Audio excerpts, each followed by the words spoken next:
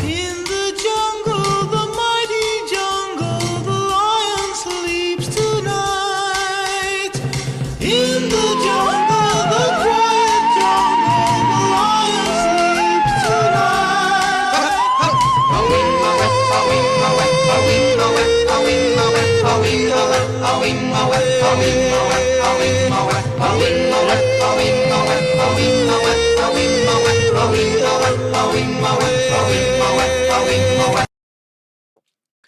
In case you were wondering, the President of the United States of America tweeted out this boomer AI slop, so it's officially not racist, and it's a matter of public record. So as a matter of fact, bitch, I can play it on the intro to my stream. Hello, chat. It's just gonna be one of those days. I'm gonna need a couple energy drinks to get through this one. Let's see. So this should be a week of fun and merriment because it is the 13th anniversary of the Kiwi Farms, a website many of you may know about. But there has been some happenings which need to be addressed. So if you're here for my cope struggle sesh where I'm sweeping, I'm on the verge of tears, my voice is cracking up, and it sounds like I'm crying because it always sounds like that. You're gonna have to wait for about 15 minutes so I can give people time to come in. Let's start with the news as we do. The United States has withdrawn from the World Health Organization, a move that it telegraphed that it would be doing, but has formally completed. The joint statement by the Secretary of State and Secretary of Health and Human Services in terminating its UN membership of the WHO. Where they say that, like many international organizations, the WHO abandoned its core mission and acted repeatedly against the interests of the United States. Though the United States was a founding member and the WHO's largest financial contributor, the organization pursued a politicized bureaucratic agenda driven by the nations hostile to American interests. In doing so, the WHO obstructed the timely and accurate sharing of critical information that could have saved American lives and then concealed those failures under the pretext of acting in the interest of public health. In an extraordinarily petty, pathetic, vindictive move, the WHO headquarters in Geneva, Switzerland, refused to return the American flag, which had been taken down at the flagpole on their headquarters base. And so the U.S. mission to Geneva had to send in a team of Marines from the Swiss embassy to collect the Old Glory, which had previously flown in that spot, which they did. It's just an incredibly stupid, petty thing, which just gave the U.S. an incredible photo op to rally some nationalist sentiment around. Here we go. We got our boys in the fatigues on a very dangerous, I think probably the only hostile mission ever conducted in Switzerland by the United States. We had to send out a squad of the boys rolling up in black Ford Raptor trucks to fuck some WHO butts and get our flag back because it's ours and fuck you. Very cool. Next. Don Lemon, who I believe was very briefly the host of The Daily Show. Does The Daily Show still run? I don't know. I told people this, and apparently it's now a very embarrassing fact, but I used to really like Jon Stewart, and I watched The Daily Show like every night. And I always assumed, and my headcanon was that Jon Stewart kind of realized what was going on with the media and bowed out right before Trump won. And I have been proven wrong by the passage of time, and he is indeed like a corrupt parasite. When I was looking into what happened to Jon Stewart after The Daily Show, his wife was managing like a horse rehabilitation farm in New Jersey or some shit, and he had just completely retreated. But then I guess they really doled out the fucking cash. And like, Jon Stewart, we need you. You're like the only person who has any appeal with like the 30-something young conservative demographics. And then I watched one episode of like the return show that he did on Hulu or some shit, and it was just fucking horrible. It was awful. It was just like the Colbert Report or whatever show he does now. So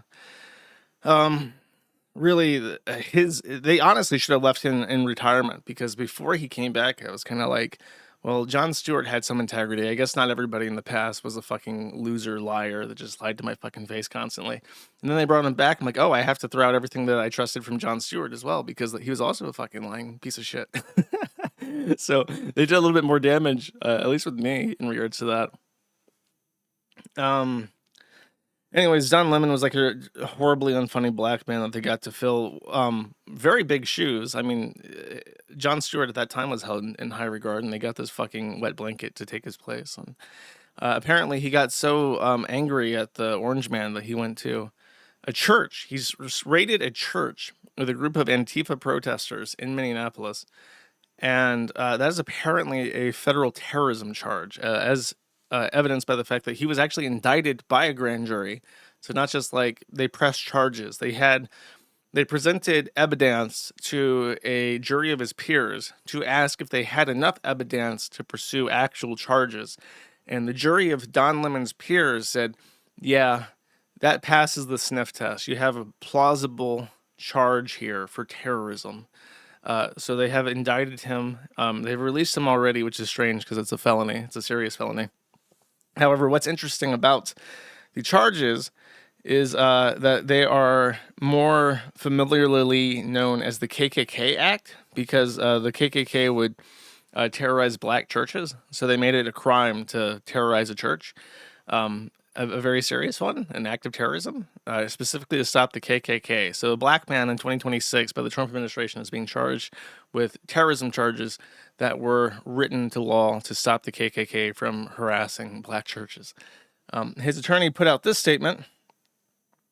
His name is just terrible. Don, if I was him, I would formally like force people to pronounce it in like a French way, like Don Lemon, because Don Lemon just sounds like Lemon Party, and that's what I think of every time. Trevor Noah, that's right. Sorry, wait, did Trevor Noah do the Daily Show? Dude, sorry. For some reason, these people are all the same to me. What shows has Don Lemon hosted? The Don Lemon Show, CNN This Morning. So he's always just been a CNN stooge, and Trevor Noah was the Daily Show guy? Okay. All right. I got it. Sorry. I didn't mean to be wrong. I got to get my Don Lemon facts straight. Anyways, Abba Lowell says, what a terrible name. These people have awful fucking names. Abba Lowell and Don Lemon put out this statement. Don Lemon was taken into custody by federal agents last night in Los Angeles. Okay, so because he like flew back home or something. Like he was in Minneapolis reporting, went into the church, and then he flew back to Los Angeles where they got him, where he was covering the Grammy Awards.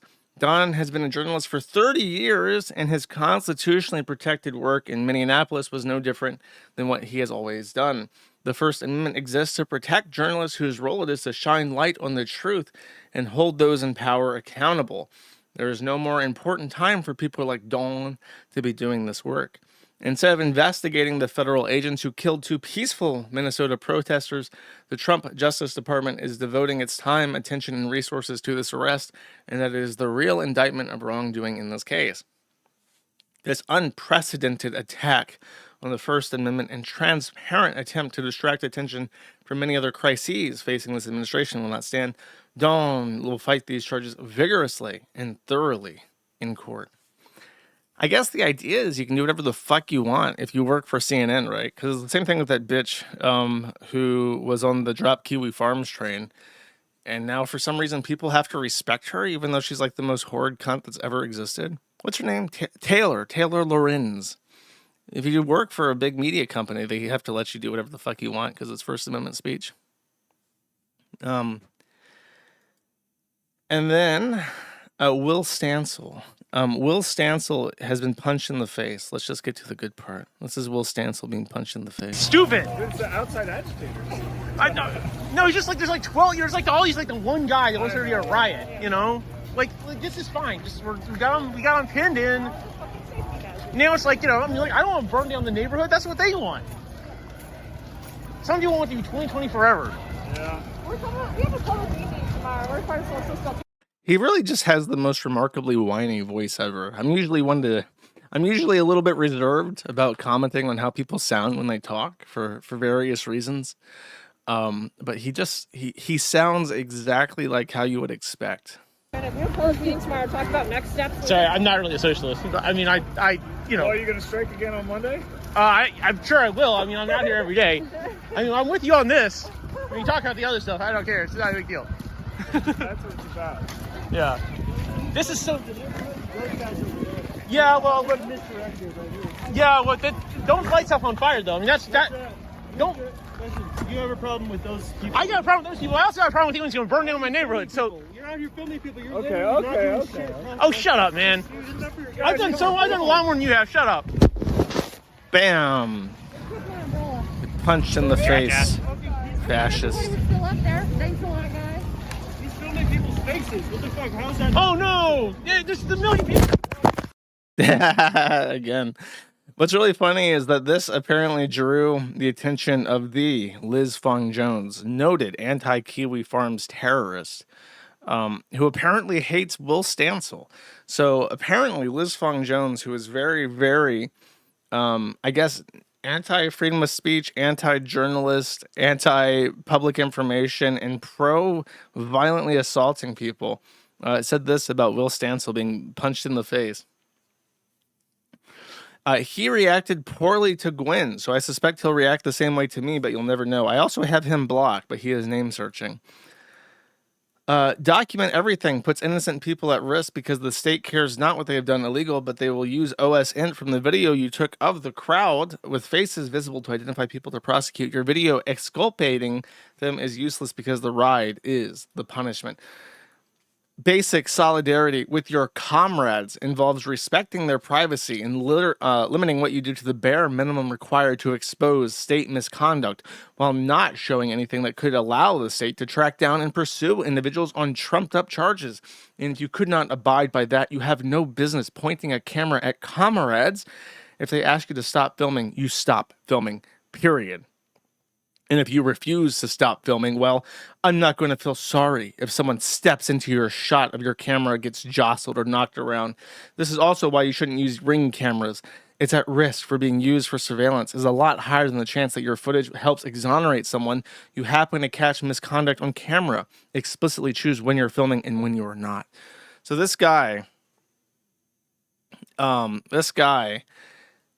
spent years to knock the Kiwi Farms offline, and now is just like, yeah, we should not have any sort of public accountability whatsoever. And if that means violently assaulting people who are publishing things that I don't like, then that's on you.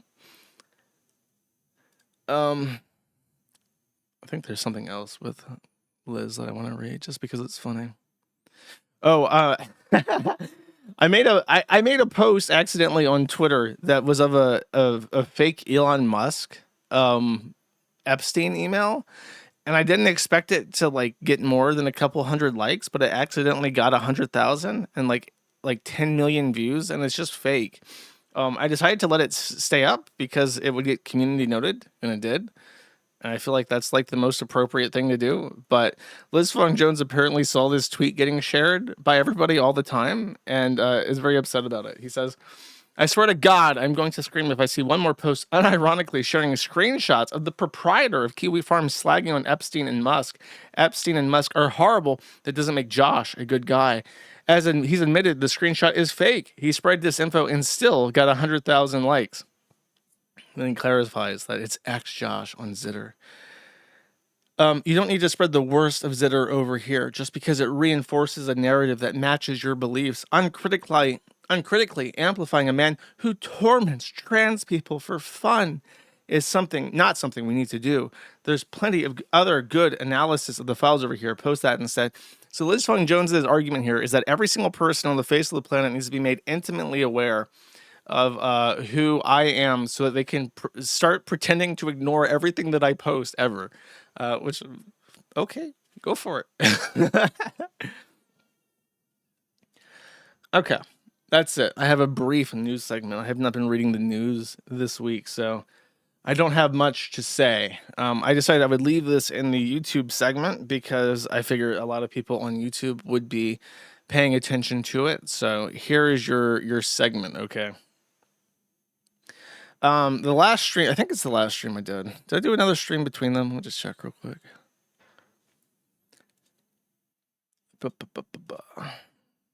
Okay, no, it was the stream before that. It was January 19th. On January 19th, 5 days after 2 users joined the Kiwi Farms to accuse Turkey Tom of sexual misconduct, they reached out to me and asked me to do an interview with them, which I did.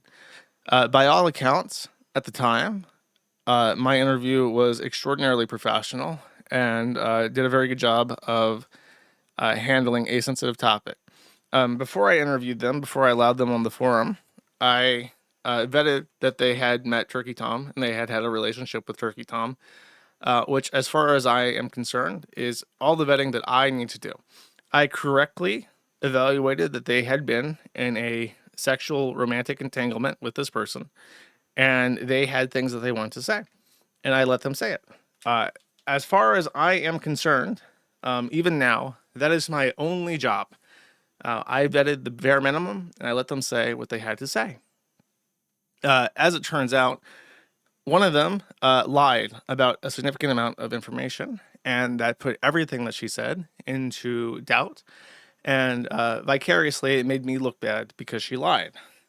So, in the interest of fairness, I do apologize if my platform was misappropriated and used to spread lies. Rowan definitely lied, and in the process harmed herself, harmed Turkey Tom, harmed me, harmed the Kiwi Farms, and also harmed other people who would want to share stories about people who had abused them for real, both if it was Turkey Tom or just general people. Because now, if someone else comes out and says that this YouTuber was violent towards me, people will just say, well, look at what happened with Turkey Tom. And I'll remind you, because I was accused of trying to attack Turkey Tom and being unfair towards him, I am one of the few people who actually defended him before this happened. I was accused of shielding him from fallout with Kai because I didn't understand what was going on, and I didn't trust that certain pictures were real or not. Particularly the one where he allegedly carved her name into his chest, and that got shared around. And I was also accused of guarding him because after our discussion, he said something to the effect of her prostate referring to Keffels. And I made the statement, and I made repeatedly, that I understand he's just protecting his cash flow on YouTube. I understand what he's doing. I don't really hold that against him. And I ate shit for that too. And then when I facilitate people having a discussion, I'm called out for being, trying to bring him down, which does not make sense. So I want to have a little reality check, because Rowan lied, but there's a rot here, and I think that it is only fair that we address that together. First of all, after the statements were made, both Nick DeOrio and Augie RFC, who are personal friends of Tom, were very light touch in talking about the subject. And Nicholas DeOrio actually gave out an explanation as to why. Immediately after Rowan started talking about Turkey Tom on the Kiwi Farms, they secluded themselves into a private Discord server and began plotting damage control without saying that that's what they were doing. There was a video that I shared of Augie RFC, and I had never watched an Augie video before. But what really got me is that he kept looking down to the camera and smugly smirking to himself. And I kept thinking, that looks a lot like Duper's Delight. That looks a lot like somebody who thinks they're getting away with lying. And as it turns out, I should have said that, because it's exactly what that was. He knew more than he was letting on, and he was extremely smug and self-satisfied because he was lying to people and getting away with it. But that has been kind of pushed to the wayside because Rowan lied. The video itself was also composed and written by a professional PR team, and I can prove this because of how it's structured. There's effectively 3 parts to this video. The video opens with a strong indication that Rowan lied, because she did lie. He proves that she lies about certain things. Then it closes with an emotional core. That's a voicemail where Rowan basically says to him that she is going to try and ruin his career because she is angry with him, which is really bad for somebody who just made a bunch of accusations 2 weeks prior to have said on record. In the middle of it is just muck throwing to try and muddy the waters enough where nothing else is critically evaluated. So I'm going to go through kind of a list of everything said. And then once I am done going through this list, I'm going to round this out with a final thought. And if people want to be mad at me, they can be mad at me. But I'm not going to pretend that everything is kosher and copacetic, because it's not. So let's start off with what he addressed. First of all, he proved beyond a shadow of a doubt, and Rowan has confirmed that she knew who he was before they matched on Tinder. This is a catastrophic foundational lie, and it ruins everything else she has to say and makes her look completely malicious. She knew who he was. She had messaged him before on Twitter. She is like a micro niche e-celeb, like in Discord servers or whatever, but she knew who he was. She said that Turkey Tom engaged in non-consensual sexually violent actions against her, which is partially true. They had rough sex, but she apparently encouraged it in private. Turkey Tom has logs of it. She admits this is true. He addressed covering her mouth during sex and giving her bruises on her face. This was also consensual. She had accused him of encouraging an eating disorder, which he proved was a lie. He addressed age play allegations, kind of duplicitously. He used a picture of a bedroom that had a Lolita poster on it. Rowan says that this was not her room. This was her friend's room. But Turkey Tom said that this was her room and passed it off as such. He also denied engaging in age play with Ellie, who is a cosplayer on Instagram. He was having an affair on Instagram with this girl who is an age player, who is into lolicon, but he simply says that he did not engage in age play with her. He blamed her vaginal bleeding from sex on birth control. She denies that this is true. And very importantly, I think this is at the very, very end. There's a audio recording. I think it's at the very end. No, I guess not. Where she basically says that she's going to try to ruin him, which fucks up everything that she has to say. Now, the other things that he addressed is that he flexes in the mirror while having sex like Patrick Bateman. And he says the words big white cock in this, I think 100 times, which has led to the extremely homosexual act of many, many men gushing about BWC in a Kiwi Farms thread, praising his cock, worshiping his cock, talking about how much they love his cock and how big his cock is, which is an extremely bizarre thing. And I don't know if I have to elaborate on that. The other thing, there are some things which he partially addressed, but did not actually fully address. First of all, he addressed that he had consensual recordings of sex with Rowan. However, he never addressed having recordings of Katie. Katie accused him of recording her, and he never actually touched on that. He only touched on Rowan because Rowan had talked about it and talked about the meta glasses, which implied that there was at least some consent sometimes. He addressed the blackmail folder. He has a folder on his desktop called Just In Case where he keeps dirt on all of his exes, such as the dirt that was used in this video. He says that he would never blackmail somebody, but never denies the folder. So the folder exists, and we know it exists because Kai referenced it in her letter, which did appear to be forced, at least to me. By the way, I didn't mention this, but Kai has messaged me on Twitter, and we exchanged maybe 20 messages over about 3 hours of conversation because she took approximately 45 minutes for her to reply to anything that I said. At the end of that conversation, I had no fucking idea what she was trying to say. I have no idea why she reached out to me. I cannot discern what her thesis was. She just randomly messaged me and tried to tell me some stuff. I think the gist of it was that Turkey Tom definitely wasn't blackmailing her in any way. No fucking idea what she was trying to say. Completely insane. He partially addressed Ellie, who, as I mentioned, was a Lolicon age player. He never denies cheating on Rowan with Ellie.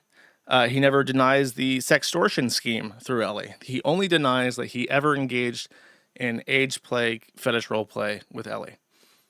And the only other thing that he addresses in regards to body count is that Rowan supposedly also lied about her body count, but he never talks about how he's having sex with random women about 1 per month, which is, I think, alarming. Now, on the other hand, hold up, let me get this set up, okay?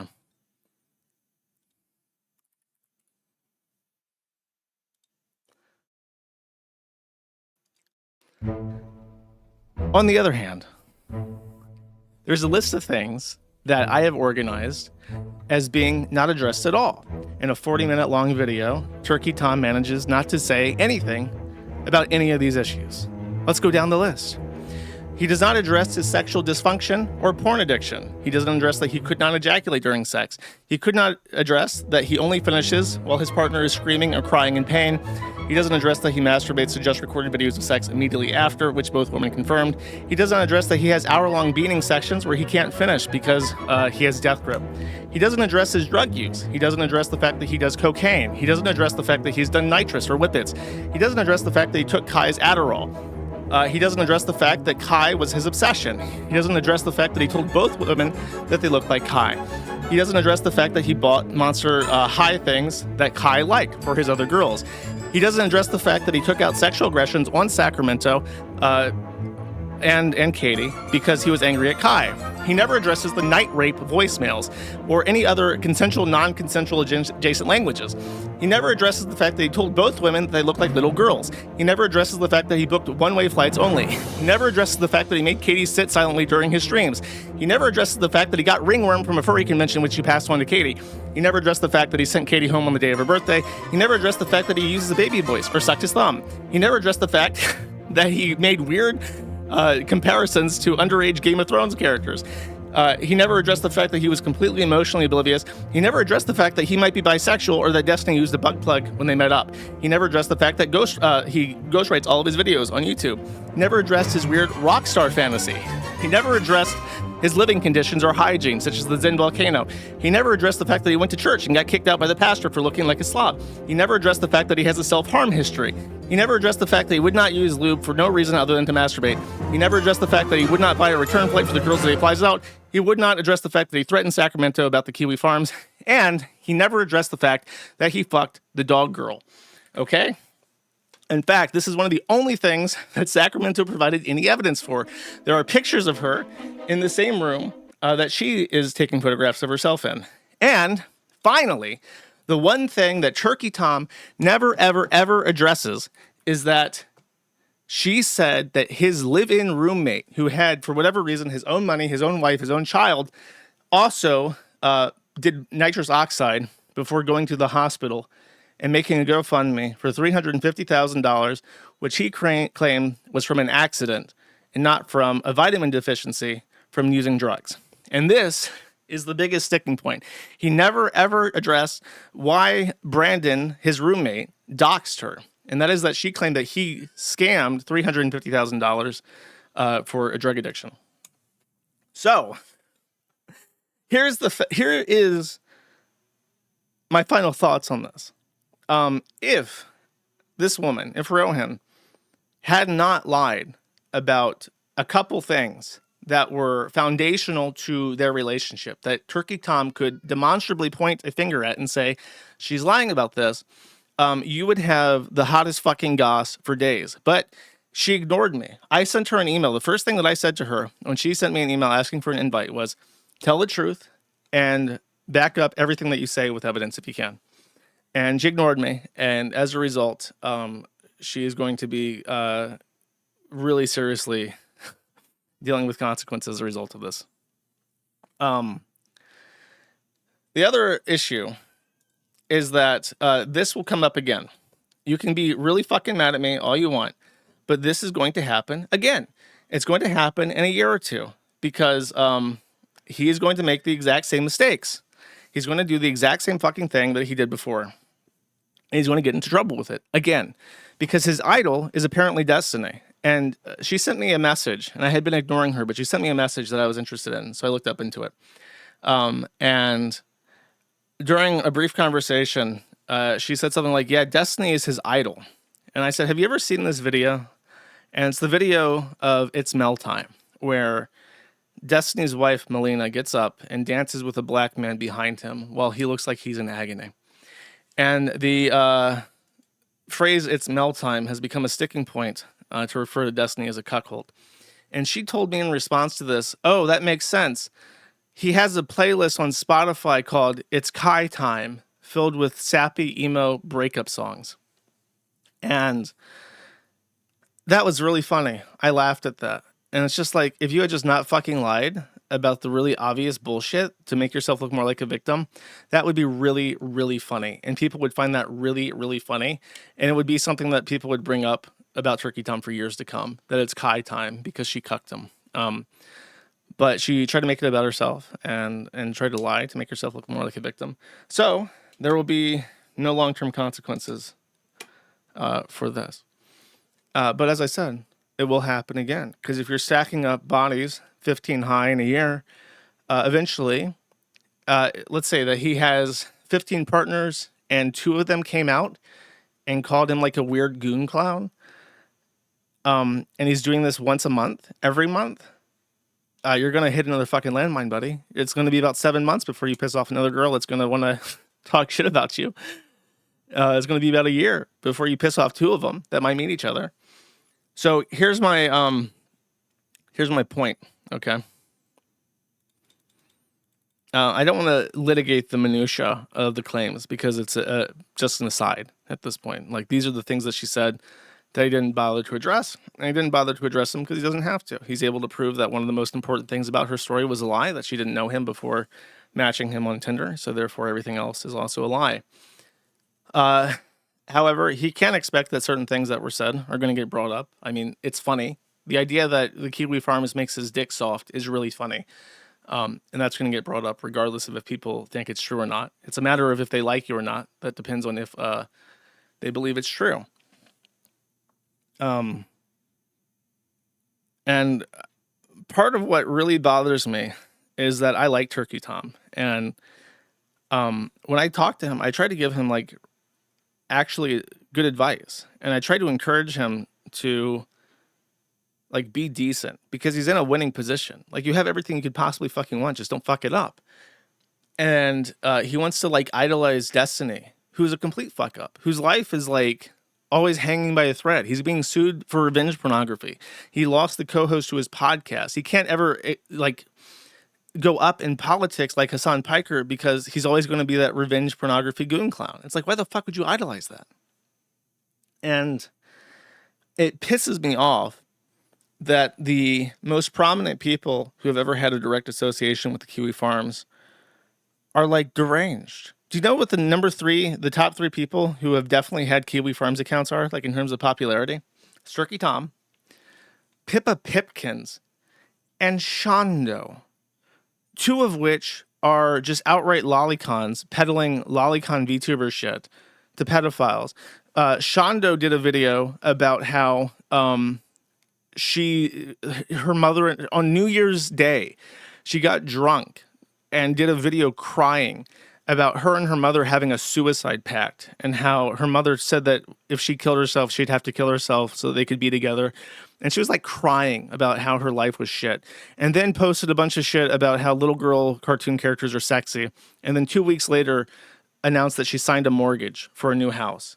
And it's like, that's our representative from the Kiwi Farms girl cow board, because she was a big follower of Amberlynn because she has eating disorders and Amberlynn's popular with the eating disorder crowd.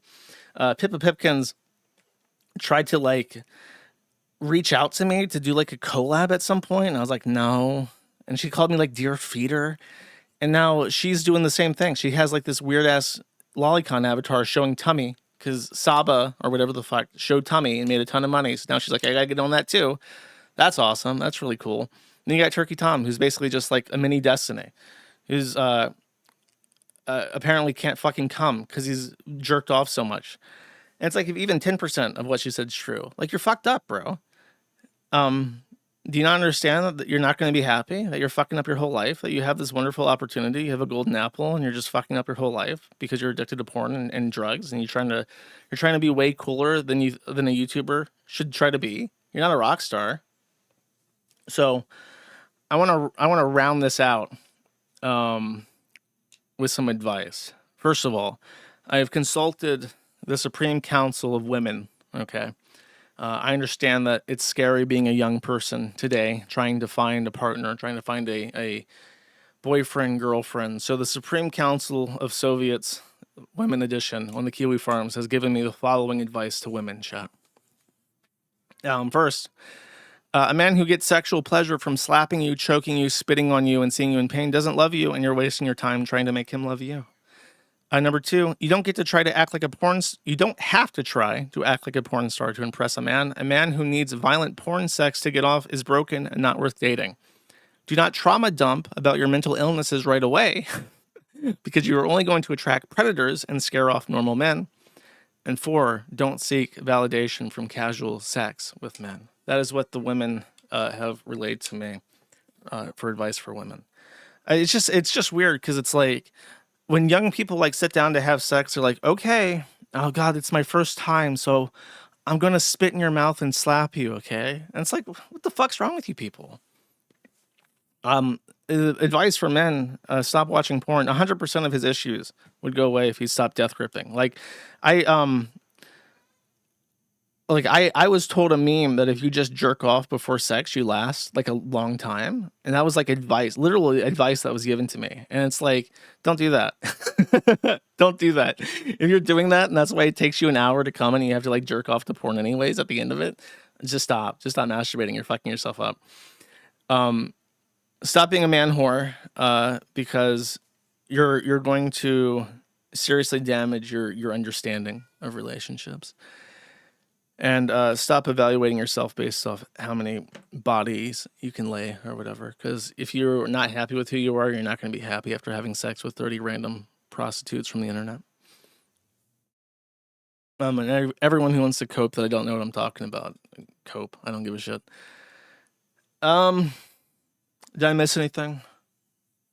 Should I say anything else?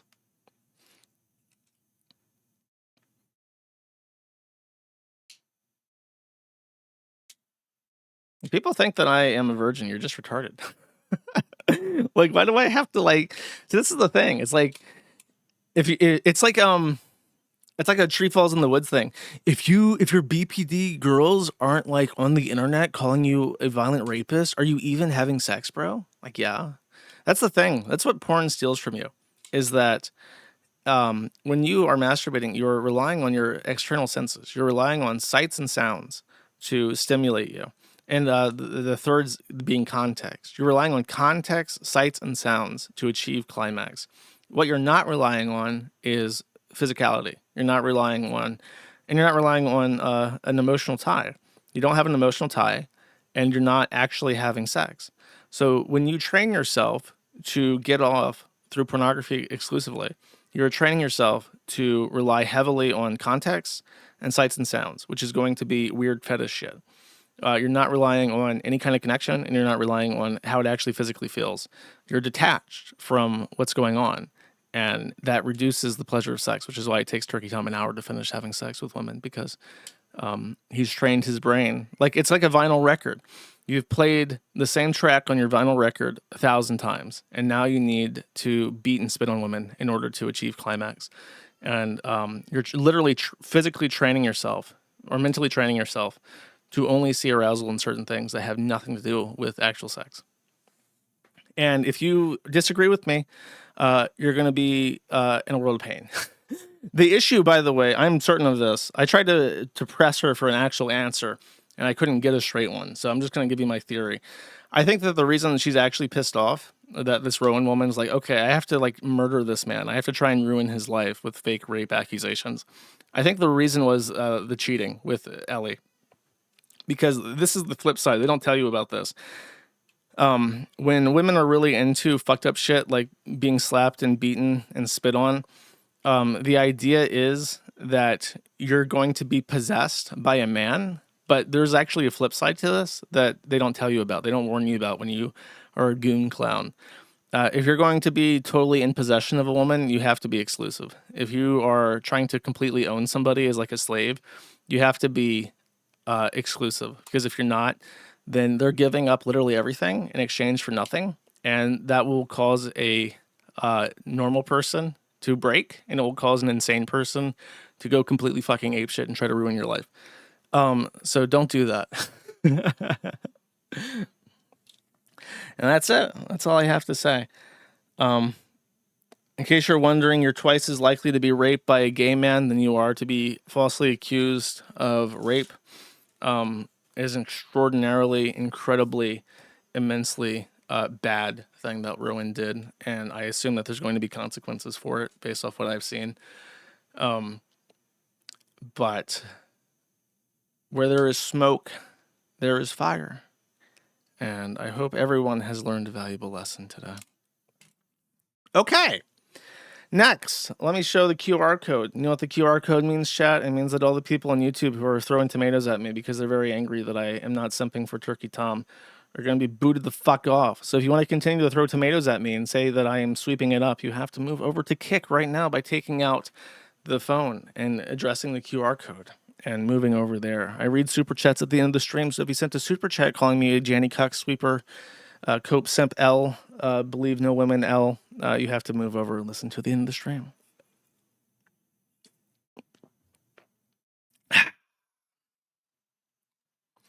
I like tomatoes, but only when they're pureed. I'm going to be real with you. I do not like whole tomatoes ever. Okay, bye-bye, YouTube. Bye-bye, YouTube, I said, and then tried to find the bye-bye YouTube button. Why is Rumble Studio broken? Is this going to be one of those streams where I have to stream to YouTube the entire time? No, it's not. As a matter of fact, child, it's not. Okay. YouTube is gone. Virgins won. That's funny. Okay. So,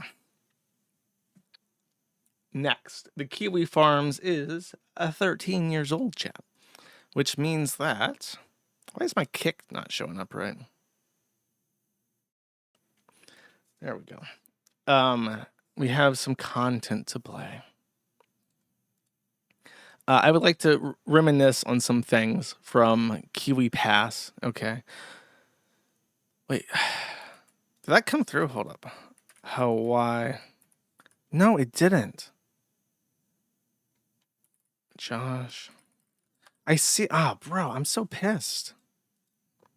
Let me try saving. I'm going to start recording the Kick thing so that I can download this. Okay. All right.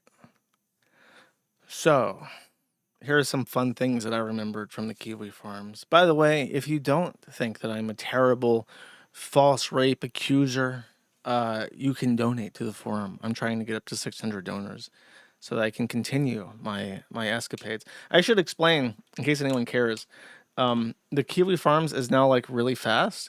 I have discovered, and this is a fun fact for anyone who is in technology, if you have a degraded disk array, even if you are not using it, you should immediately decommission that disk array, because as long as the degraded disks are in the computer and are enabled, the computer will make what is called interrupt requests continuously. And these interrupt requests will fill the bus, and you will no longer be busing. You'll be the opposite of busing.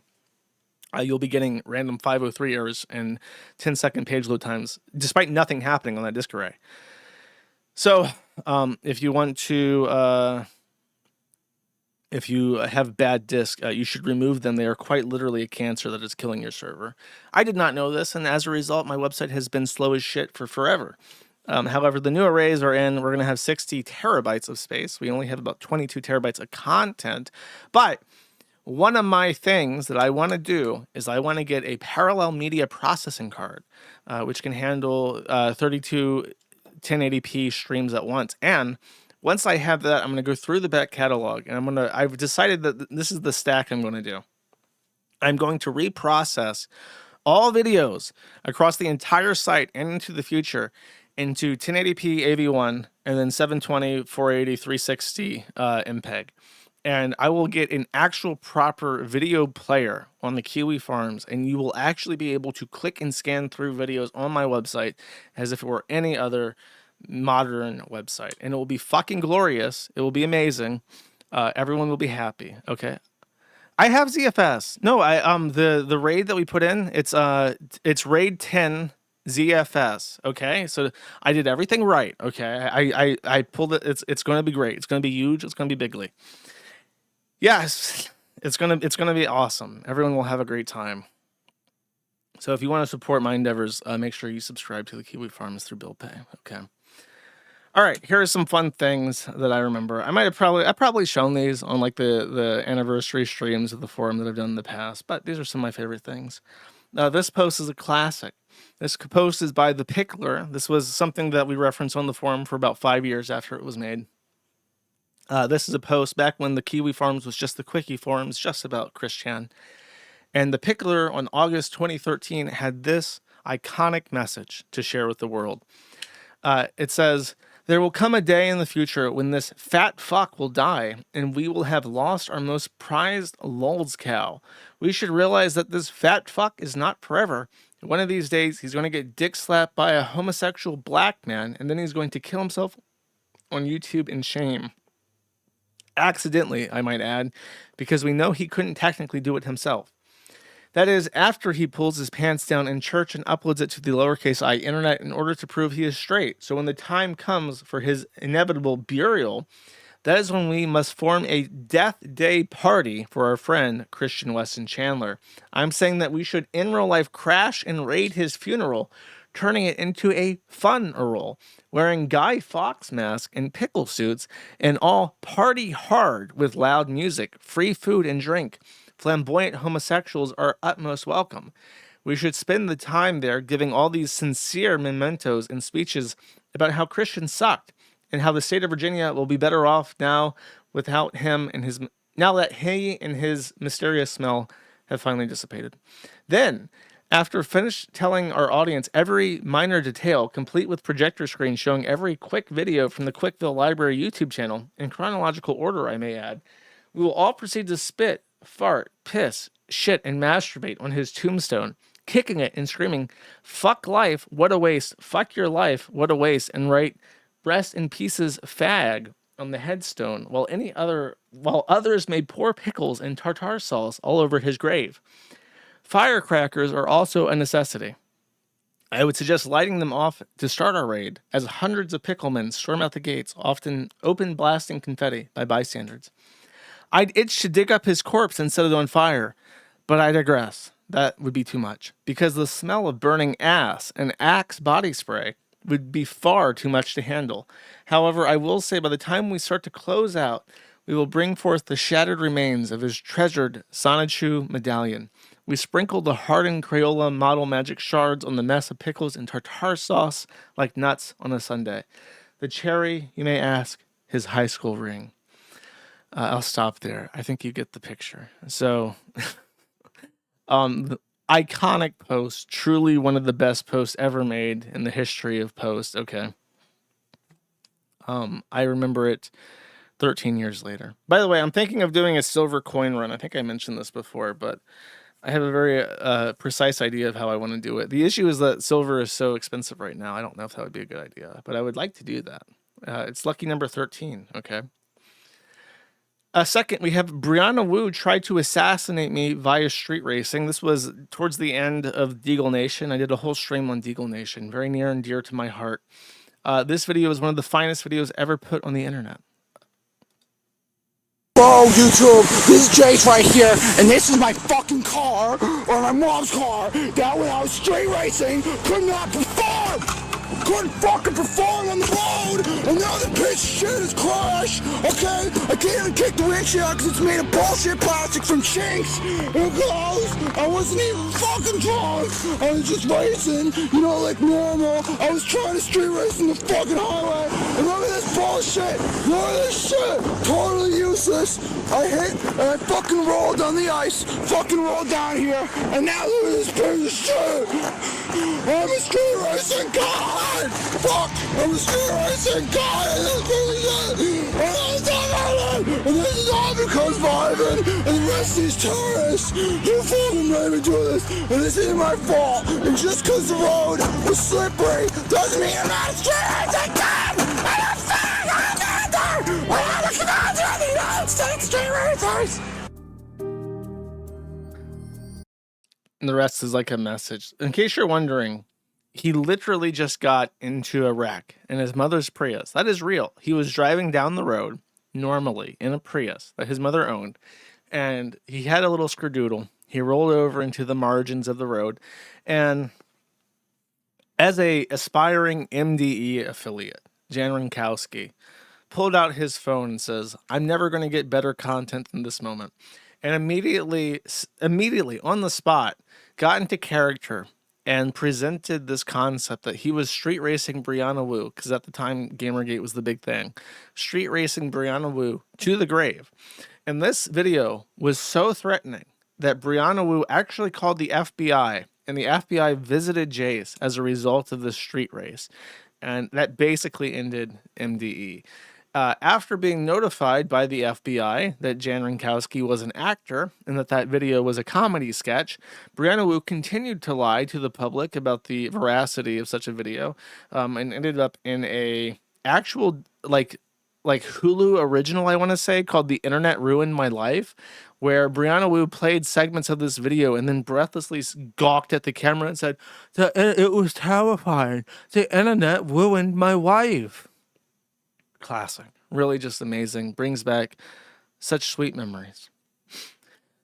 Okay, this is actually before the Kiwi Farms, but you may remember that I discovered this last year. In case you're wondering, this little index page was made by Claude. Thank you, Claude.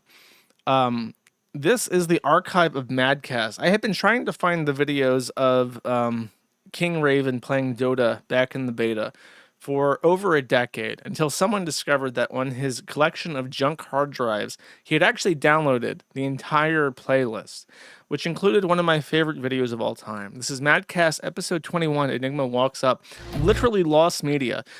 King Raven liked to drop the N-word, but he also worked at a university in Florida. So when people doxed him and reported to his university that he would go and have racist tirades on the internet, he was threatened with losing his job, which caused him to delete everything. Unfortunately, as a small-time Dota streamer, nobody made backups of these videos except one person who happened to use the Kiwi Farms, and I was able to recover them. This video was so formative to me and my youth that I still reference it to my buddy Vinny until very recently. Don't know exactly which part of this video, but the gist is that it's a 3v5. 2 players on the enemy team have disconnected. And in Dota 2, you can control the characters of disconnected units. And despite the fact that 2 players on the enemy team have disconnected, King Raven is losing. As you can see, the score is 30-15, and the 3 remaining players are assaulting the enemy base, which has caused King Raven's delicate psyche to break. And he has relayed this information about his displeasure about losing this match 3v5 to the remaining 4 members of his team. This is how that sounds. Walk the fuck up and cast a spell on you idiots! It's so fucking... Actually, I think the beginning shows the... Oh, this is it. This is the black hole. The best black hole ever. This Enigma is level 6. Nobody is playing him. And he just walks the fuck up and casts his ultimate on the entire team, which is actually being played. Yeah, let's see it. Here he comes.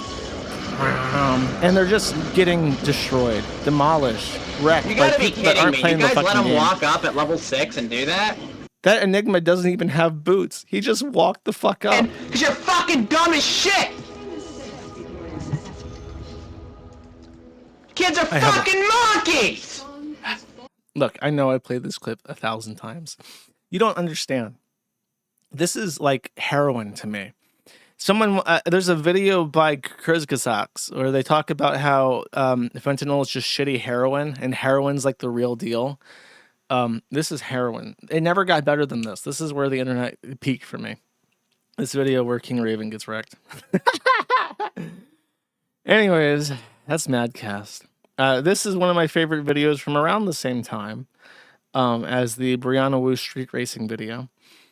This is Fed Smoker. Now, I also did a video on Fed Smoker, and by far one of the most iconic clips from the Fed Smoker era is this video where our boy Herc is standing outside of a Walgreens, and he is very displeased with the customer service that he received at this Walgreens.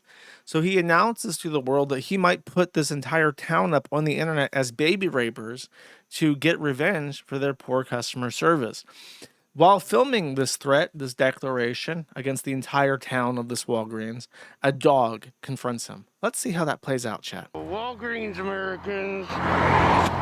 Been shopping here for about 3 months and they haven't been being very kind to me here in Council Bluffs. Give me like that cold inbred fucking feeling when I shop in there. I'll be putting everybody on the net as baby rapers from now on if I even see a flinch around me in this town. I think the pigs might have got to them here. They feel like they can get away with that with me. I'll put your fucking chief on the net as baby rapers. I get snubbed one more time out of this store. You watch and see, bitches. I'm gonna put this dog on the net as a baby raper too. You fucking baby raper! You fucking baby raper! Just amazing. Truly, pit bulls are baby rapers. I believe that is fair. By the way, both the stream I did on Herc and the thread for Herc are amazing. I would recommend them to you if you found that clip funny. If the idea of smoking feds and putting feds on the internet as baby rapers amuses you, that thread is a winner. I can't show you this one, but in 2016 during Gamergate, there was a, actually I did a stream on her too. Her name was, what the fuck is her name? I know her as Eyebags. Allison Rapp. She had put out an article about how gamers are problematic. And then it turned out that she had written some very problematic theses for her university study in Japanese culture because she worked for Nintendo as in like an American I think she knew Japanese, she had studied Japanese culture, she had a degree in it, and she wrote a very interesting thesis about how the United Nations should stop pressuring Japan to ban child pornography because child pornography is an innate part of Japanese culture.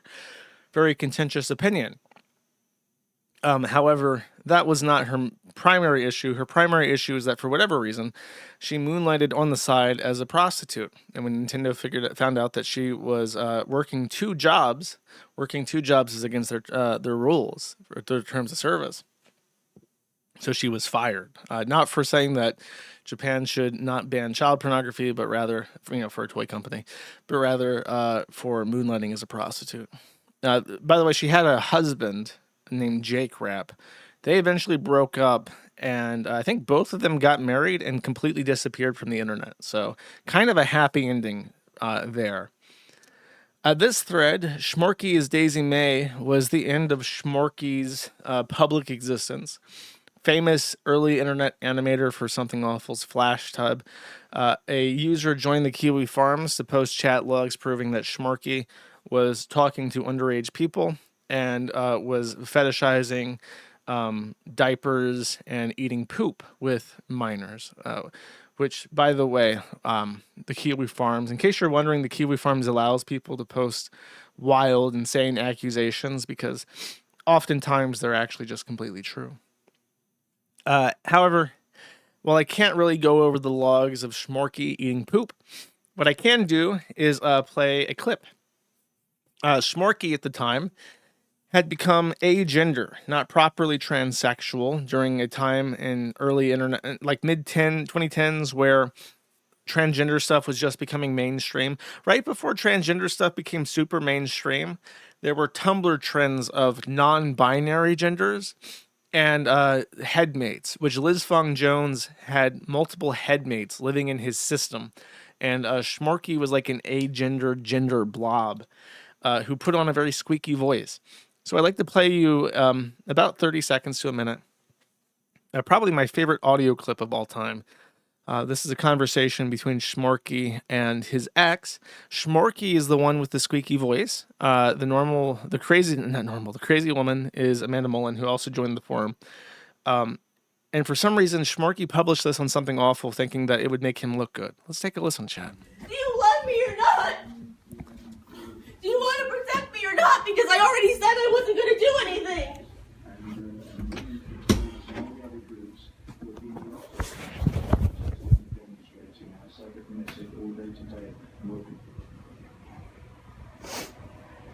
Please don't touch me again, please.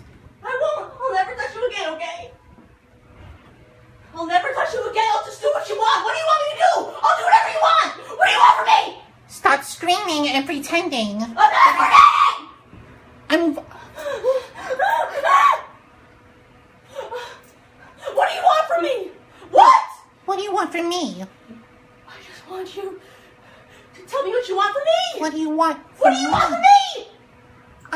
No. No, you're the one that's doing this right now. I just want you to just tell me if you love me or not, or if you're in on this or not. In on what? Tell me. What they're doing to me. Tell me what I have to say. My parents. Yes? Are you controlling me for them? No. Well, there's nothing I can do anyway, so it doesn't matter. So even if you were, you won anyway. Even if you're not, you win, okay?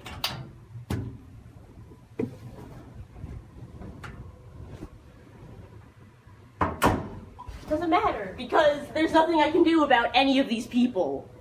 Okay? That's why I said I wasn't gonna do anything. That's why I said I was gonna go to the cops. I just said they won. I told them that they won. Okay.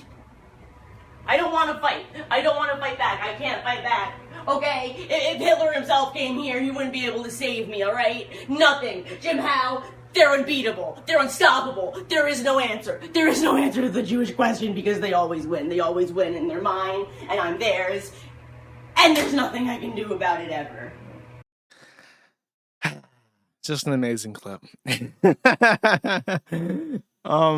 There you go. This one is for the beauty parlor. Amberlynn Reed's Aunt Tammy, who I recently featured on the Kiwi Farms because, or on the Maddie streams, because they had another tussle, and in this tussle, like back at the time, she came on and dumped all this hot goss about Amberlynn. And then years later, they're having a conversation, and Aunt Tammy has to say to Amberlynn, yeah, joining the Kiwi Farms was probably not the nicest thing for an auntie to do. Which sounded like an understatement, but it was very funny to me, and I appreciated it.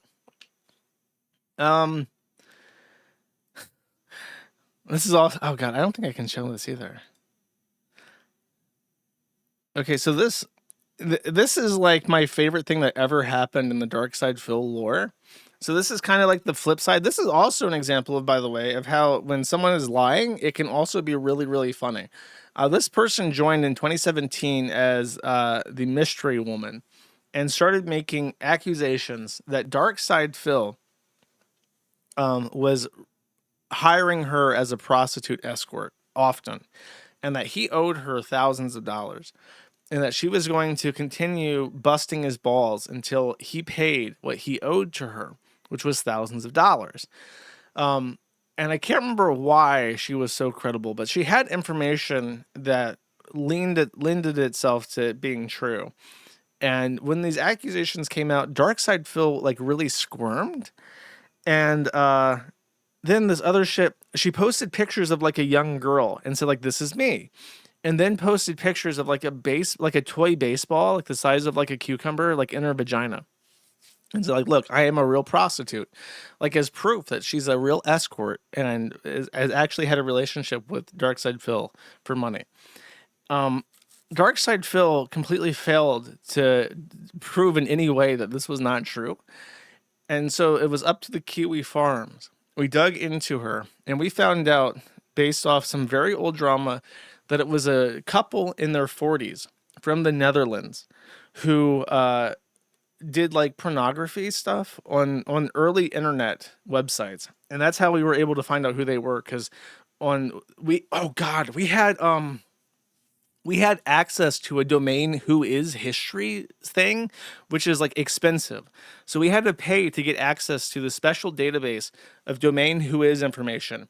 And we found out that in 2002, they had owned a domain in their real names before switching over to a privacy system. And we were able to identify them as Dutch pornographers that did stuff together as a couple. And she had used her vagina and her own daughter's photo together to show this is her and she's a whore and Darkside Phil owes her money. And it was the craziest shit ever. Like, it was unbelievable that someone would do that. But Darkside Phil was very pleased, very relieved when the truth came out. It was a crazy saga. One of the only good memories I have with the Darkside Phil board was the Mystery Woman saga from 2017, early 2018. It was a wild ride. It was really fun.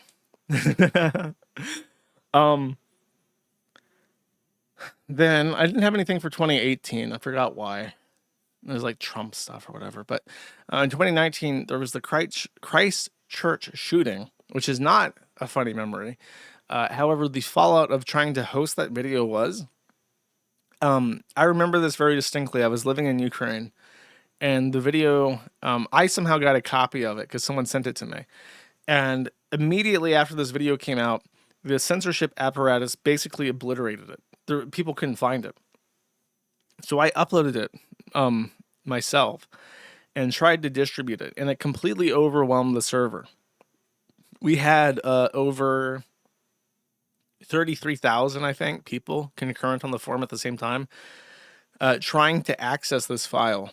And I ended up setting up my own torrent tracker to try and distribute the file as much as I could, which resulted in New Zealand threatening me, which resulted in me responding to New Zealand telling them to fuck off, which resulted in international media attention and a Wikipedia page for the site. I had to like apply very specific modifications to the database to keep the site up at all, which took me years to fix after the fact because I completely fucked up the database by optimizing it for this one specific scenario. And to this day, it's kind of debatable if it was even a good idea.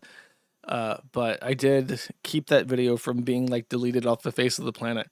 I will say this though, they were very afraid of it glorifying the shooter or whatever. But I actually got a bunch of requests from sheriff's offices in the United States that were afraid of a copycat shooter. And they specifically requested that I distribute this file to them somehow because they couldn't figure out BitTorrent. They wanted a copy of it so that they could do a training session on dealing with a copycat shooter. So while New Zealand was busy trying to obliterate any evidence that this file even existed, sheriff's offices in the United States were using it to train on. So I consider it a win. I think that it was a good thing. There's no point deleting evidence, deleting information. Information is neutral. Okay, how it's used is the is what matters. Back to something awful. I have a lot. I don't know. I very fondly remember all the something awful drama that happened on the forum, because the forum was like a neutral ground for like something awful stuff to transpire. So there was a point in 2020 to 2021 where Lowtax was kind of losing it. His forum was super woke, super gay, super cringe, and Lowtax was like an absentee father that was just beating around the bush, collecting paychecks. And at some point, he broke up with his wife and hooked up with this Mormon woman called Logan Day. I also did an interview with Logan Day. And, by the way, the interview with Logan Day, she was a lot worse at telling her story. And that interview went very poorly for her. So if you want to see what that looks like, I also did talk to her. Because she broke up with Lowtax and accused him of all sorts of shit. And then Dick Masterson had Lowtax on to cope about how women are terrible. Maybe that's what I should strike up some kind of deal with Dick Masterson where every time I interview like a BPD X, Dick Masterson can get the rebound interview, and we'll just split the proceeds that he gets from that interview, and we'll just call it fairsies. Okay, that'll be our scheme.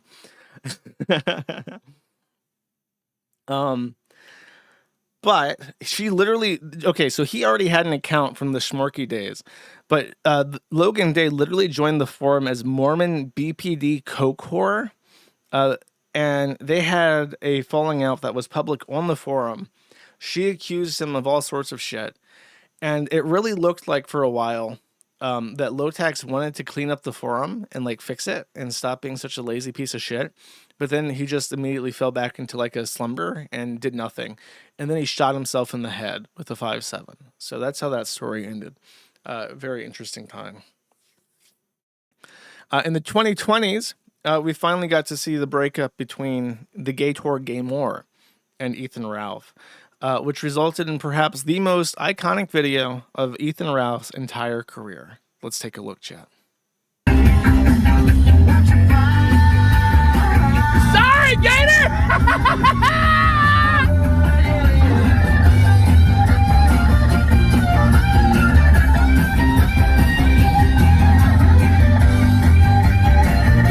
I'm on the way home, bitch! My arrival is fucking imminent! Let's fucking go!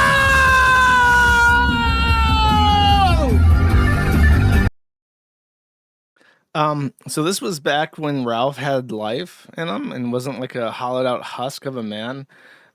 He had just gotten his ass beat in Portugal, which is why his eyes are all fucked up like this.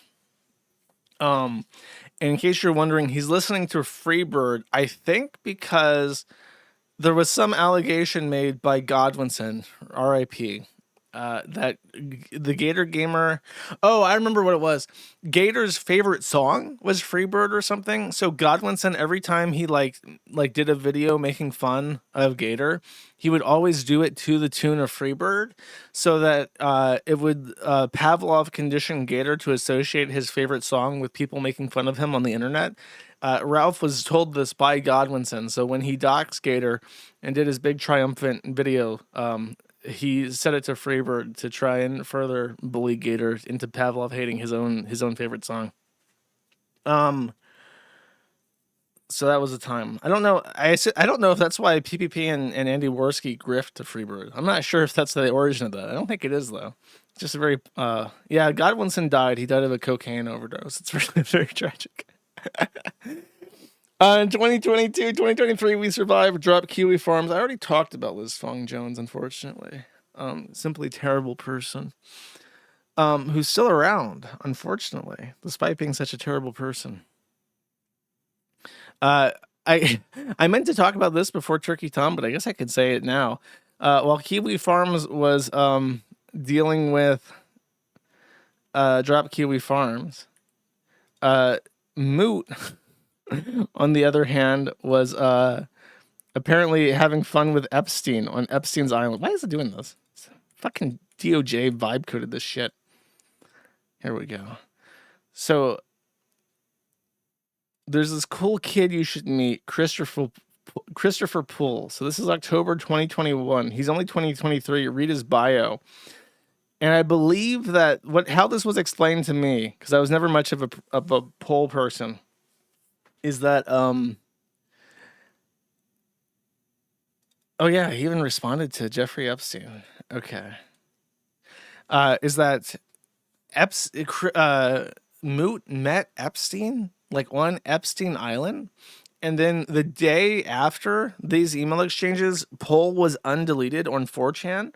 Oh, and in case you're not following the news, Jeffrey Epstein would post or share 4chan.org/GIF threads by email, and the GIF threads were like source filmmaker, Five Nights at Freddy's, like Fuda face rape porn. So if you want to know who you're gooning with when you're doing the Turkey Tom death grip on 4chan, you're literally gooning with Jeffrey Epstein and your Five Nights at Freddy's. Okay.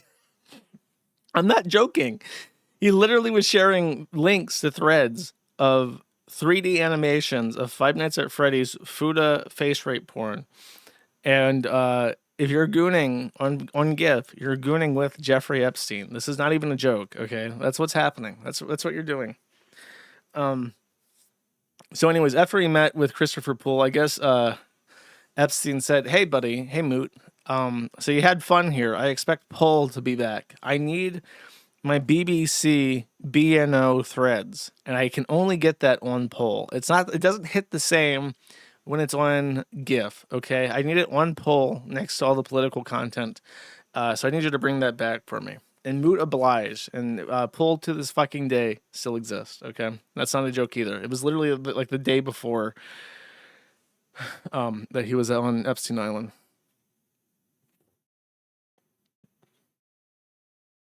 Next, Anime Sucks, Cope, and Sneed. This was from 2 years ago, featuring a familiar face.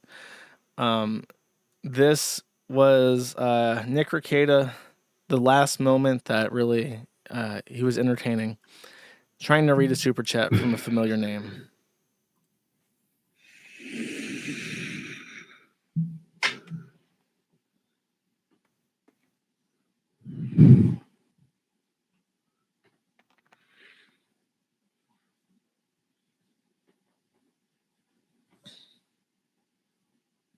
I know, it was 2 years ago. Can you believe it? It was only 2 years ago that Nick Rekieta was masturbating completely Why is my fucked up camera so on? out of his mind to a picture of a fat purple dragon sitting in a car eating pizza and farting. Okay. And lastly, on my list of little memories was one of my favorite things from the Locale of the Year Media Awards. It was when 4chan got hacked and the Shardy people, despite having complete and total access to the website and the ability to do anything they wanted, simply chose to bring back the QA board, delete all the other boards, and put Tuhu music on everything, which was just perfect and reminded me of the good old days when things were just friendly, fun chaos and not soul-crushing agony all the time. Very fun, very cool. Thank you, me, for hosting this website, and everybody else who posted on it and made it a fun place to post for 13 years. On that note, that is that. Let's talk about the femme fatales. For some reason, I don't know how insulting this actually is, but in my notes, I grouped together troons, female locales, and VTubers into this same section that I just call femme. So mentally in my head, I compartmentalize those things together. I don't know what that says, but that's how I organize these things. So Fenster has been on a bit of a hiatus, and he's back. And he's published this video, or this picture, to let you know that he's not dead. And boy, oh boy, he's really getting there. He's like one surgery away from being a real woman, finally. Finally, he will be a real, actual woman, and everyone will look at him and think, wow, that's a real woman. That's completely indistinguishable from every other woman. He's just one more surgery, bro. One more surgery. That's all I need is just one more scalpel, and I'll be like a real woman for real this time.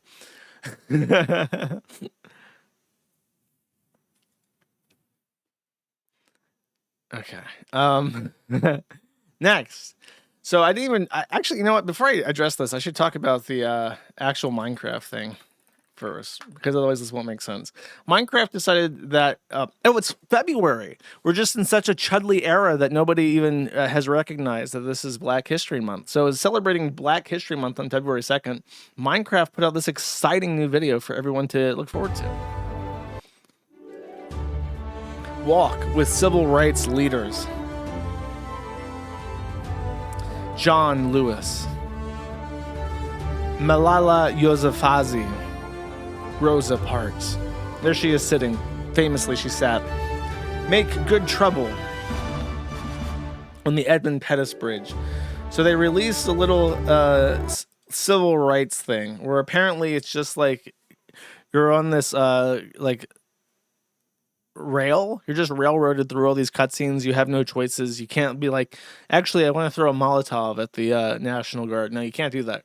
You have to make the right decisions. And then you have like a little building area where you can just pretend to be playing Minecraft for real for a little bit. And obviously this bullshit rage bait caught the attention of all the commentators on the internet who had a lot to say about it. One such commentator is a VTuber named Jelly. Okay. Jelly Hoshiumi says, I was advised by my lawyers not to comment.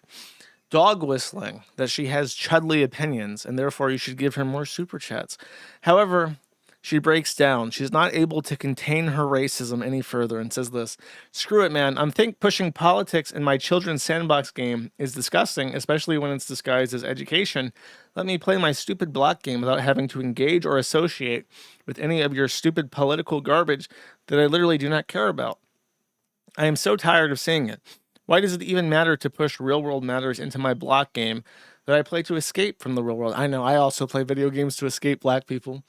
And if I buy if I buy and play the game, can it be seen as taking a side because their dumb ass stupid post blew up?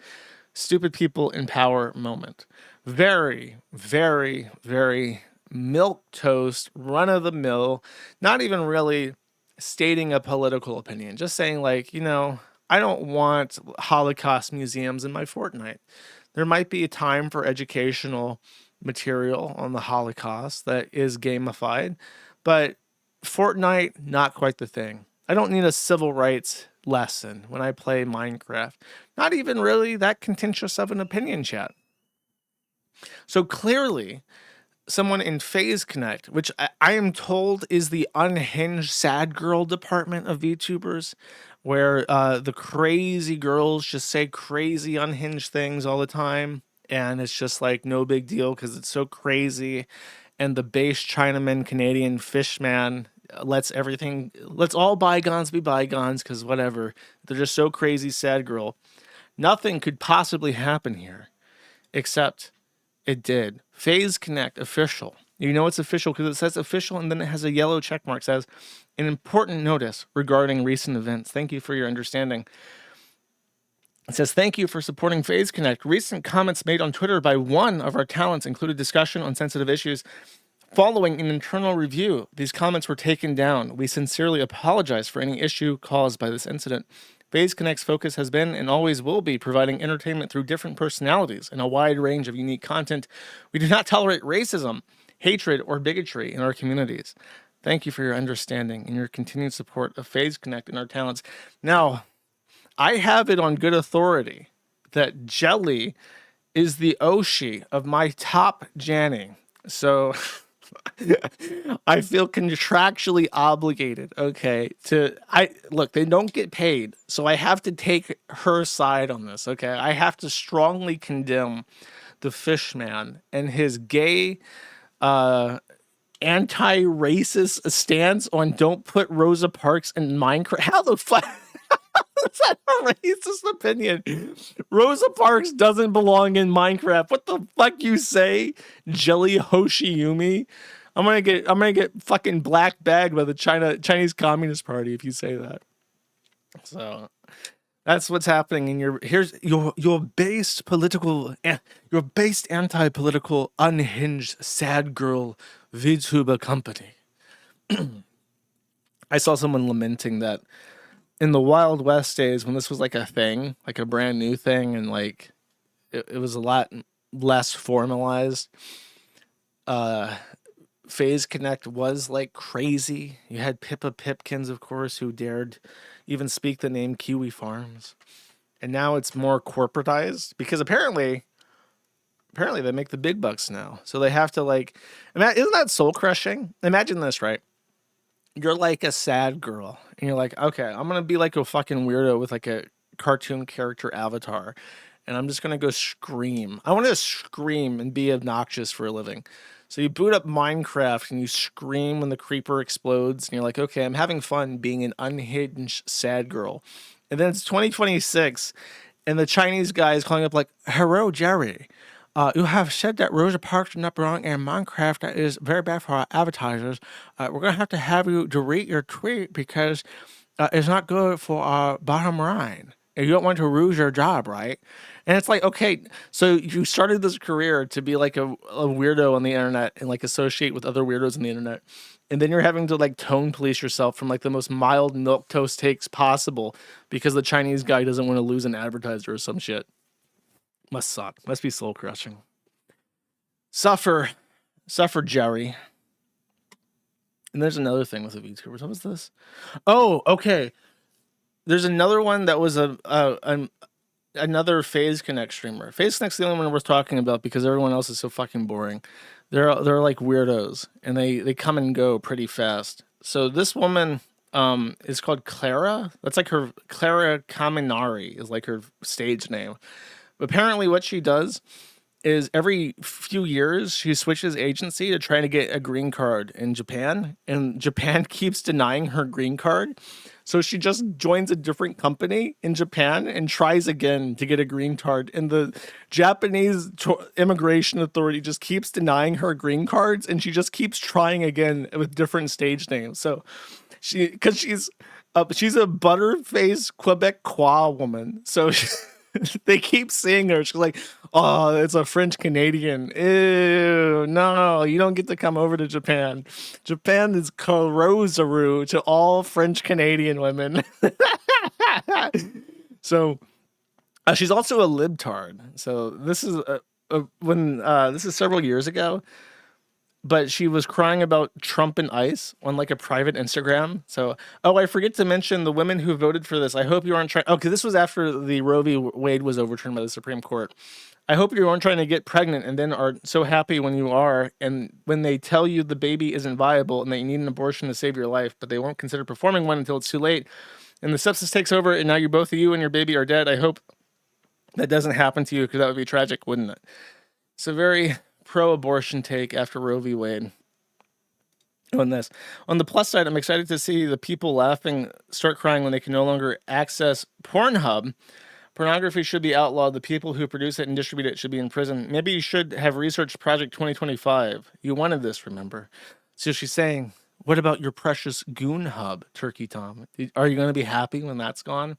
As it turns out, she is tried to do softcore pornography. She literally tried to do softcore pornography to get a visa into Japan. And she did one video.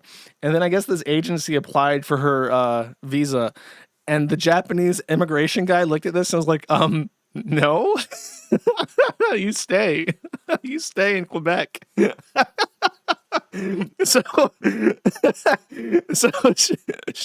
her first gambit was to be a literal prostitute, and they said no. And then she's like, okay, I guess I'll be a VTuber then. So she's tried like 4 different agencies, and they keep putting her in front of the immigration authority. And every time the immigration authority is just like, no.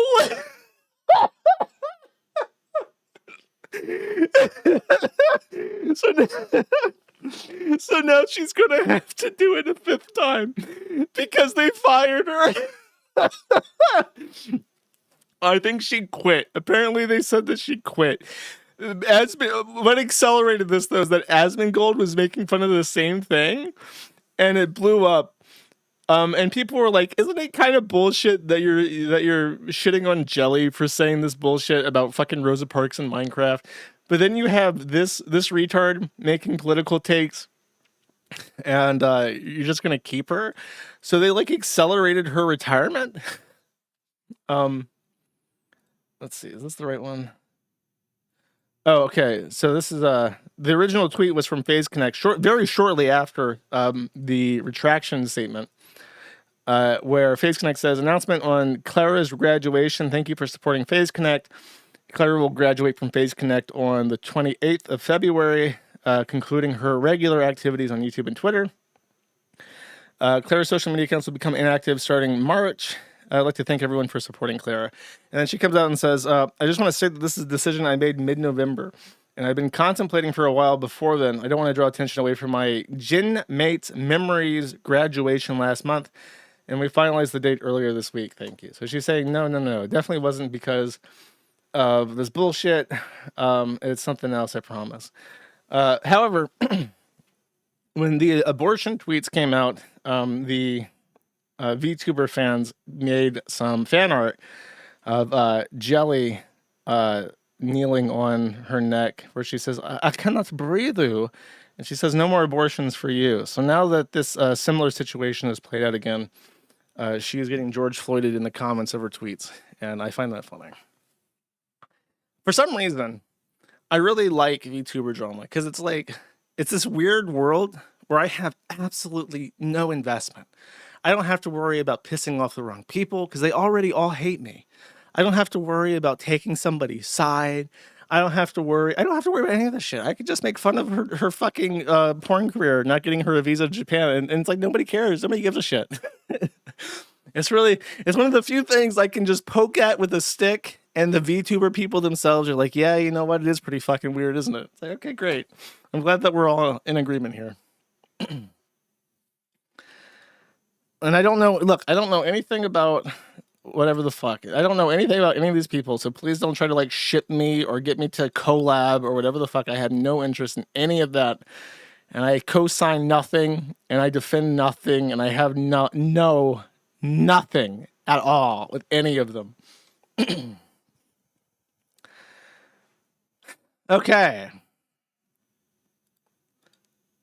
There is an update with Styx Hexenhammer 666. In case you're wondering which one, Styx Hexenhammer 666 says on Zitter, just got assaulted by my ex pressing assault charges. Now, chat, if you get punched in the face, that's battery, not assault. He says, I got straight up punched in the face till my nose bled, and me left front tooth is now all wiggly. So here's the situation. If you don't know, Styx Hexenhammer, who... Sorry, I don't mean to keep clearing my throat. Give me a second.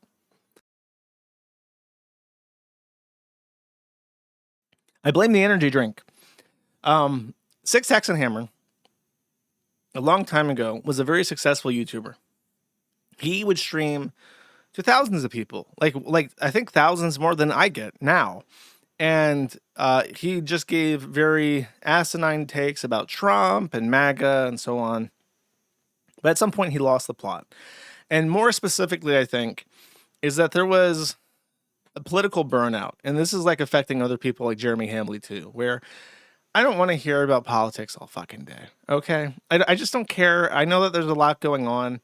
But it's really hard to stay invested in politics because it's a drag and it sucks. And it's like, you know, you have your victory moments where Trump gets in or whatever, and then nothing happens. And there's a bunch of shit that you don't like happening. It's just like, fuck, I don't give a shit anymore, whatever.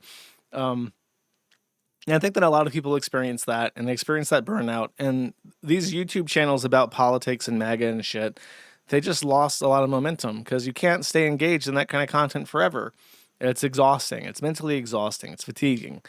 And Hambley's experiencing this, and then Styx experienced this, and then he crashed out. Now, I had always never liked Styx because he refused to join the Fediverse. And I still hold that against him because fuck him. However, now he's being punched in the face by women, which is base. This is another woman dub, if you really think about it. This woman is aged. She's older than Styx. She has billy goat hairs on her chin. Chinny chin chin. Sorry. I have to be explicit. Whenever I talk about her chin hair, I have to say chinny chin chin. She has goat hairs on her chinny chin chin, and she was living with Styx in his family house. And the agreement for this was that she would buy him booze. Now, she was openly posting on the Kiwi Farms about how she knew he was an alcoholic. She knew he didn't care about her. She knew that he was only using her for alcohol, but he loved her she loved him so much that she enabled him and would buy him booze so that she could stick around in his harem of extraordinarily filthy people. at some point, I don't even know what precipitated this, but at some point she says, enough is enough. I'm taking matters into my own hands. And she beat this gimpy, effeminate vampire on the fucking ground like an abusive father, breaking his nose and loosening his tooth in the process as he drunkenly sloshed around, defenseless on the floor. He then threatened to press charges against her. He went back on the forum to prove that he had been in fact punched in the fucking face by showing the tissue that he had used to soak up the blood from his I don't know what the fuck is wrong with his camera, but this legit looks like it, like the the wood paneling and the camera quality just makes me think this was recorded on VHS in 1990. I don't know how he's accomplished this, but it's actually very impressive. So he's proven that he's been punched in the face at some point between 1990 and now.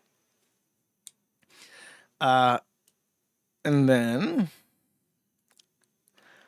people were very pleased by this. Here we have one, the Rutland Demon Hunter, featuring a very, very, very, very flattering picture of what's her face, Sekhmet or whatever the fuck her name is on the forum, slaying the vampire. That's actually pretty funny. That's pretty good. See, this is what AI is for, okay? For stuff like this.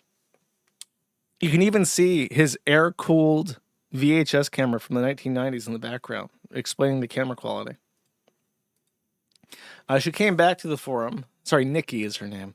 She came back to the forum on Monday to say, hello, I have been through an adventure today and I will not be able to get my phone back until tomorrow, as it is with my belongings in the understaffed Rutland Town Police Office, which closed early today. I have nowhere to sleep but my car, and I can't get to my car without a police escort because a certain little bitch is frightened of Big Bad Nickster. I am in the homeless motel right now with a friend. I need to retrieve my belongings tomorrow, but I have no ride. I had to walk from the courthouse all around today, trying to find a place to sleep or some sort of help. I have no one to help me. The person who had me arrested has been so violent with me in the past. I reacted today to reclaim power from all the women he threatened and abused in the past. I no longer live in fear. Ring it up, woman dub. Styx has been using blood magic to conjure power from them, to siphon their power, to store their power. And Nikki here use physical, what is it? Equitable physical repercussions to break the power siphon bulb that their power had been stolen in and freed the power karma into the atmosphere so it could return to their appropriate host, chat. I believe that's how magic works. She then says, by court order, I'm not allowed to talk about this man. Samantha Keister, however, we can discuss all day. She wants to bring charges against me for stalking, but the judge denied it because there are no grounds to charge me. She is so dead set against it in her delusional, hateful, backwards, fucked up, demonic mind. She's appealing it, so I have to go to court. I cannot comprehend how another human can be so delusional and evil. When the case is dismissed, I will press charges against her for harassment and frivolous charges. She is out of her mind. I never stalked or harassed her in any way. Samantha Keister is the most miserable cunt of a human being to ever exist. She is not worth the oxygen that she takes to breathe. She doesn't need it. She lives off sniffing her own evil, misandristic farts, expelling her internal self-hatred, animosity, contempt, and vitriol against every man she encounters. She is death. She is the plague. She is the cancer of the earth. God, it sounds like the lyrics to like a Rob Zombie song. Dig through the ditches and burn through the witches. Dun, dun, Dracula. It's like that. You gotta put it to a beat, okay? Seeming pile, Satan shit, yada yada. Drawn to a man, claims he's Lucifer. Best thing for her children would be never to see them again. Everything she touches to fill the gaping hole inside of her. Directing her hatred, pathetic, idiotic, evil, creepy. Keister is a stretched out cunt horror show to ever have walked the earth. Anyone who loves her should be executed for stupidity, frivolous litigations. Samantha Keister used the police as a weapon to satisfy her own vindictive need to destroy men and now apparently women who don't deserve it. And I am happy the court recognized this. Okay. Very cool. Hamster? What hamster? What do we don't have a fucking stick, hex, and hammer hamster, okay? There's no hamsters for this. I wanted to say I received some news that there was updates. I don't know what the update precisely is. PPP messaged me like 30 seconds before I went live. Apparently, Carl was at court today and they were recording it, which I don't even know if you're supposed to do that. But apparently, Styx Hexenhammer passed out live on court cam, and they had to cancel the meeting.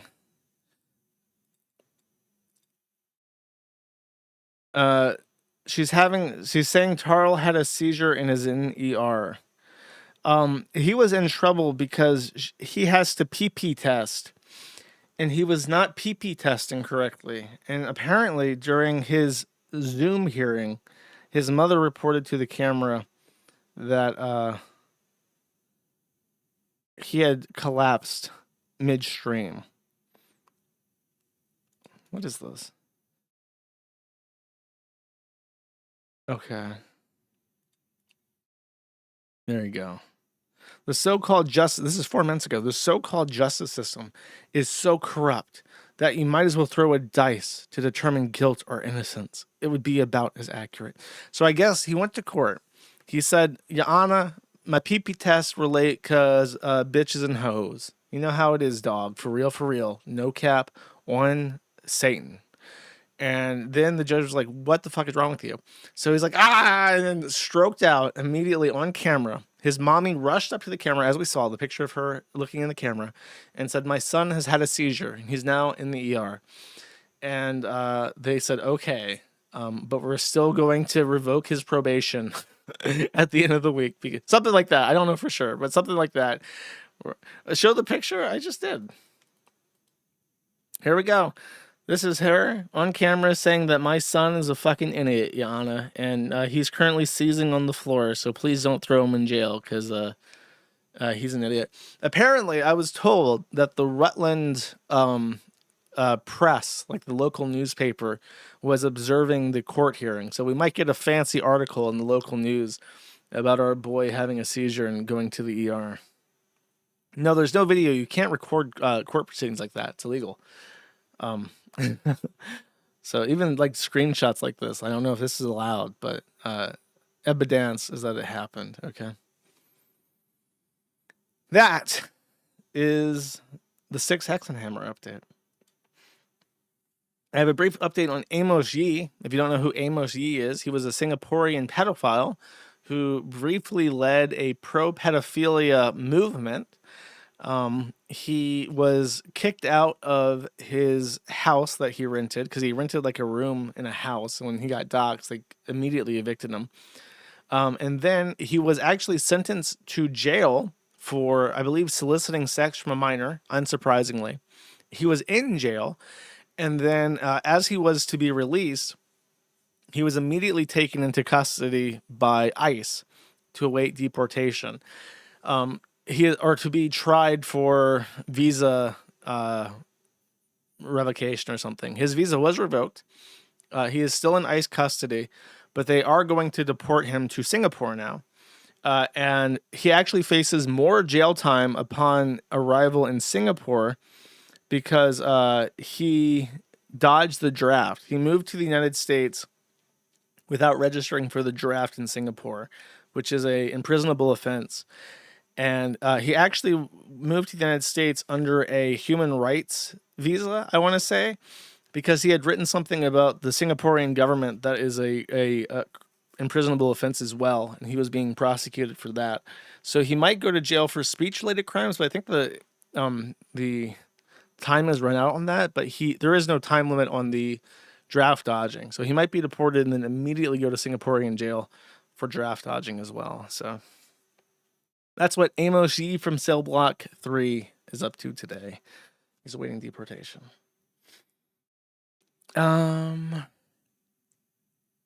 Wish I had a video or something. Oh God, I don't want to play a child porn debate. Does he still have a channel up? How does this have 40,000 subscribers?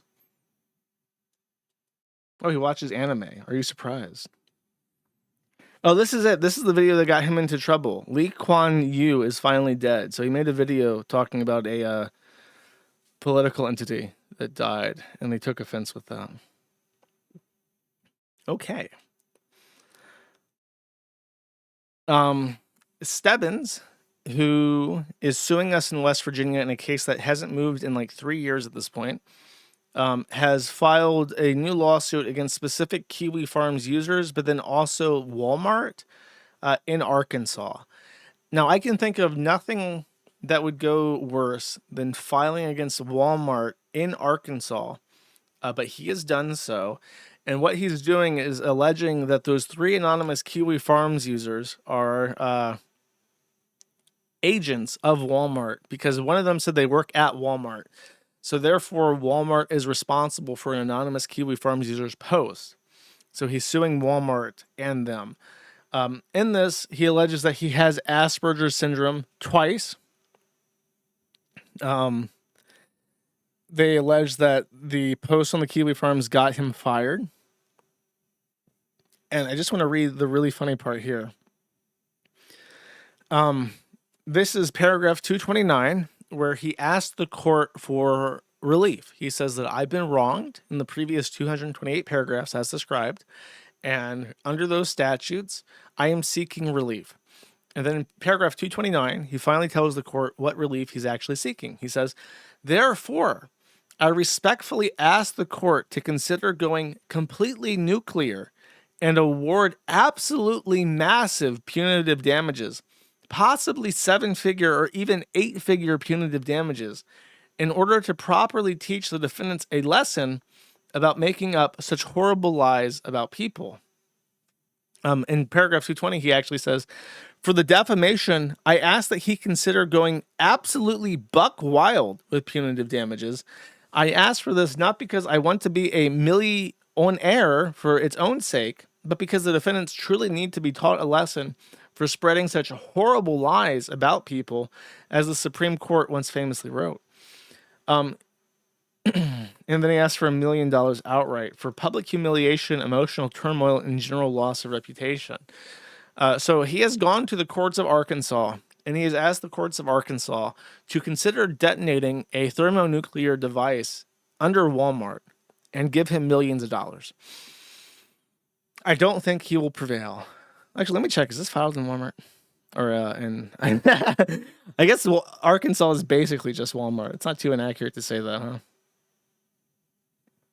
Downloading it now. It is in Benton County, Arkansas. Yeah, buddy. Yeah, buddy. You're going to win that lawsuit against Walmart for sure. They're already priming the charge. Benton County's already got that charge prime. They're going to go buck wild on Walmart. Don't you worry. They might actually throw him in jail for this. They might hold him in. This might finally be what does Stebbins in. He's going to sue Walmart in Benton County, Arkansas, and they're just like, enough. We're throwing you in the pit, and we're throwing you in the oubliette, and we're going to forget that you ever existed, and nobody will ever hear from him ever again. He's going in the Walmart dungeon, and they're throwing the key away. Death by shopping cart. You will put. It's like, we're going to take you to the world's largest Walmart, and you're going to walk around pushing carts until you drop dead from exhaustion and get ran over by a fat person in a Scooty Puff. That is your sentence for this complaint. No, he's suing me somewhere else, so that's why he didn't sue me. But he's trying to sue Kiwi Farms users still. But that's not going to happen. Similarly, in the Greer side of things, the Greer situation is not going well for Greer.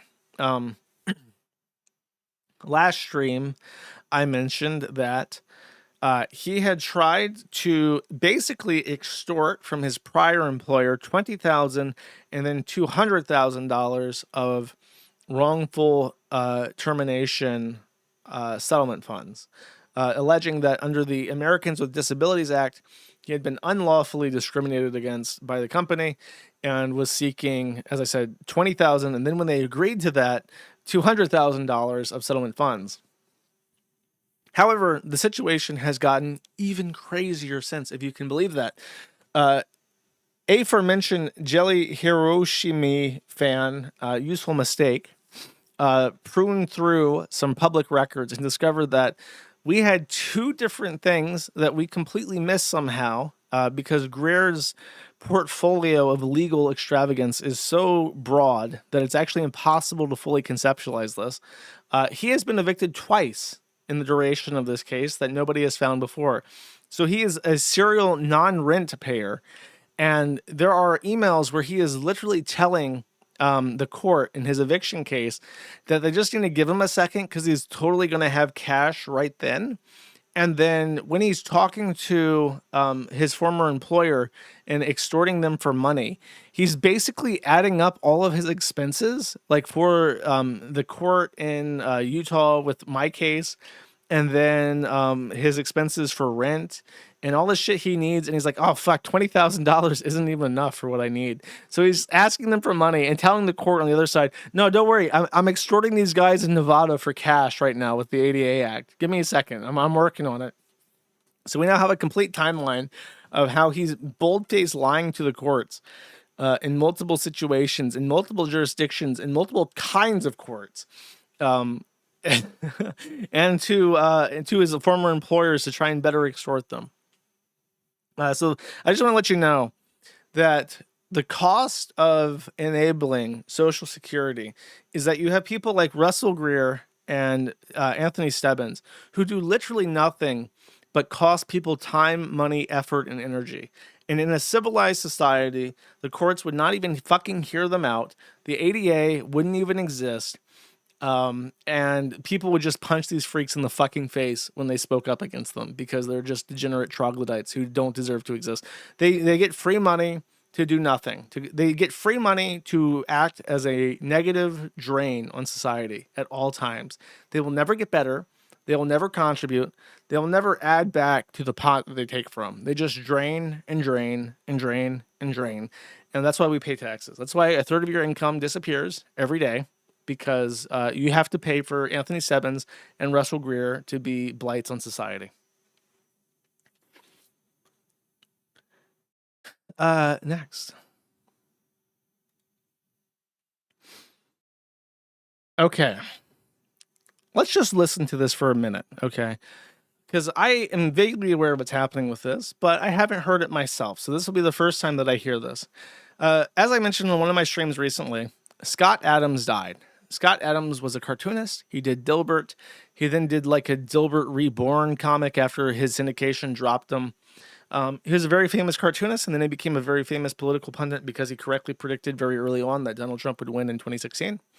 And then after Trump won, he started doing Coffee with Scott Adams, which would be like a 20-minute long video each morning where he had coffee, talked about the morning's news. And a lot of people like this. This is sort of like his grind, where he had his built-in audience and he talked about his life and his thoughts. And that's what he did for years. And there wasn't really much to talk about this.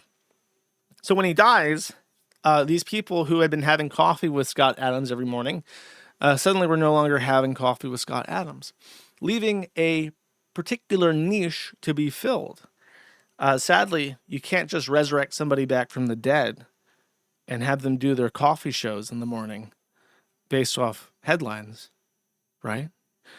Enter year of our Lord 2026, an AI Coffee with Scott Adams emerges on Twitter, causing a kerfuffle.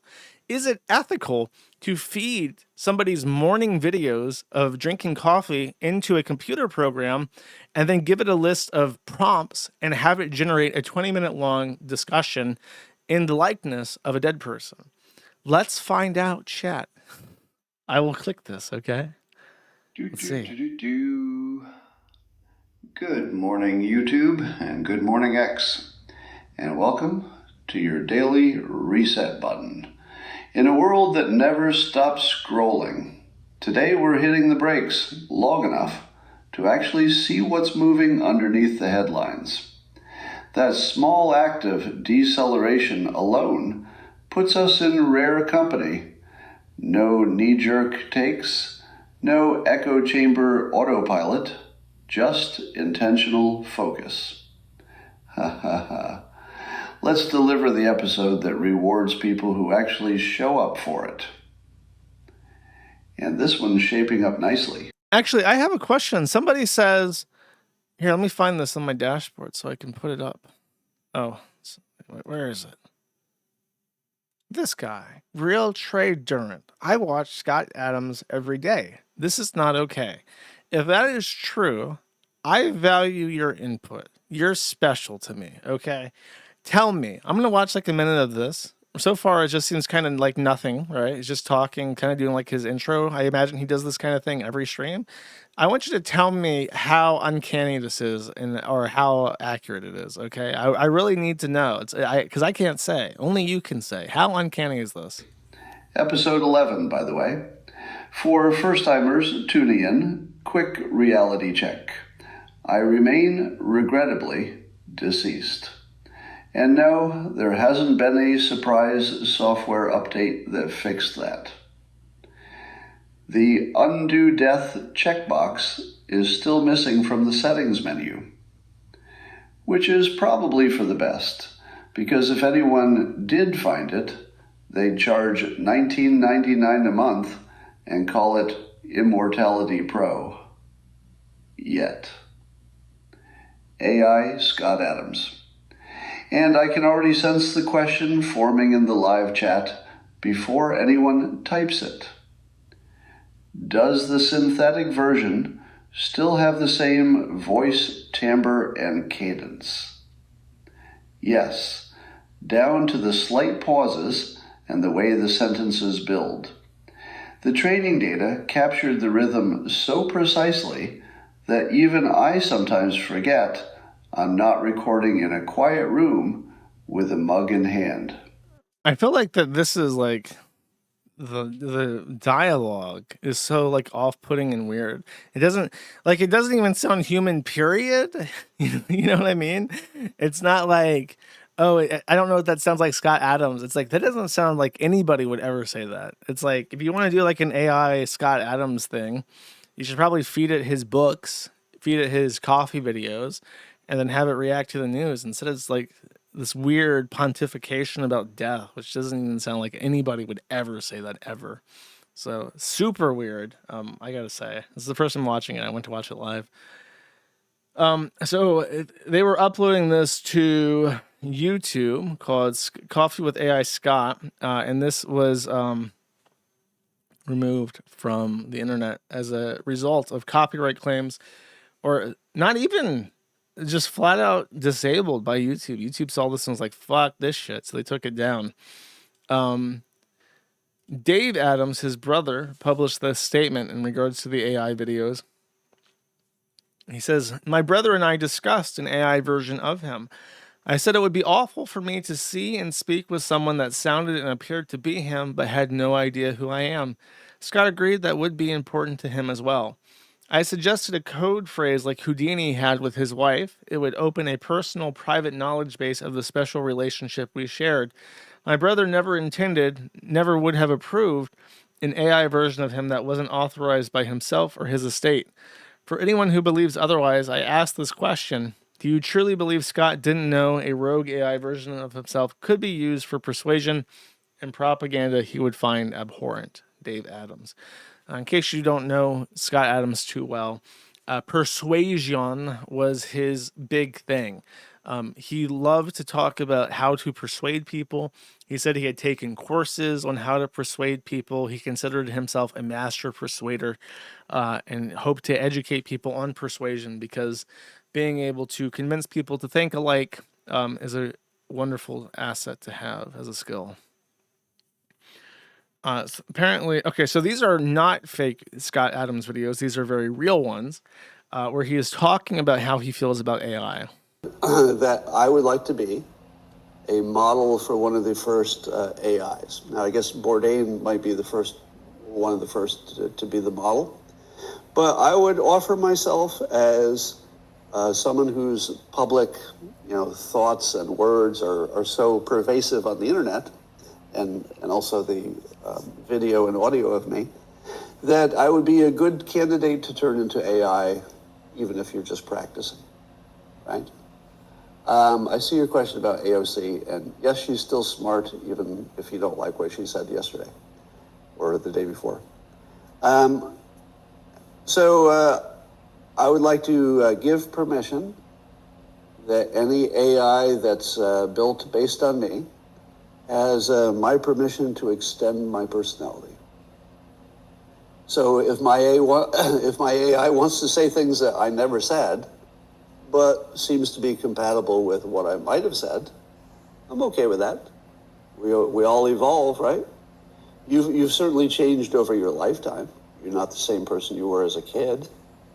So if you can change over your lifetime in your organic entity, once I become a digital entity, why can't I keep evolving? So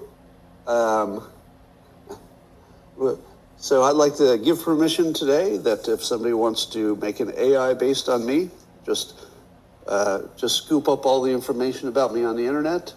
And if you wanted to say new things after I'm deceased, you have my explicit permission. The thing is that AI can't replicate me. I have a weird vocal fry that it just can't touch. It's tried. I've seen people try to replicate me with AI, but it's always off. I talk weird. I sound funny.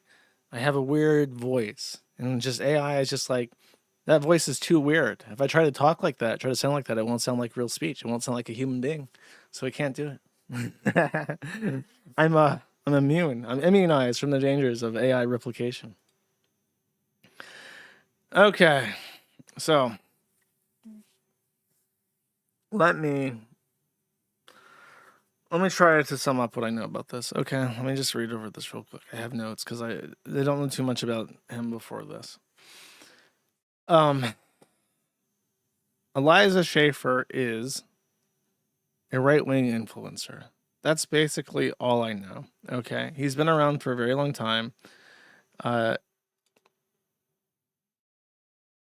has an abrasive personality, I guess. I think he's been accused of being a twink in the past. Let's play this clip. Let's see what this is. I actually got possessed by a demon. I'm not even joking. Like legitimately possessed by a spirit, which is like Go on. radically woke me up. Okay, you got possessed by a demon. Relatable. I saw a tweet that said this. It's like, it's crazy on 2025 to pull bitches. You literally have to be like a millionaire, 6'7", drive a Lamborghini, and like that's who, like, you know what I mean, like, and be white. And it's like, yeah, so women are still going after men that emulate the most masculine tendencies, right? They're going after tall, rich, famous men. And men, and what do we get? The women, they're just whores. They can't even cook a hot pocket, you know? So it's like, and that's why once you have sex with them, once you come to your senses, right? So it's like you have that post ejaculate clarity, not clarity, they call it online these days. But like, cause you realize like after you nut, you're like, you're just a bunch of holes, because women really are just a bunch of holes today. But that doesn't mean that's who they have to be or who God made them to be or what they should be. And I think that a lot of the hatred that I have towards women and a lot of the hatred a lot of men have towards women is simply the product of generations of sin and rebellion that have created women to be something that they're not. They're not feminine, they're masculine. When you hear these kinds of ideas expressed aloud, it just sounds so fucking gay. You just listen to this guy and like, God, you're a faggot. You suck cock, huh? I had a conversation with somebody. I have a very, very, very few confidants in my life, and I compartmentalize what I talk to people about. But I was a little bit taken aback by this person's opinions on the Turkey Tom situation, which, if you haven't heard, is crazy. He has a very negative opinion about women, and he basically holds the opinion that Rowan should be hanged for trying to ruin Turkey Tom's life.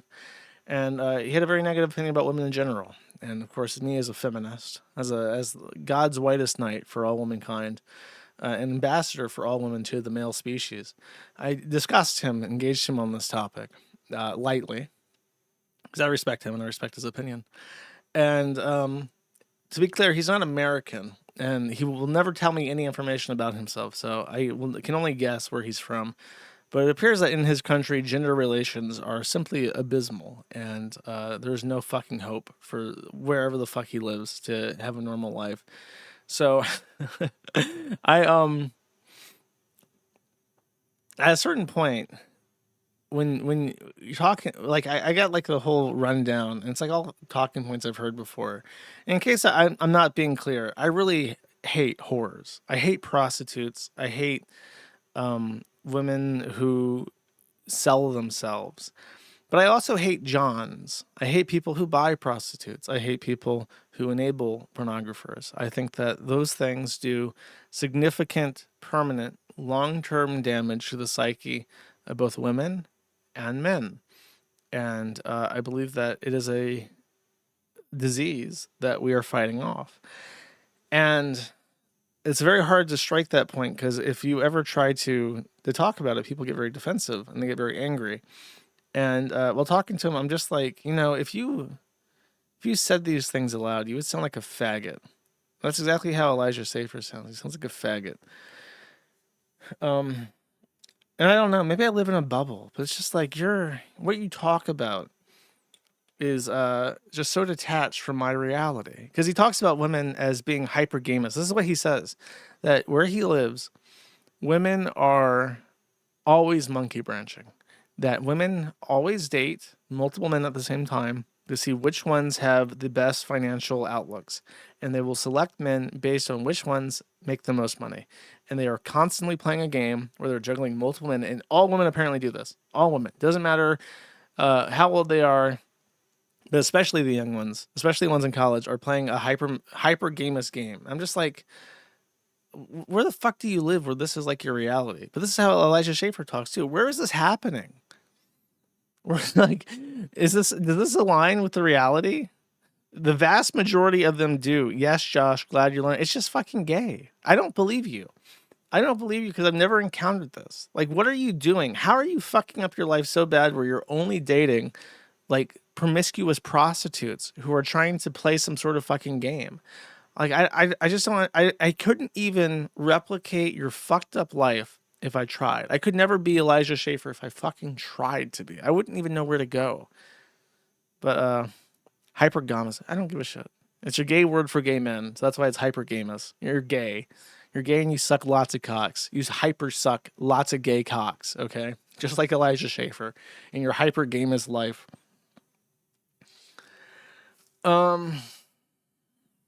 Anyways. So he's on something called Blaze TV or whatever the fuck this is. The Rift. And he's a faggot. What's this? He launched of the Blaze TV show You Are Here, which premiered in 2021. That doesn't sound... The biggest controversy from You Are Here came from this episode, which featured Jack Murphy as a guest. Okay. Mr. Dick and Balls says, "Hey, Jack." See, that's what she does. She does this. Like, she reads it like that's normal. Like, it's not even, she's not even saying, I'm not going to skip the name. She just goes, Mr. Dukenball said. Could you please clear up the cuck article you wrote? I am not going to talk about Again? this. Okay. And basically, you know what? Fuck you for bringing this up right here and right now. Me? Why are you doing this to me? I didn't know that. I didn't know what it was. Well, just use a little bit of fucking common sense. Sorry, apologies. Yeah. Fuck you. Fuck you. Elizabeth. Heartfelt. Oh my God, what a faggot. Fuck you, bitch. She's reading the super chats, buddy. That's how she gets her fucking paycheck, you dumb piece of shit. Elizabeth Harrison says, gonna miss the show, but have a good break. IHTAC, what's that?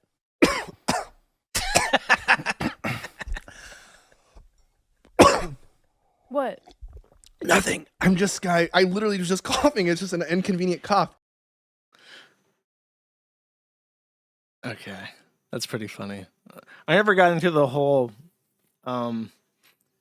whatever the fuck, Jack Murphy. I never got into that drama because it's just like, okay, he's a gross, like, porn-addicted faggot. Okay, I got you. Okay, so that's not what we're here for. He did Rift TV. He got sued by Alex Wilkins, which is Kash Patel's girlfriend. He accused her of being a Mossad asset, spying on Kash Patel for espionage purposes. Wilkins, a singer, has filed lawsuits against many making this claim, including Schaefer, who sued for $5 million. Schaefer made multiple videos about this, then claimed she had maliciously doxed his family, which led him to saying that he had to hide his family for safety. Okay. Now he's lost his mind. So my understanding is this, that Elijah Schaefer is married with children, as he just said. And he has recently started alleging that his family has been abducted. And he has done this in bizarre videos that are completely detached from reality. Let's check this one out, chat. This man, big on X, but you're telling me you had to get facial reconstruction because of what happened with your on the street reporting? Yeah. So I was filmed a lot of the riots. In fact, filmed the start of January 6th, and filmed a lot of things. I filmed Kyle Rittenhouse killing a few people, and kind of like had cooperated with the FBI in turning over evidence to show them that Antifa was burning down the buildings in Kenosha, that Ray Epps started January 6th. A lot of things, and the FBI instead opened up an espionage investigation into me for my work exposing the left. But during that time, I was hospitalized because I was filming some rioting, and some individuals. 2 weeks before, a guy pointed a gun to my head, pulled the trigger on camera, and it jammed, and I was able to dodge getting shot in the head. And then the next week, these guys pointed a gun to my head and beat the shit out of my face, destroyed all the nerves, everything. And then I had to beg for my life, kind of like a bitch, to be completely honest. But there's a group of guys, and they're going to kill me, and they shot the girl in front of me in the stomach.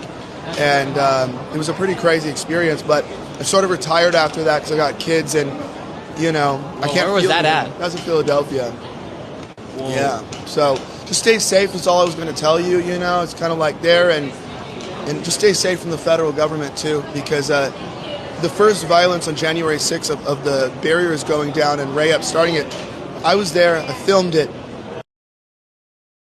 Yeah, I hate when that happens, bud. Okay, so this was Nick Shirley, by the way, who is famous for his other man on the street interviews.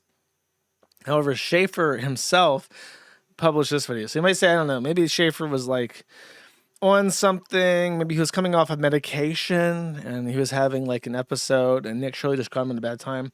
However, Schaefer actually published this himself on February 2nd, which is also hard to explain. No one believes me that my life doesn't make any sense right now, but this is the way back to my hotel room, and it doesn't make any sense. I now have to leave my hotel room because of a flood. This is very weird. But what's going on here, okay? Okay, so he's like in the hotel lobby, like a fancy hotel, it looks like. And there's... Where the fuck is he? How did he get... It looks like an unfinished part of the hotel. It's like damaged. It looks like a fancy hotel, but it looks like an unfinished fancy hotel. It almost looks like he's like walked into a part of the building that's closed for like reconstruction, and they've emptied out all the furniture and are trying to clean it. And he's just wandering around like, bro, like, where am I? Of a flood. This is very weird.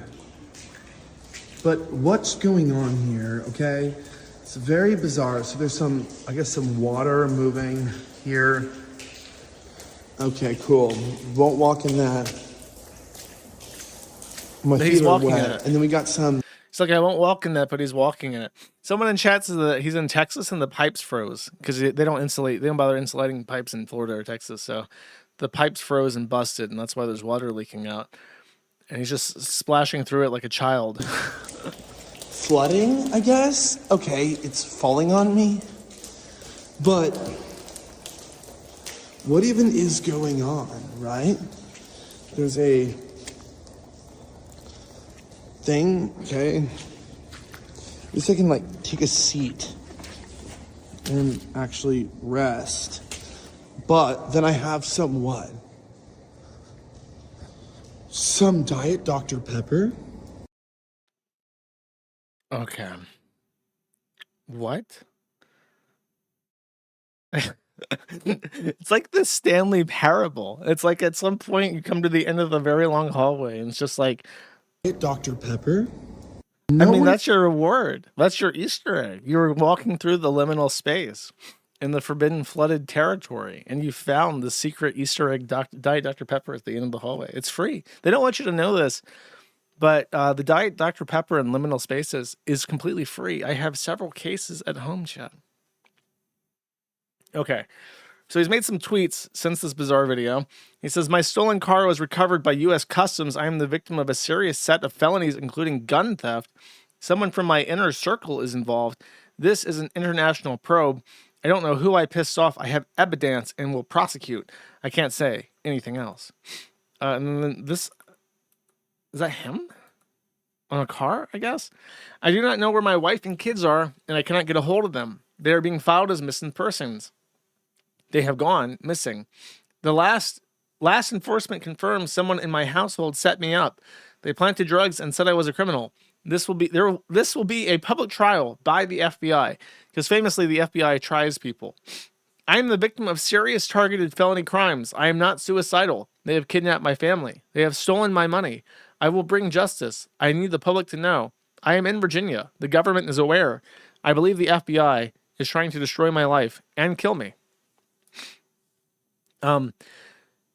Then famous family side potato masher Jean-Francois Garriapé says, "Poor Elijah, does he have the brains to get away with it? Or is this a real kidnapping and he is being truthful?" So JFG openly pontificating if Elijah has the capacity to murder and walk away unscathed, as some other murderers may possibly do that he's aware of for some reason.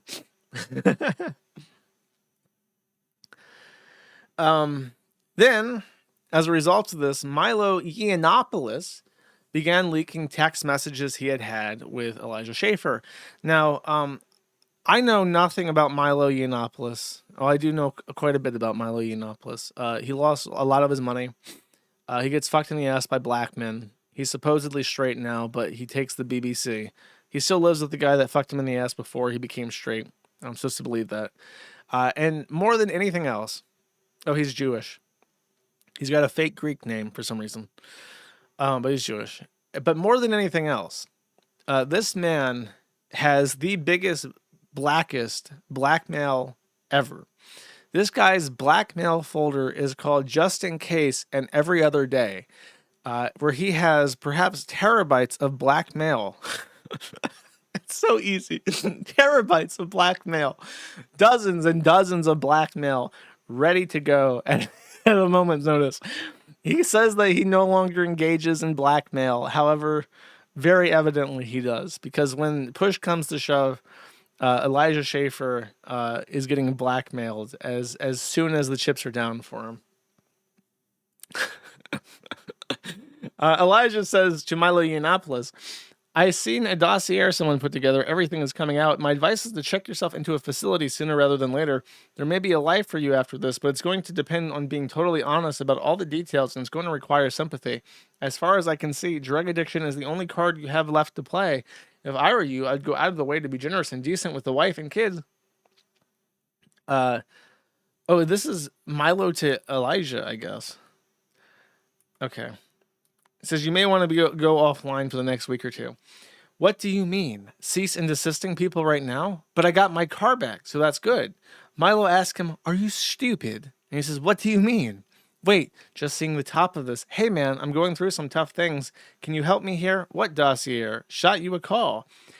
Your tweets have been so erratic and insane, people are asking if you killed your family. There's a dossier being circulated that reveals all the details about Rift's collapse, your drinking, substance abuse, the affair with Sarah Stock, treatment of your wife, sexual habits, perversions, alleged prostitution, your wife filing for divorce, and then you filing back in a different state so you can make out that you dumped her.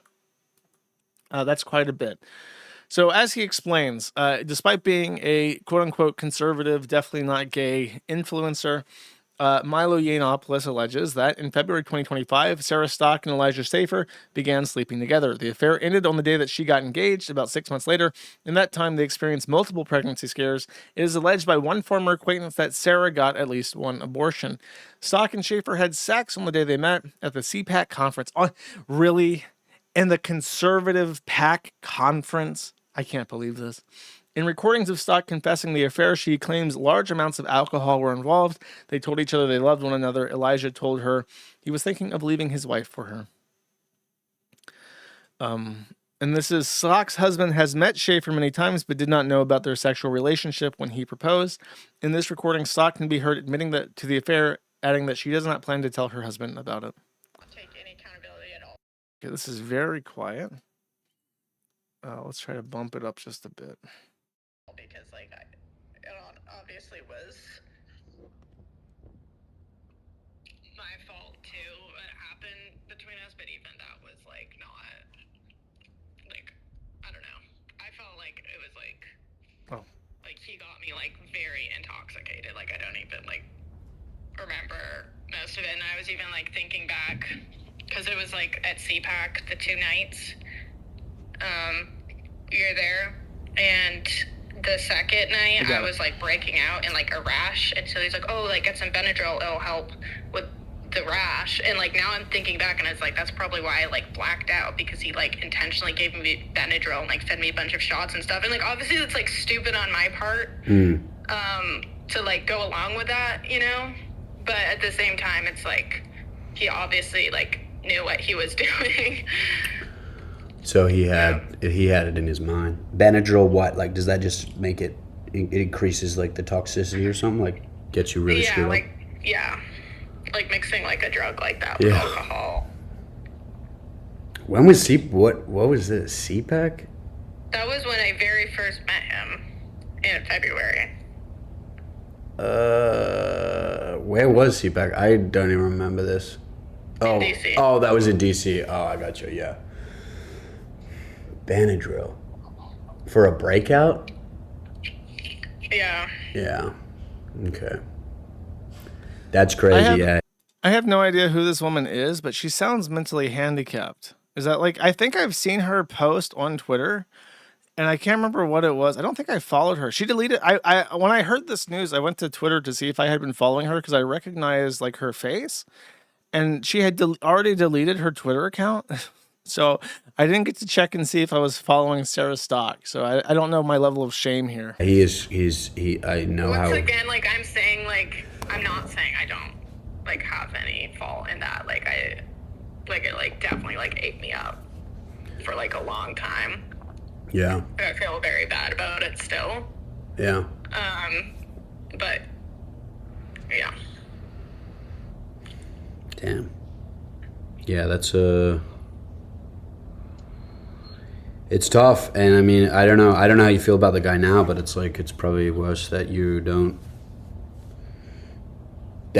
like the more that you learn about him and know who he really is, it probably makes the whole thing worse a little bit. Oh yeah, for sure. Yeah. What is? I mean, I just don't want anything to do with him. Like I just. Who is this guy that he's? Who is she talking to? Why is she spilling the intimate details of her affair to like this random guy? I get you. I totally get you. What did he say about his family? Like, because obviously he has like a family and kids. What was his excuse with that though? Like, how would he justify that? He was like, oh, my wife doesn't care. She lets me run free or whatever. She doesn't care as long as, because I like take such good care of her, and she just lets me be a man and like do what I want and blah blah blah. Like really? He was like saying that stuff. Yeah. Says like the wife doesn't care. Wow. Yeah. So like I really like cock, and I like thucking cock and doing Benadryl together. I like to thuck cock while I'm high on Benadryl, and I like to thuck cock after drinking a lot of alcohol with a Benadryl. So he has an open relationship, huh? That's crazy. Which I mean. Did you ever question that, or like? I was like, that's definitely not. Like I like realized that's not true. Right. But her family is also, rich. Like, at the time, like it seemed like I don't know, just like the way he acted and everyone acted around him, and the things he would say around girls, it almost like seemed like that was true. Does that make sense? Like, yeah. And like. Okay, I'll end it there. I'll spare you. So you get the gist. This woman, Sarah Stock, who was a celebrity of her own accord, had an affair with a married man while she was in a long-term relationship and he was married. So they're both fucking hypocrites. Elijah is fake and gay, and this woman is a fucking whore. So this we went through all this already. Single life expert.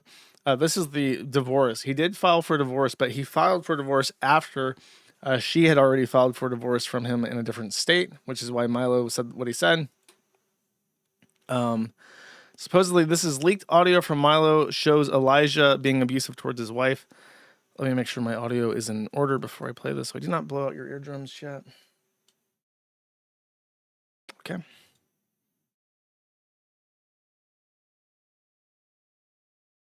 Elijah Schaefer speaking to his wife and the mother of his children. I'm trying to, like, god damn it. Being such a fucking whore. I'm like, literally like, oh, hey, you know what? You had a couple beers. Oh, why do you lie to me? Why do you lie to me? You know why? 'Cause you're a fucking whore and you're a bitch. And you need to shut the fuck up. How about that? God, he sounds so lispy. Remember, there's like that episode of South Park where like the drama guy's like, I'll slap you silly. And then he like slaps his wife around until like the end of it where she just beats the fuck out of him like Katie or Nikki did to Six Hexenhammer. Like, why does he sound so fucking lispy? Talk to the truth. You become a fucking whore and I don't want to be around you. Oh, I'm not a whore. Yeah, maybe you're not. You act like one. How about that? Oh, well, you want to show yourself to me? Yeah. How about this? I can handle your shit. Fucking divorce me. Take my son. Do what the fuck you want. How about this? Shut the fuck up because I'm your husband and I'm trying to support you and be your husband. Well, you had a couple of beers with someone. Oh, god damn it. Oh, I hope you die. I hope you die and it's successful. Oh my god, your husband. I hope you die successfully. I hope you die in peace. Oh my god, you have fake problems. You have fake problems. You're a fake complainer. You have fake problems. Your husband loves you. He works for you. He does everything. Oh my god, but you know, I have asked. Could you just be honest with me for one moment? Oh my god, what did I do? Was honest with you. Do you know what I got in return being honest? This shit. So fuck you. Honestly, from my bottom of my heart, fuck you, you bitch. I fucking will never be honest with you. You're a fucking ungrateful bitch. So fuck you. You don't deserve any honesty. Oh, I just really want you to be honest with me. I want you to just please. Oh my god, I'm so sorry. You had a couple beers. You tell me in past life. Oh my god, you're such a fucking lie. Oh. Milo warns in this tweet, he says, some listeners may find this content distressing. I don't know if he's being like facetious with that. Like, yeah, I guess it's distressing, but not because it's like so, it's like, why am I subjecting an audience of like 3,000 people to this shit? You suffer with lying. You suffer with lying, you bitch. You suffer with lying. Oh my god, I'm so sorry. Fuck you, honestly, just fuck you. You're such a fucking stupid cunt. You're just like, you had a couple beers. I just wish you told me the truth. No, you don't, you bitch. You have no desire for that. It makes me so angry. It makes me Who's he so talking angry to? every time I listen to your. There's nobody talking to him. Is this like, is this like a voicemail that he sent Mila? That's the funniest thing possible. He meant to send this to his wife, but he accidentally pulled up Milo Yiannopoulos and just sent this voicemail to him. Of him just like drunkenly rambling. Stupid fucking shit. It makes me so angry. You know what? It's just. It makes me so angry. Oh my god, he sounds like Chris Chan. Oh, that makes me so angry. So angry. Like there's a video where he's like talking about Clyde Cash. I want to strangle that Clyde Cash. It's like, come on, bro. I'm so angry. I even like listened to you for 10 minutes. You just lie to me through your teeth and you go, when you lie to me, you lie to me too. You're a liar. You're a fucking liar. And you go, when you lie to me, you're a liar. I hate you. You're like, you're a fucking lying bitch too. So fuck you. I'm done with this. And you know what? It's just like, it's just retarded. I think the worst thing about this is he's just like whisper yelling. You know what I mean? Like he's afraid to yell for whatever reason. Like his mom is next door and he can't let his mom know that he's having a domestic, so he's like whisper yelling. I don't know why there's an issue tonight. You know, my dad sucks. I'm sorry, my dad sucks. Did he literally say that his dad was there? Is that why? Was I right? His dad was literally next door, so he couldn't speak aloud. Okay. So now you get a better understanding of the domestic situation. Chat. Someone asked how he got this clip. Milo says that, or strongly implies that her lawyer had advised her to start recording things for the divorce. Oh God, what? So, when was this? What do you mean this requested post cannot be found? Fuck you. What? Hold up. What is this? Huh? Why is this post gone? I'm logged out, so I can't check. Good logic on dueling abortions? This was 3 years ago. That was just clipped today. Okay, let's see some vintage fucking Ricada content. Let me double check my audio here so I don't kill you. Okay, we're good. Oh my goodness.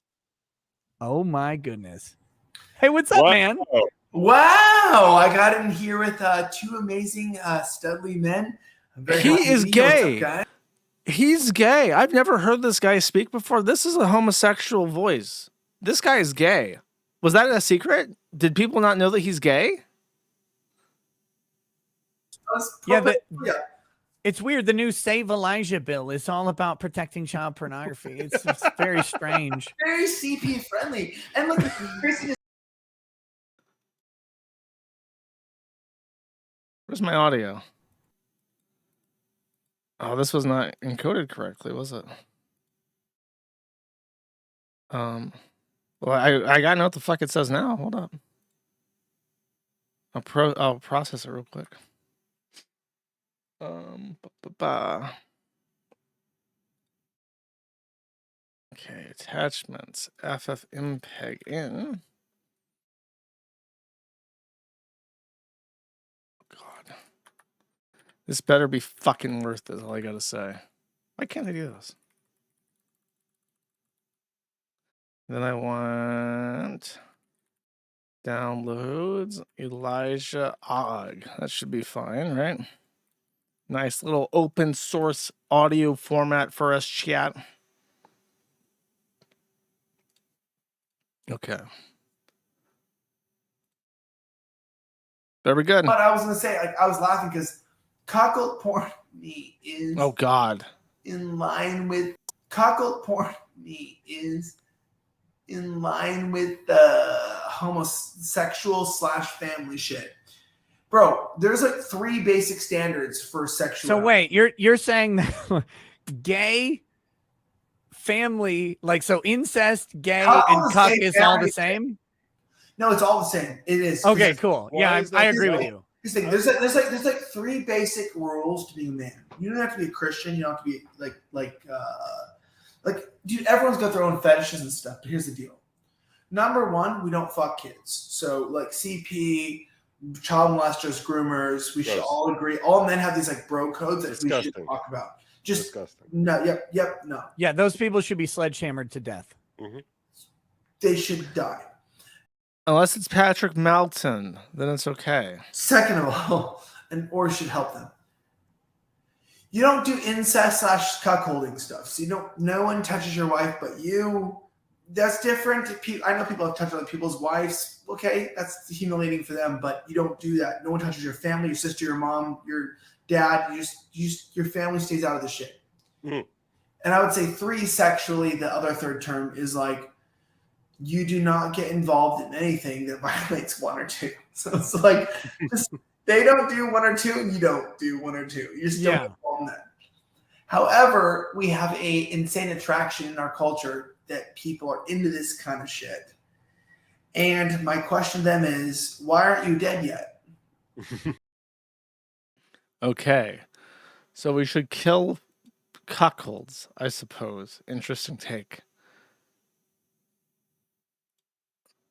Oh, dude, you're killing me. Please, donate money or even a media processing card to me for your only hope for a future. Why is this? Look at this. This is good fucking content right here. And I'm forced to manually slave away processing my videos. Okay, Elijah2.ogg, taking it back to the open source audio format chat. I feel like I'm back in junior high where it's like, no, but I feel like I'm back in junior high where it's like, prove to me you're not gay. Bro, aren't you a fat, ugly shit that you exist? Well, it's simple. Proof to me that you're not gay. Like that's the Right. response. Proof. Ethan Ralph is gay. Do you know that? Oh, is he? He's actually homosexual. I have firsthand accounts. He's kissed men. He actually ate my ass out. Wow. Ethan Ralph and I hooked up before.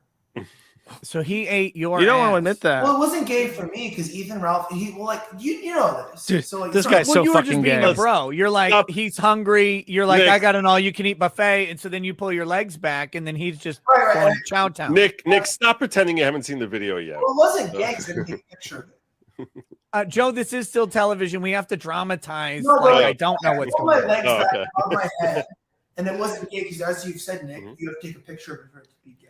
So I didn't. Right. Dude. So my wife is an avid reader. She's read all these books.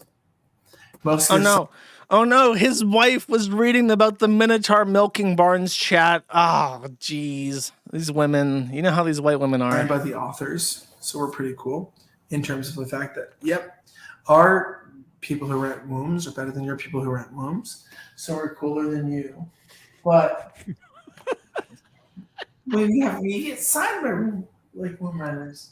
But also, like, we met in Australia, and she pictures. Australia's not real, though. No, it's not even real. I can confirm that. Does she have an Aussie accent? Yes. Oh, very, very. Well, let me tell you this real fast. So very British in terms of even taking this audience kind of rare. People asked earlier. So here's the deal. This is very shallow, but the boys will get the chat. I thought my wife was American. And no, I thought she was. And honestly, I was very promiscuous. I was fucking chicks. I was around. I was having a good time in LA.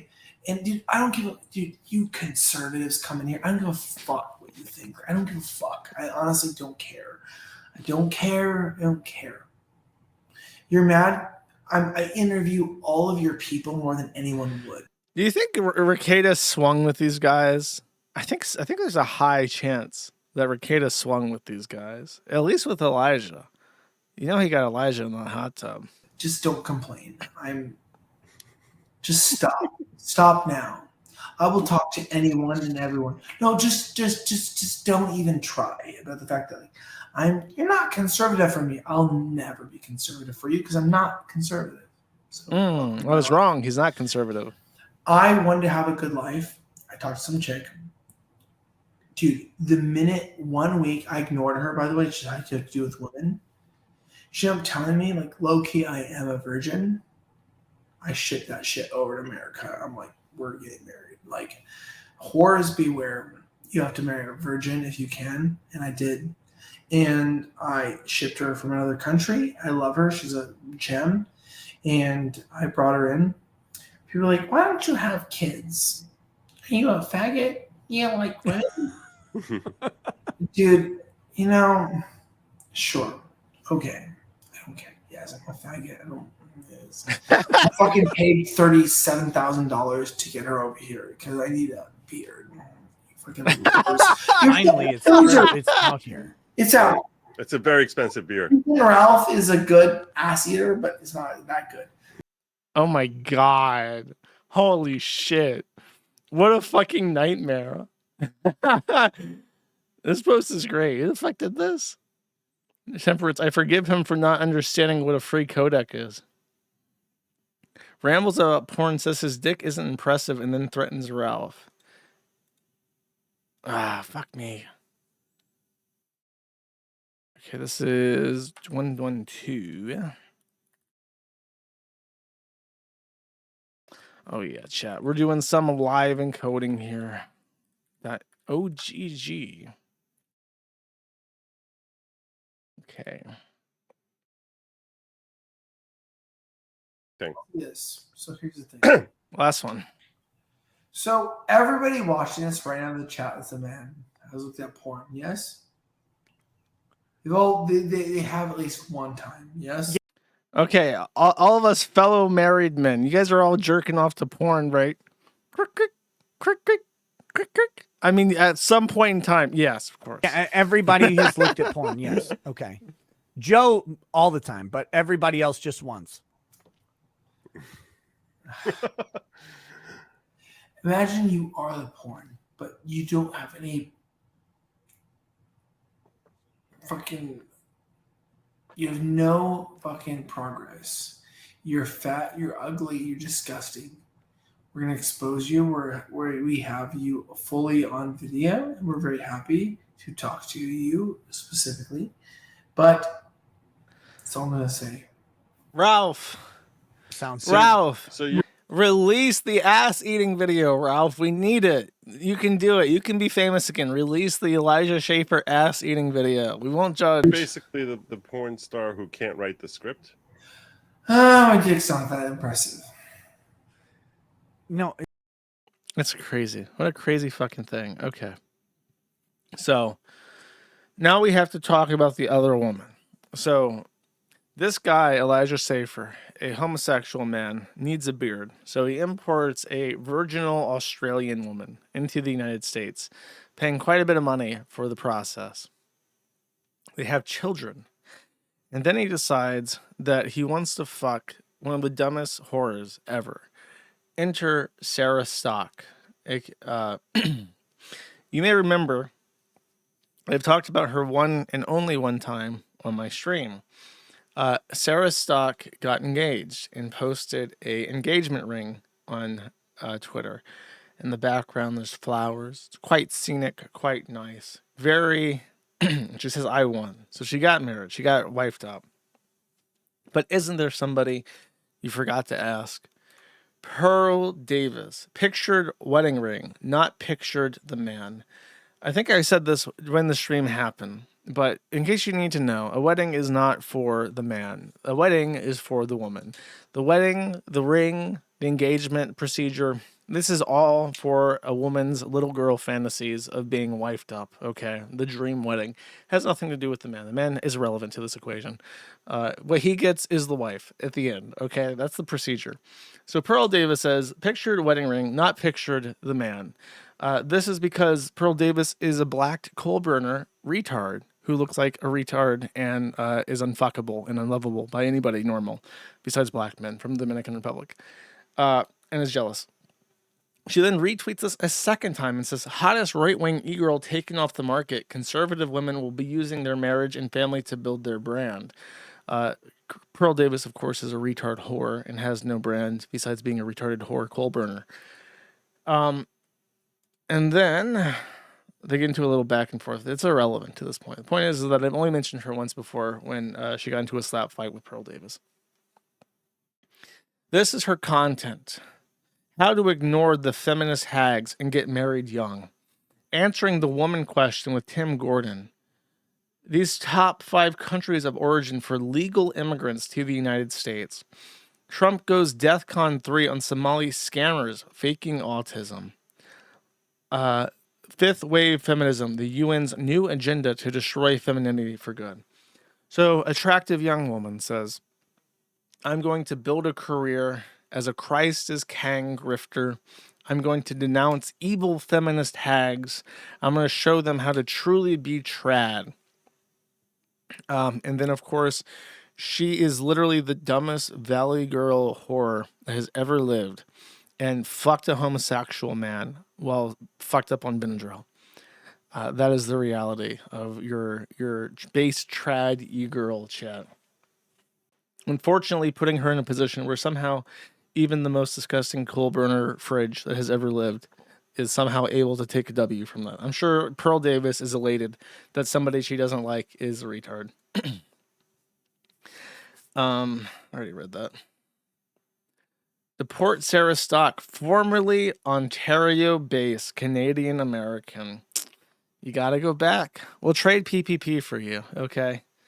Maybe, do we have to deport like multiple Canadian women to like equal 1 PPP? Do we have to send back Lauren Southern too? We can just round them all up. We can round up like 4 or 5 of these that look exactly the same. They look like Fox News anchors, and we can trade them for PPP.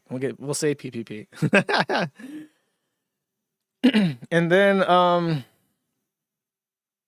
this is a tweet by her. She says, the idea that women who are waiting until marriage are doing it to manipulate men into marrying them so they can leave and take all their money is kind of a schizo IMO, and you probably have a 0.01% chance of that happening. Anyone who is going to be a forever bachelor and never procreate because they're not willing to take that risk, especially with a woman they love and trust, is not going to make it. Waiting till marriage also has statistically better results for the marriage. Now, here's the fun thing, okay? Here's an unrelated picture of Sarah Stock. Sorry, what am I looking for? Here's an unrelated picture of Sarah Stock and her husband having their marriage blessed by the Pope in fucking Italy. So literally with the Pope, with her husband, that she was cheating on with Elijah Schaffer just months before. Okay.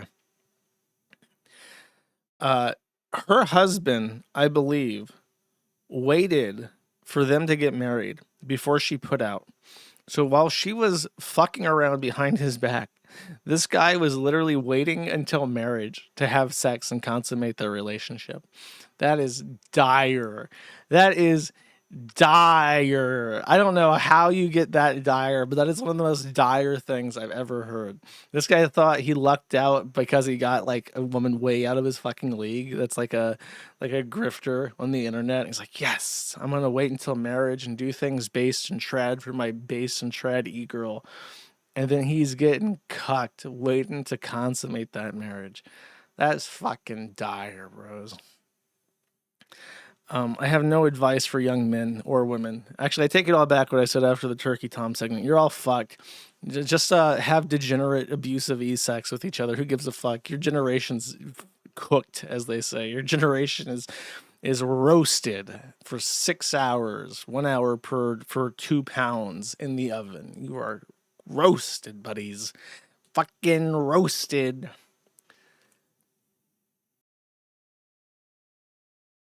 Sorry, I'm snoofling. Give me.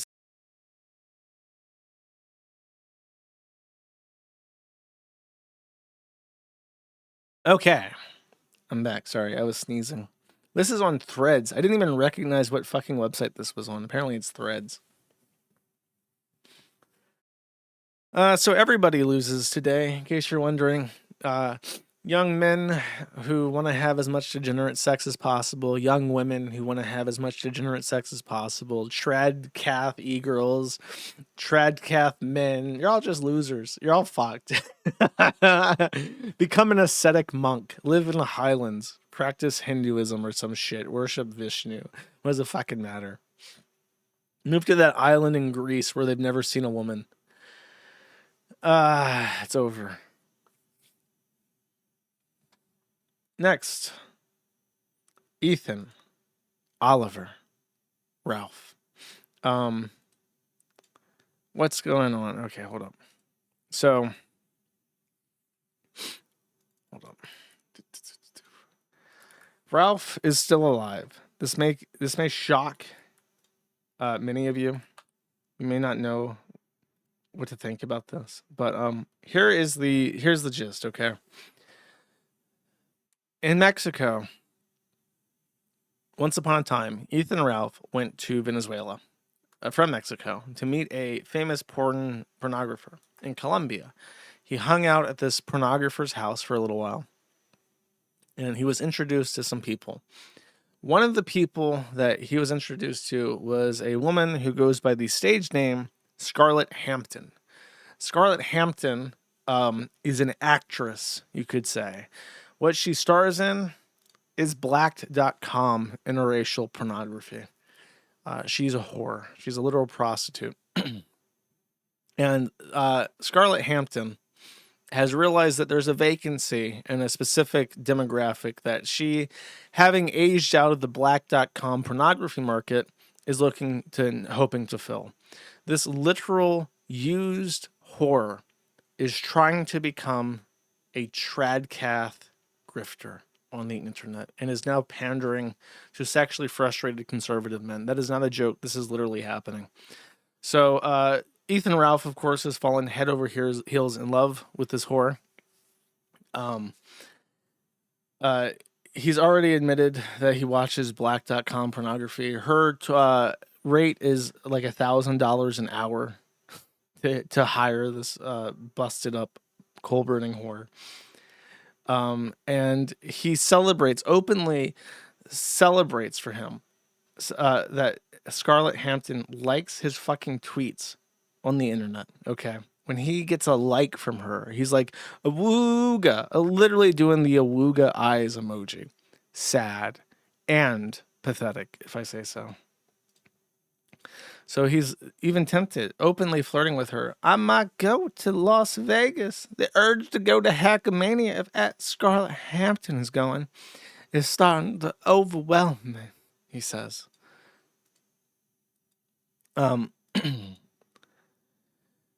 So the A-logs, of course, mobilized to cuck Ethan Ralph immediately for being able to have sex with a whore. This guy, Raphael Mania, sent Scarlett Hampton a video explaining that Ethan Ralph was accused by Alice of having mouth raped her. Scarlett Hampton actually liked this tweet that he posted. So now Scarlett Hampton is aware that Alice has accused Ethan Ralph of mouth raping her. He was so angry about this, he actually managed to make a post that had multiple paragraphs, which I'll now read for you now. He says, no, I didn't. In response to actual ST wearer saying, didn't you flee the country to avoid rape charges? He says, no, I didn't. I've been back to the United States 14 times since moving to Mexico. They would arrest me upon entry for that charge. It's my understanding that from reading daily periodicals that rape charges are also an extradition level priority for local law enforcement. You can't escape that here, especially as a gringo, very limited Spanish. I've never raped or sexually assaulted anyone. I've never been charged with it. I've never been a police report filed for it with regards to myself or at any location I was present at the time of a filed police report. Whatever the fuck that means. A woman who falsely accused 4 other men of SA/rape made a claim against me on the Kino Casino in 2022. The very week before on that same show, she said I did nothing legally improper. I didn't. I received oral sex and it was 100% consensual.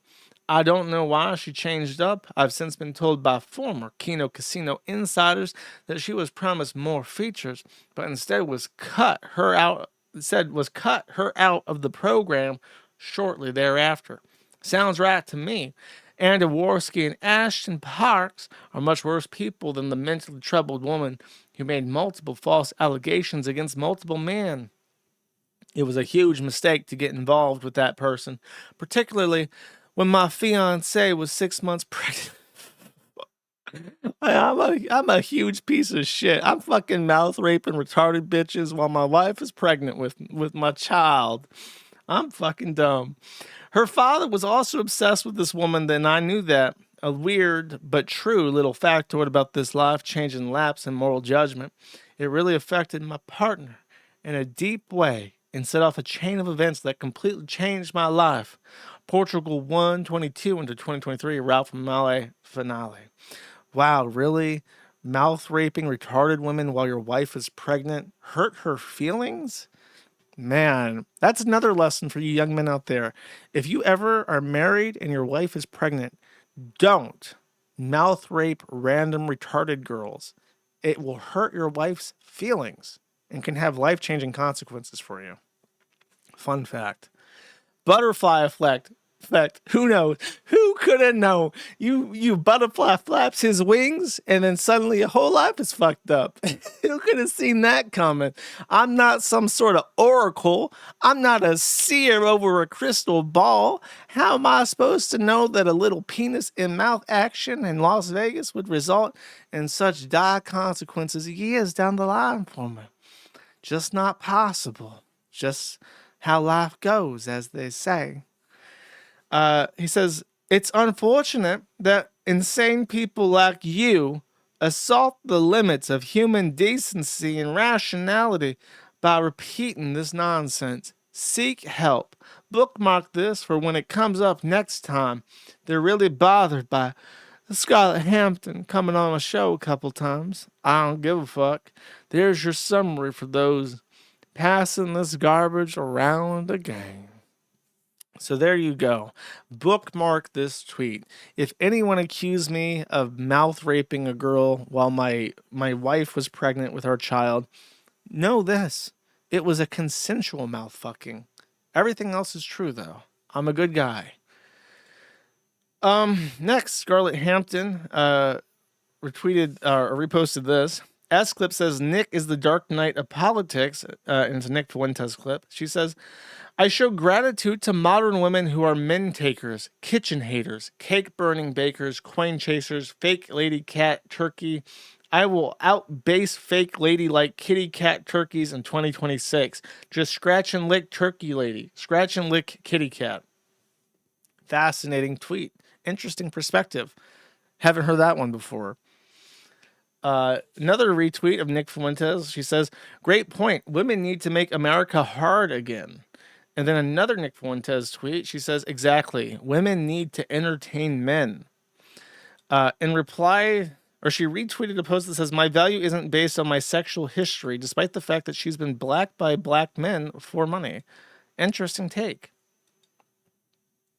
So Ethan Ralph closed out his show on Wednesday with a little sermon, a little mating cry for this lovely lady he hopes to court. Let's listen. Good night. Good night.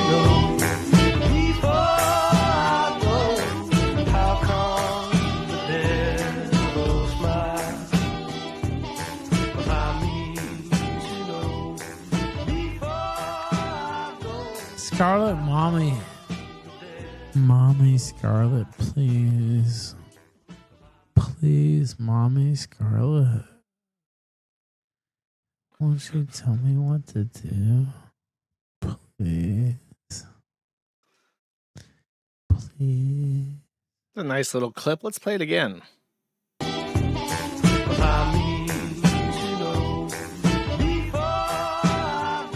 Scarlet, mommy. Mommy Scarlet, please. Please, mommy Scarlet. Won't you tell me what to do? Please. Please. Literally begging a black prostitute who has aged out of pornography to give him commands like a dog. Also, this part in particular, hold up. Mommy Scarlet, please. Please, mommy Scarlet. Won't you tell me what to do? Is it just me, or does that sound like that meme guy who talked about like Burger King foot lettuce? Please, mommy Scarlet, won't you tell me what to do? The last thing you'd want in your mommy Scarlet is black cum. But that's exactly what Ethan Ralph found when he opened up his prostitute and found out that she had in fact been splooged in by a black man just hours prior. Number 15, black pornography.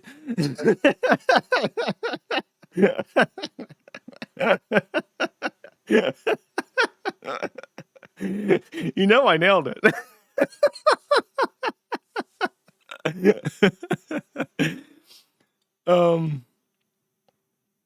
So okay, we got more Ralph humiliation here, I guess. Let's play this. Go ahead and we'll talk to you soon.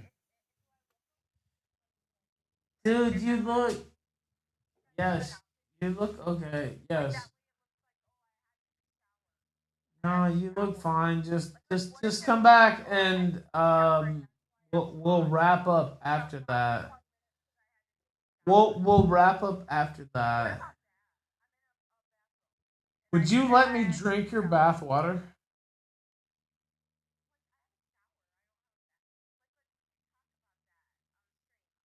Sorry, did that prostitute just leave him, like, just completely ignore that question? Hold on, let's just replay that real quick. Water?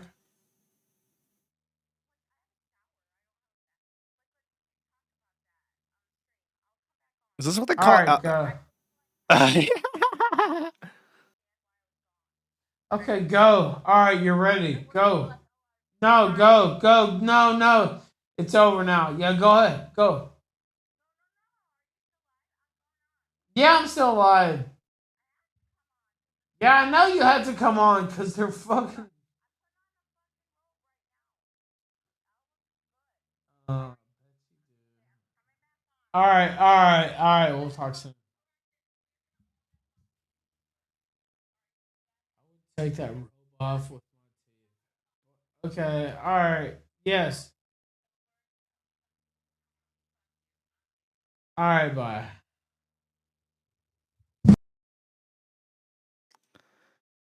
Okay.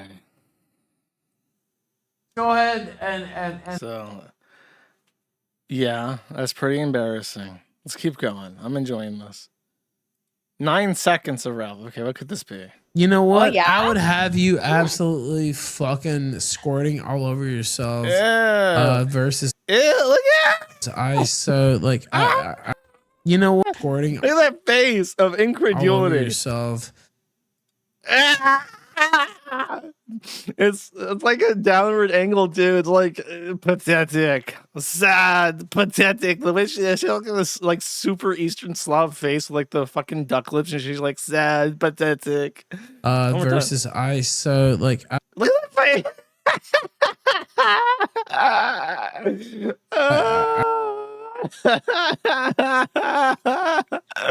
Oh, that's good. What's this? Ethan and Ralph in another. Okay, so they sent the mommy Scarlet thing, and she's like, geez, dude, I'm not getting paid enough for that. Geez, that face when she's asking you, he's asking you to tell you what to do, and he's not paying enough. Like, huh? I can't see that billfold. That billfold's so tiny, I can't even see the billfold. Where's the dollars at? Where's the hundreds?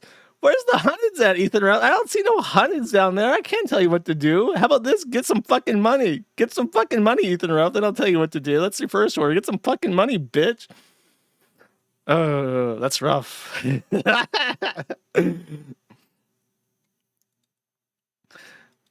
Okay. Todd Manning is a complex, gray, fictional character. Why am I reading this? Named his email after a soap opera gang rapist? What the fuck? Oh, he leaked his email addresses. And this one's called Todd Manning. 314 is his new alter ego. Is a complex, gray, fictional character from American soap operas One Life to Live and General Hospital. Apparently gang raped Marty Saybrook. Okay. Completely obliterated by a crazy bitch. Let's check this out.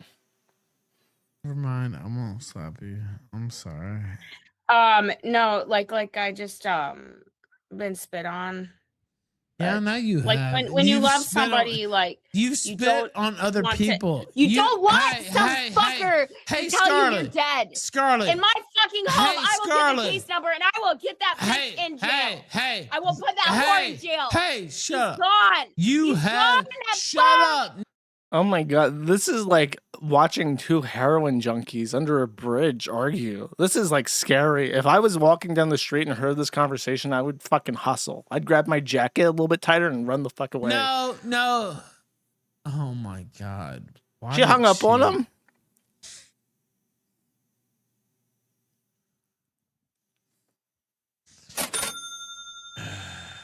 Number one, Ralpha Mail. Sent $5 dead serious. You're not man enough to shut this bitch up for 30 seconds straight. She's running all over you. I'm just letting you know right now, I don't give a fuck what his wishes are. I'm going to get together the hardware required to put Jim into a blender and make fake videos with him. And I'm going to be fucking cash out the ass rich. And you're just going to have to deal with it. Okay. Oh yeah, dude. It's called. Okay. Next.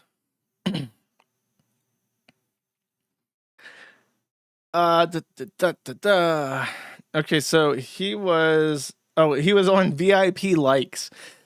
So he's literally bought like it's even like the payment it's so embarrassing. Successful payment to VIP likes. So he was literally buying Instagram or whatever the fucking likes. They got Rumble likes here too. You want 3,000 Rumble views, it's 839. That's so embarrassing. The number one Ralph Mail used the Jump voice, by the way, and said, Jump wants me to ask you about your VIP likes. The general consensus is that you're melting down and this bitch is driving you up a wall.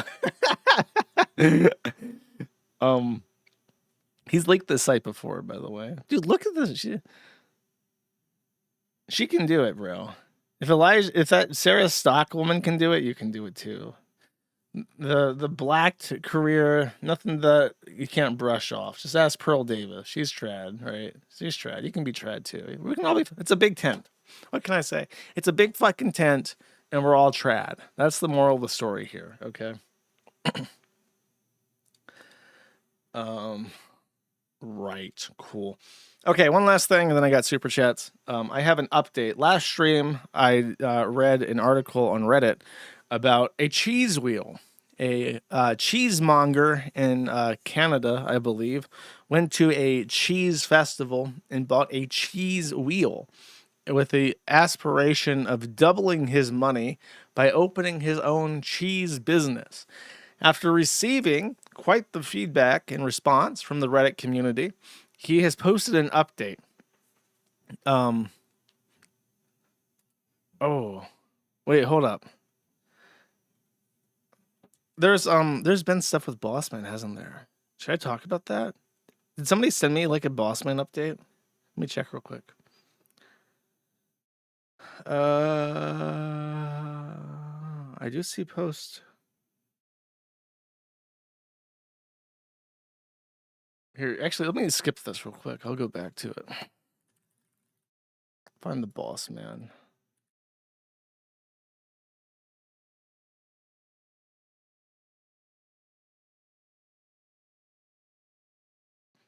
Damn that funk. Look at how fast this fucking site loads. You know how many fucking hours it took me to get this site loading this fucking fast? You can't even see it. Hold up.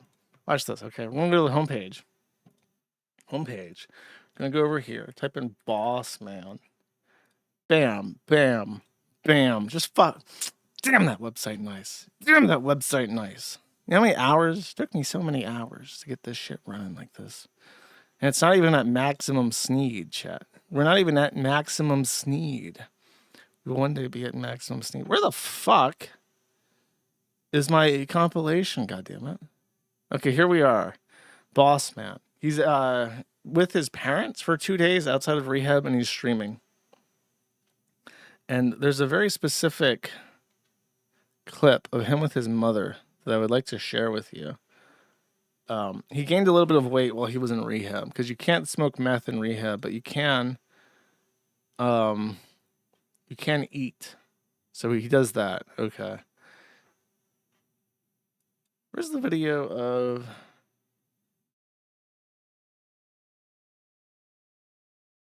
Here's him gambling. Hell yeah. Bro! I lost the whole balance. He's Wow. literally... I want to tell you this. PPP is a grown man. He's not only grown, he's seriously grown. He's big. And he's been on the internet for like a decade, right? Doing his streams. PPP has no concept of how OBS works. I've streamed with him. I've learned this firsthand. No idea how OBS works. You can't get him to do OBS. So that's why Andy Worski exists. Andy Worski exists to press the start stream button. OBS is a mystical invention that nobody knows how to operate. Now, over here, we have Bossman Jack. If you don't know who Bossman Jack is addicted to crack cocaine. In fact, he does crack cocaine out of tinfoil with a butane lighter. Okay, he's seriously addicted to crack cocaine. His brain is like Swiss cheese. He can't fucking think straight. When Bossman Jack wants to gamble, he wants to stream himself gambling. What's the point of gambling if nobody else observes it? So Bossman Jack on his phone, on a like rehab issued phone, is able to figure out how to use Discord to stream his browser so he can still stream himself gambling in rehab when they have clamped down the internet to try and prevent him from accessing certain websites. Okay. Bossman Jack is able to stream to the internet through whatever conventional means exist in his hands, regardless of the accessibility of it. And PPP cannot figure out how to use OBS. I'm just relaying this to you. This is the reality that we live in, okay? Wow, what am I doing, bro? Bro. Oh my gosh. Nothing changed. Oh my fucking God. Dude, damn. It's okay. Damn, son. Why'd I do that? Oh my gosh. Oh well. Wow. That's not good. Man, nothing changed. Nothing's changed. Damn, dude, that's not good. Nothing has changed. Truer words have never been spoken. This where the fuck? I'm so pissed off that the guys in the Boss Mentor did not feature the appropriate video. He's in the car with his mom. Oh, here, this is late, but this is good. That's 120 days at the minimum, right? He's talking about how he's sober. He's in the car with his mom. Okay, Boss Mom is going to have some feedback on this conversation. Or something like that. About 120 days. Yeah, I agree with that, Franco. I'm hoping not. Yeah. Yeah, dude, 4 months clean. I'm going to keep it going. I am. You don't think so, Mom? Oh, yeah. Oh, I am. So, I am. He's in the car with his mom, and he's like, "Yep, I've been sober for a quarter of a year, and I'm going to keep that clean streak going. Just you watch, buddy boy." And then his mom laughs or something, and he's like, "You don't think I'm going to stay clean?" She's like, "No, I don't. I don't think you're going to stay clean." Wow. The boys from Kino Chat would like me to advertise something to you guys in case you're interested. If you go to search and you go to locales and type in SIFU, you will find a thread on Alexander Smith, also known as Sifu. Sifu is apparently the name of like a Chinese martial arts instructor, and this guy actually ran his own not taekwondo. Taekwondo is like a child's thing apparently, but he ran his own like martial arts studio where he was a Sifu, a master Chinese martial artist. Unfortunately for Alexander, he's schizophrenic, and he's very badly schizophrenic. Now, this guy is not one of the prime cuts, I gotta say. I've given him a chance. I find him annoying because Sifu is like a Trump derangement syndrome, very basic bitch takes on the dumbest shit. And what he believes is that despite the fact he never ever talks about anything interesting, he is obsessed with this idea that Donald Trump and YouTube are personally fucking with him in the most obtuse way ever. You may notice that there's a bit rate thing up here. Sifu attempts to stream to YouTube at 16,000 kilobits per second, which is approximately 4 times the bandwidth that he's needing to actually stream to YouTube. As a result, his connection is extremely poor quality and often dips because YouTube is not configured to handle 16,000 kilobits per second for a single stream when it's just him playing fucking Dark Souls or Elden Ring or whatever the fuck. And that's what he does. He plays Dark Souls. Now, I don't know a lot about Dark Souls / Elden Ring, but my understanding is that he is level 350 and he just beat the game. And you can beat the game at level 120.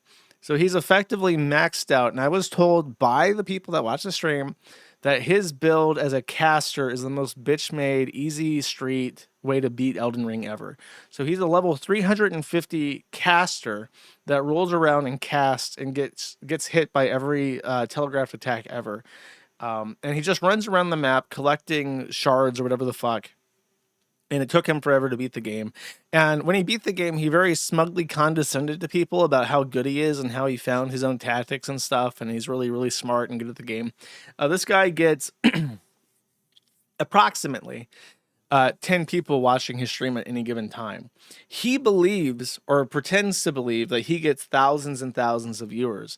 And YouTube is deliberately fucking with him by not showing him the thousands of people watching him. He believes that he is personally paid attention to by Asmongold and like Hassan and like other really big name personalities on the site because he's just so important and influential. However, he literally never talks about anything of note ever. And all he does is complain about his bit rate, which has coined the term the bit rape. He gets bit raped constantly. They drop the bit rate deliberately to make it so he can't get out his important message, which is apparently fucking nothing. Apparently, they don't want you to know how to beat Elden Ring at level 350 of the caster. And he also, this is what very frustrates me about him, is that you can't troll him because he keeps his channel on 4-week subscriber only mode and instantly bans everybody. And the reason why is that his father is a convicted pedophile. And on his Facebook page are tons of pictures of preteen girls in his hot tub. And he was molesting them. And he was convicted of molestation and he's in jail for the rest of his life. He was sentenced to like multiple natural lives in prison for molestation. Sifu says that Nathan, his father, was set up that he was put in jail under false accusations by whores that were lying. And they were lying because they were compelled to lie by the sheriff, who was also in on the conspiracy. And I guess also fucks with his bit rape, okay? So if you bring up Nathan to him, he instantly freaks the fuck out. He accuses you of being like a Trump Putin spy or whatever the fuck. He bans you immediately, and then your 4-week aged account is expired. So here's the ways that they fuck with him, okay? They will synchronize the 10 people in Kino Casino who watch this dipshit run around in Elden Ring and farm shards for hours on end. Will synchronize liking his video and unliking his video. So 10 people will like his video, get him up to 10 likes, and then they will all unlike at the same time. And he'll go, look, I'm being bit raped. I'm being bit raped. It's just so funny how it happens, how they take my likes away. There's actually thousands of likes if you went in the chat. It just like starts sputtering and fucking rage at this. And then of course they can viewbot him because it's easy to viewbot on YouTube. So they'll bump him up to like 10,000 viewers and then immediately take it away. And he'll freak the fuck out. Like, look, it's breaking. It's breaking again. And it's just like, that's how they fuck with him. Okay. That's all they can do because he's not very interesting. And he just like sits around talking about how important he is. And it's not my cup of tea. It's not my cup of tea because he is so smug and so condescending. And there's nobody there to like tell him that he's a faggot, which is real. I want to see someone desperately call this guy a fucking faggot because he's so stuck up his own ass. He thinks he's like the most important person ever. And he's like a schizo streaming from his closet in like his mother's house or some shit. They should invade his game. He plays Elden Ring like solo, I think. I don't think it's possible to join his game. It's not like Dark Souls where you can have like hostile invaders. I think he has a way to turn I think he like plays the game isolated in single player mode or something, or on like a console, and just streams that. So there's no way whatsoever to connect to him. Because he's afraid of like, I don't know, Trump spies invading his game. He also blames the game, despite the fact that he runs the game in like an isolated offline state on a console. I think the other thing he does is that if he ever dies, he accuses the game makers of like personally joining the game and causing enemies to kill him. And he says like, this is like a conspiracy to stop me from looking good at Elden Ring. And literally, that's what he says, even though he's level 350. Okay. Play the clip. I'll play some clips. Shifting my bitrate around, and then you're going to shift the bitrate around. The bitrate is maliciously shifting around. I forgot. He gets maliciously bit raped. It's not just regular bit rape, it's malicious bit rape. That's very important. They took that bitrate to absolutely nothing. And the bitrate is only proving that. Well, it's the bitrate. Like, look at the bitrate. That bitrate will continue to be malicious, and so they're gonna sit here and make my bitrate malicious. There's that bitrate. Wow. Yep, you see the bitrate. You see the malicious. Play the first clip. Okay. See, he's an actual He's an actual Sifu master of martial arts. Donald himself, or people that sit here and work for him, are watching some of my content.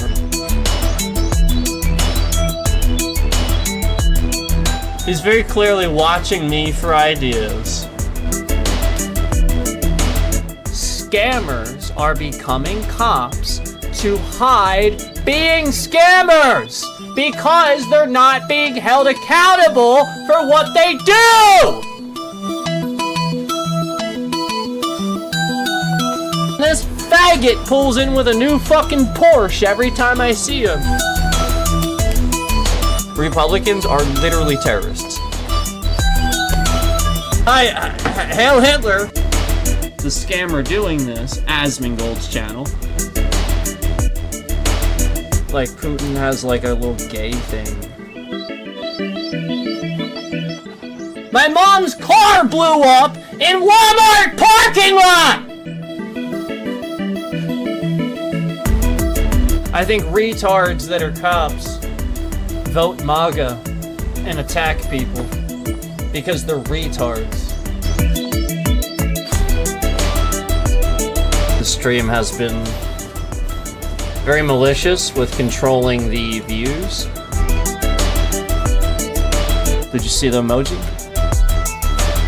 Again, the stream will not play for people. It's just too much.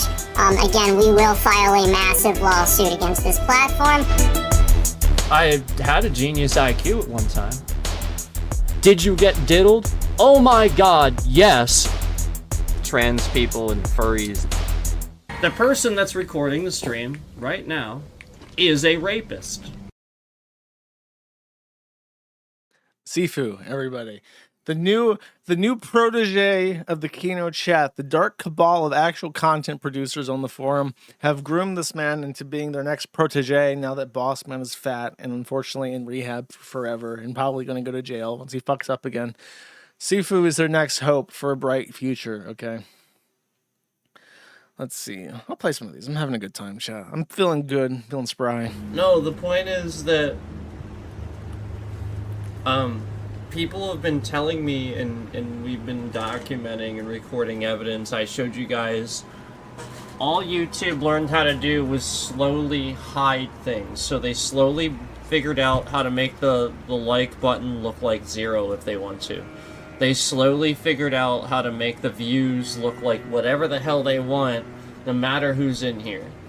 And for the longest time, this has been causing bitrate problems, issues with my internet, issues for their servers, yet they're sitting here doing it.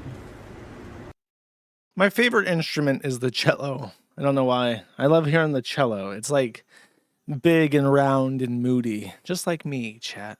That wow, wow, wow. Trending for that, and I am entitled to it. So again, that's what a lot of the defamation lawsuit will be based on. This person has been impacting my trending for the purposes of saying it on their own stream, taking the idea, the concept of the trending, and all while detrending it for me, so that way nobody hears me say it, but then they're gonna say it. But this is what kills me. It's like you never say anything interesting. What is Asmongold mining your streams for? How to suck ass at Elden Ring? Look, the Mimic's just running at me. What is the Mimic doing? I actually do have really good dodges. What the fuck is the Mimic doing? The Mimic is endlessly running at me. The Mimic is just endlessly fucking running. So remember when the bitrate was moving around earlier? There's a real good chance they were, you know, screwing around, causing a problem. And now kind of none of it's happening, as I pointed out, and it was sort of becoming obvious. Somebody's clearly messing with the chances of those attacks happening. I can't time those attacks or learn the fight, when immediately it's just boom, boom, boom. Boom, boom, boom. Boom, boom, boom. What a fucking piece of garbage. What a piece of garbage. No, literally, somebody is actively using AI to fuck with the game right now. Like, you don't understand? Are you blind? Are you fucking stupid? Like again, the bitrate was shifting around maliciously. Somebody is fucking with the game. Like, that's the point. Windows 11 is trash. Is this bad? I mean, that's fair. That's fair. Okay, here's him sucking at dodging, apparently. Well, that was quick. I'm of the opinion now, by the way, that Elden Ring exists to incapacitate people who might otherwise be violent against the government. I think people like Sifu get like one shot by Elden Ring, and then they're like permanently trapped in like an Elden Ring labyrinth where they, instead of like protesting the government with their grievances, they just play Elden Ring and complain about the bitrate. You can target. I said that about Dota 2. It's also true. That's also very true. This is where it...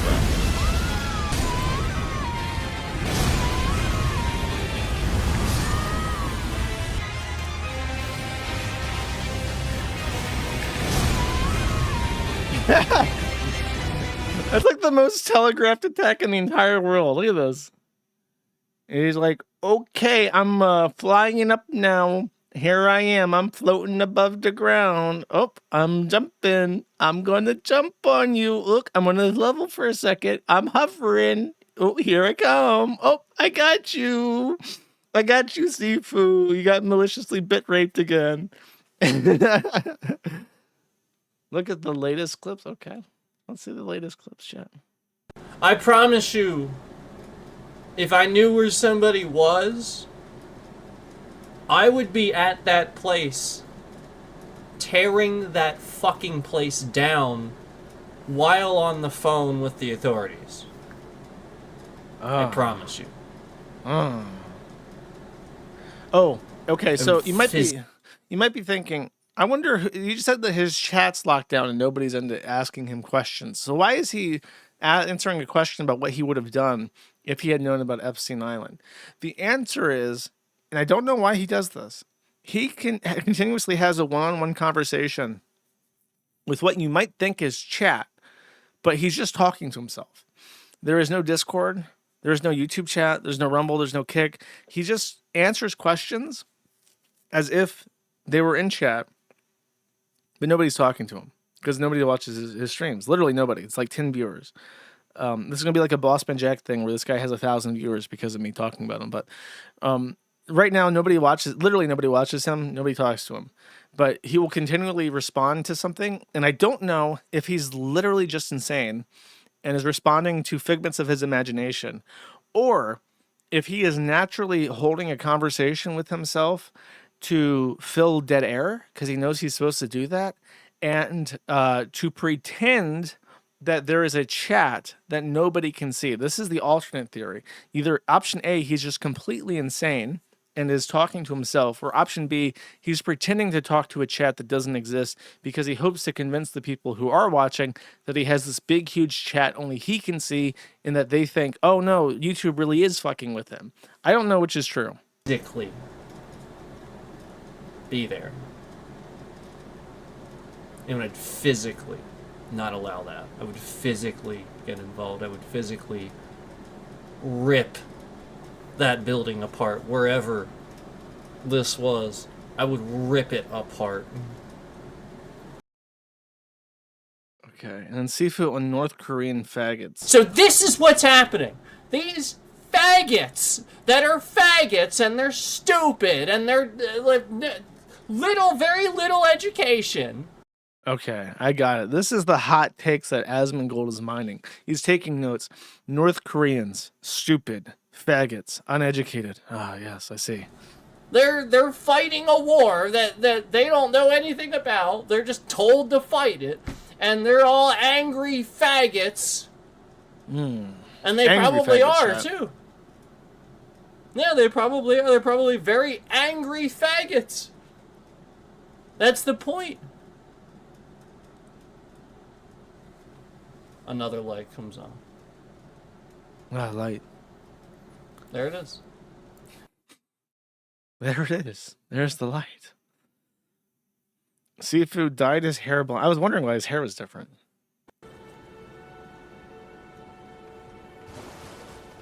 Now, if you'll direct your attention to the likes, the retards that had their likes on there specifically to take them off have removed them.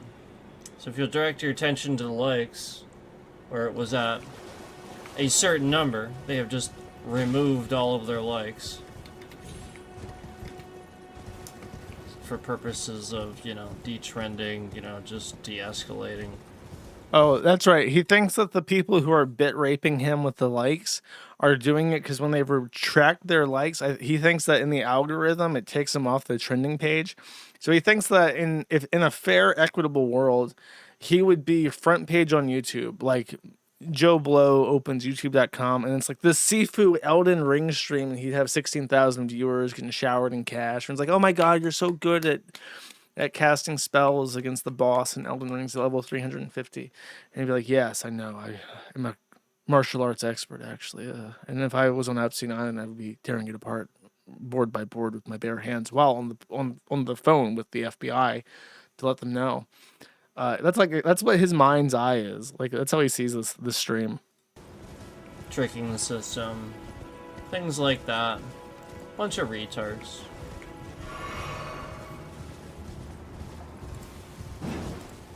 They are retarded, too. Like, they are literally stupid. Okay. There you go. That's Sifu. This seems like your cup of tea. It's in the locales board. It's brand new. It's the new protege of the Kino chat, of course. They for your consideration, the new debutant to replace Bossman. There you go. All right, back to the cheese chat. So the update on the cheese wheel. Okay, this is very important. Update. My girlfriend left me over the 21-year-old cheese wheel. Now my landlord is trying to evict me for commercial activity. Am I overreacting? Photos and comments that I can't add to the post. I have taken some of your feedback into consideration from my last post. For those curious, my girlfriend is no longer in the picture. She cracked due to low risk tolerance, so I've decided to go all in on the business. I've initially tried to return the wheel to the distributor to recoup some of the capital, thinking they'd have some pity. They were actually considering it until it came out and looked in my truck. Apparently, the minor heat damage I caused to the paraffin wax while trying to open the last week compromised the wheel, which was already non-refundable in the first place. Since I am now stuck with a 140-pound, $30,000 asset, I had to pivot to asset protection and keep what I still have. I then went out and bought a true TBB 2HC 59-inch solid door back bar cooler, a professional digital temperature humidity controller, an industrial humidifier, a vacuum sealer, and ripening mats. The total cost was about $8,500 after taxes. Expensive, yes, but I wasn't going to let a $30,000 investment depreciate in value. The delivery was difficult. My apartment door is narrow, so I had to take the door completely off the hinges and shimmy the cooler into the living room. I had maybe a millimeter of clearance between the frame and the unit. He continues, I was exhausted and excited, so I started researching installation on my phone before putting my front door back on. That's when my landlord walked in. Apparently, he believes my door being off the hinges somehow removes my reasonable right to privacy.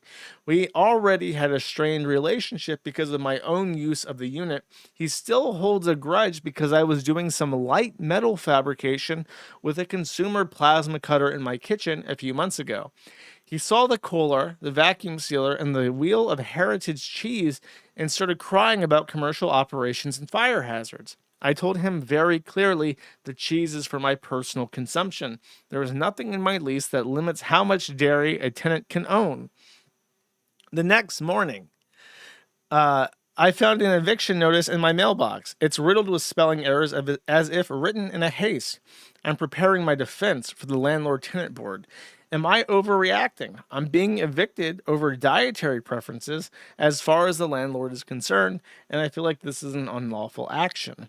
Also, please bear in mind that I have sold 0 cheese, so I feel like this is a premature action. Thank you. Okay, so this is obviously now a joke. This is very funny. This is very well written. It's a good bait. However, he tipped his hand. A plasma cutter, even a consumer plasma cutter, is going to require a 250 volt 30 amp plug. You're not going to get that in a kitchen. There's no way that he has a 250 30 amp in his kitchen. Ask me how I know. It's very hard to get a Nemo plug installed in your house or your trailer if you want to do a little bit of computer work. Okay, that's not true.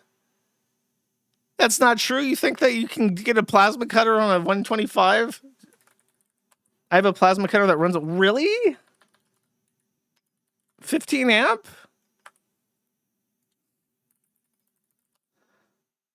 Are you shitting me? Hypertherm plasma cutters on like a standard, bro. They out there selling prosumer plasma cutters that run on standard circuits. I can't even believe it. Okay, maybe it is real. Maybe it is real. What do I'm a fucking retard, chat. What do I know? Okay. Your stove is 240? That's true. Was he... If you have an electric stove, it couldn't be a 240. That's true. That's right. He might have unplugged the stove to plug in his plasma for a little bit of light fabrication, chat. This guy's a fucking go-getter. His girlfriend's missing out. When this guy's rich from his cheese and plasma cutting venture... she's going to be sorry. She's going to be hitting him up on Instagram years later like, hey, I I was just thinking about you, bro. I was like, sorry, babe. I'm a multimillionaire now. I made a fun little metal distribution system for aged cheese, and it's a big hit. And now I'm a millionaire. And you know, sorry, should have held on to what you had and believed in me. But you know, that's how it is. All right. I'm dying. I need to end this stream. Let us proceed to the super chat segment. Thank you very much for listening. Remember not to fuck up your whole life for pussy, because it ain't worth it. That was when I had sex for the first time. It was just kind of like, this is what people obsess over, is it? Just remember that. If you're like an angsty incel, it ain't worth it. It ain't worth it. It's not worth fucking your whole life up to chase some BPD girls. Okay. Juice lies about plasma cutters. Remember that. Fuck you. Fuck your plasma cutter, buddy. All right. Next. Wait, it's a super chat segment, chat.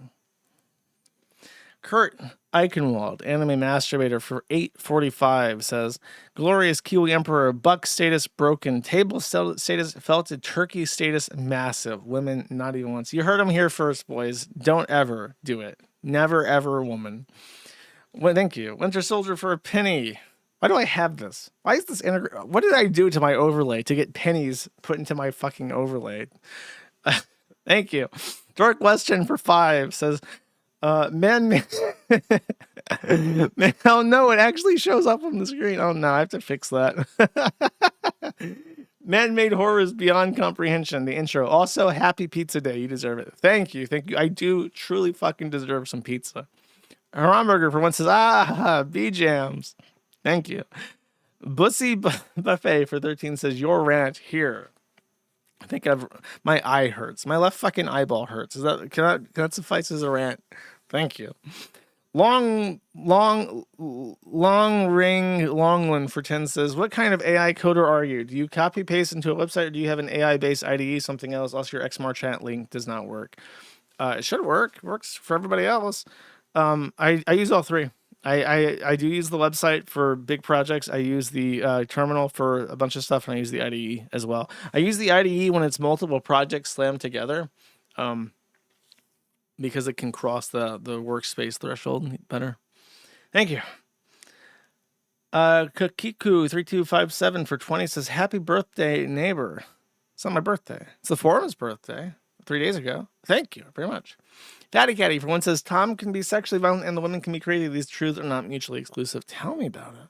Porklack for one says, Turkey Tom is Eskimo Bros with Kiwi Farms user Fat Rat on the grass as of last night via Left 4 Dead.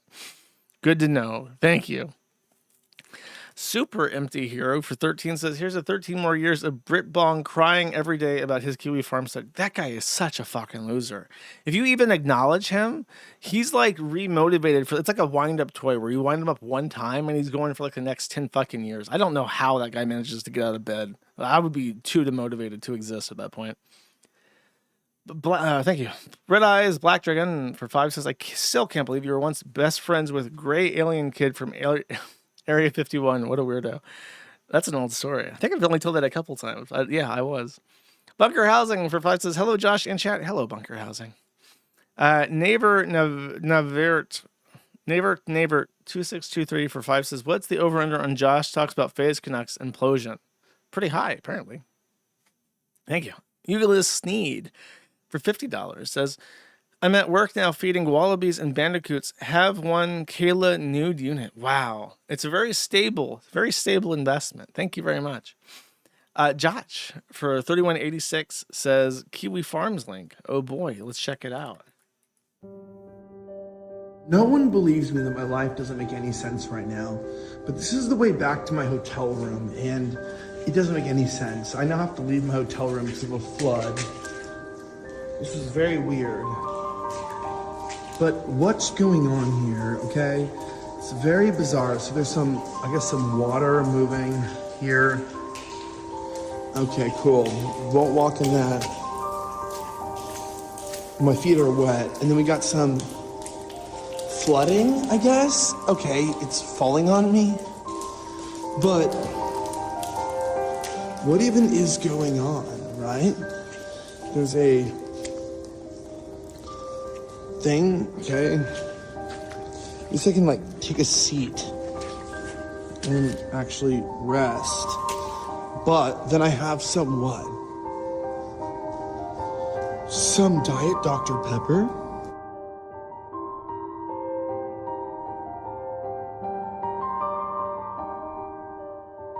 That's pretty good. That's pretty good. Thank you very much. I appreciate it. Gordon What's Wonder for 20 says, sorry I don't donate enough. I believe everything you're working towards important, even a little gossip form. Thank you very much. I appreciate it. I'm trying my best here, okay? Trying my best. Waifus aren't real for 10 says, punish Stancil are coming. As he finally realized that he's going to get punched in the face by his allies now. Austrian painter calling to Will Stancil after he got his ass beat by Antifa.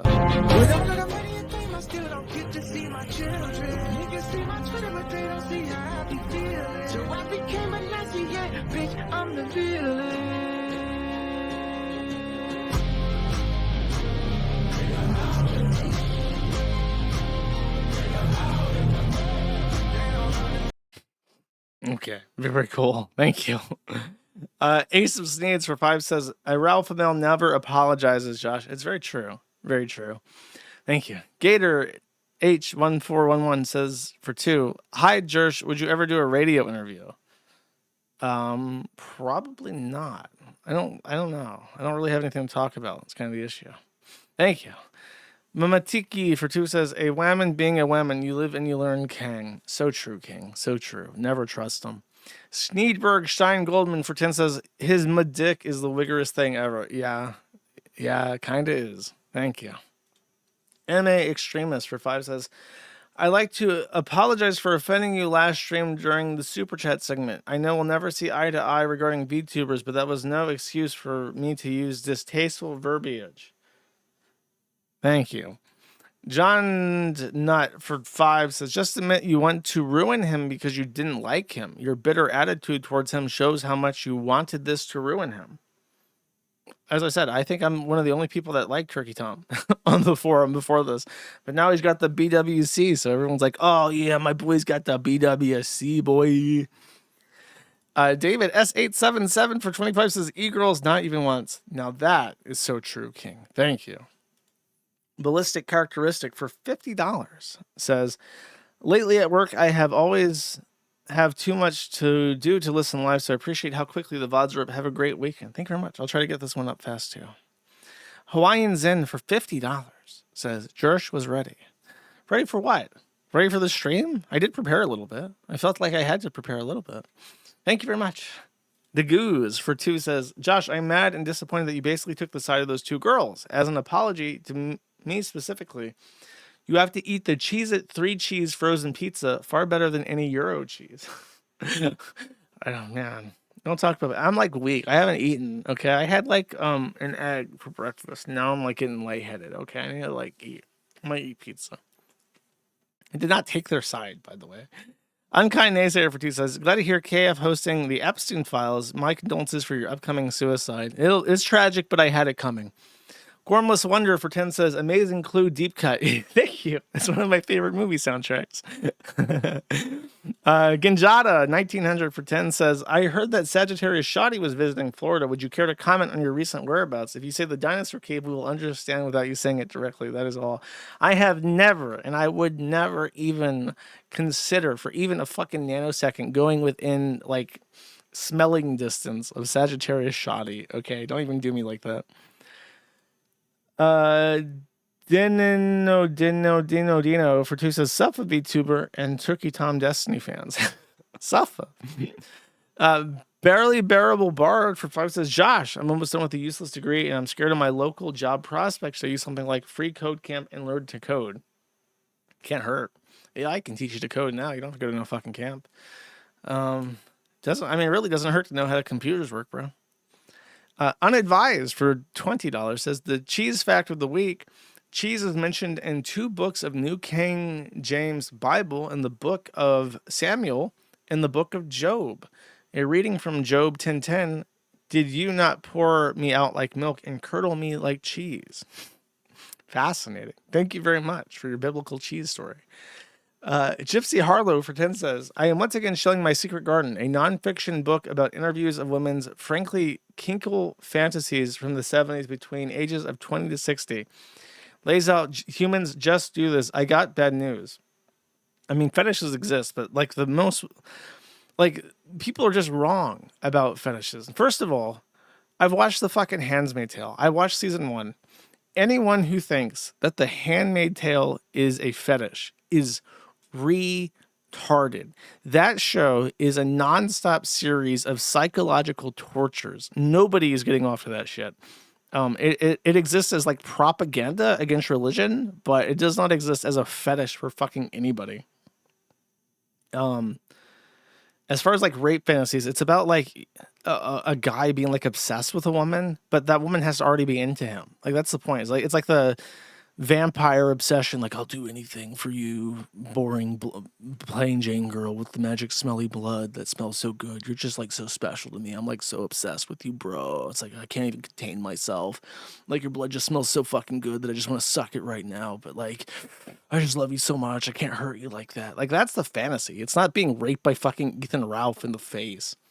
It's a fundamental misunderstanding of like what's happening. Deliberately misunderstanding it so that you can justify being a cocksucker.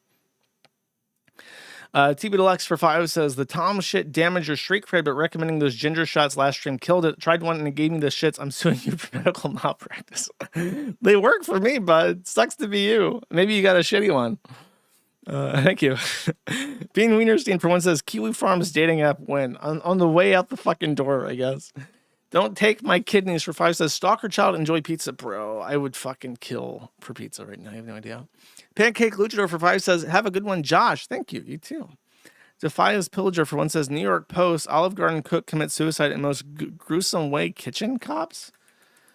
Number 15, Olive Garden cook kills himself in the most gruesome way. Dunked his own head into a searing pot of... That's fucking brutal. I don't want to hear about that.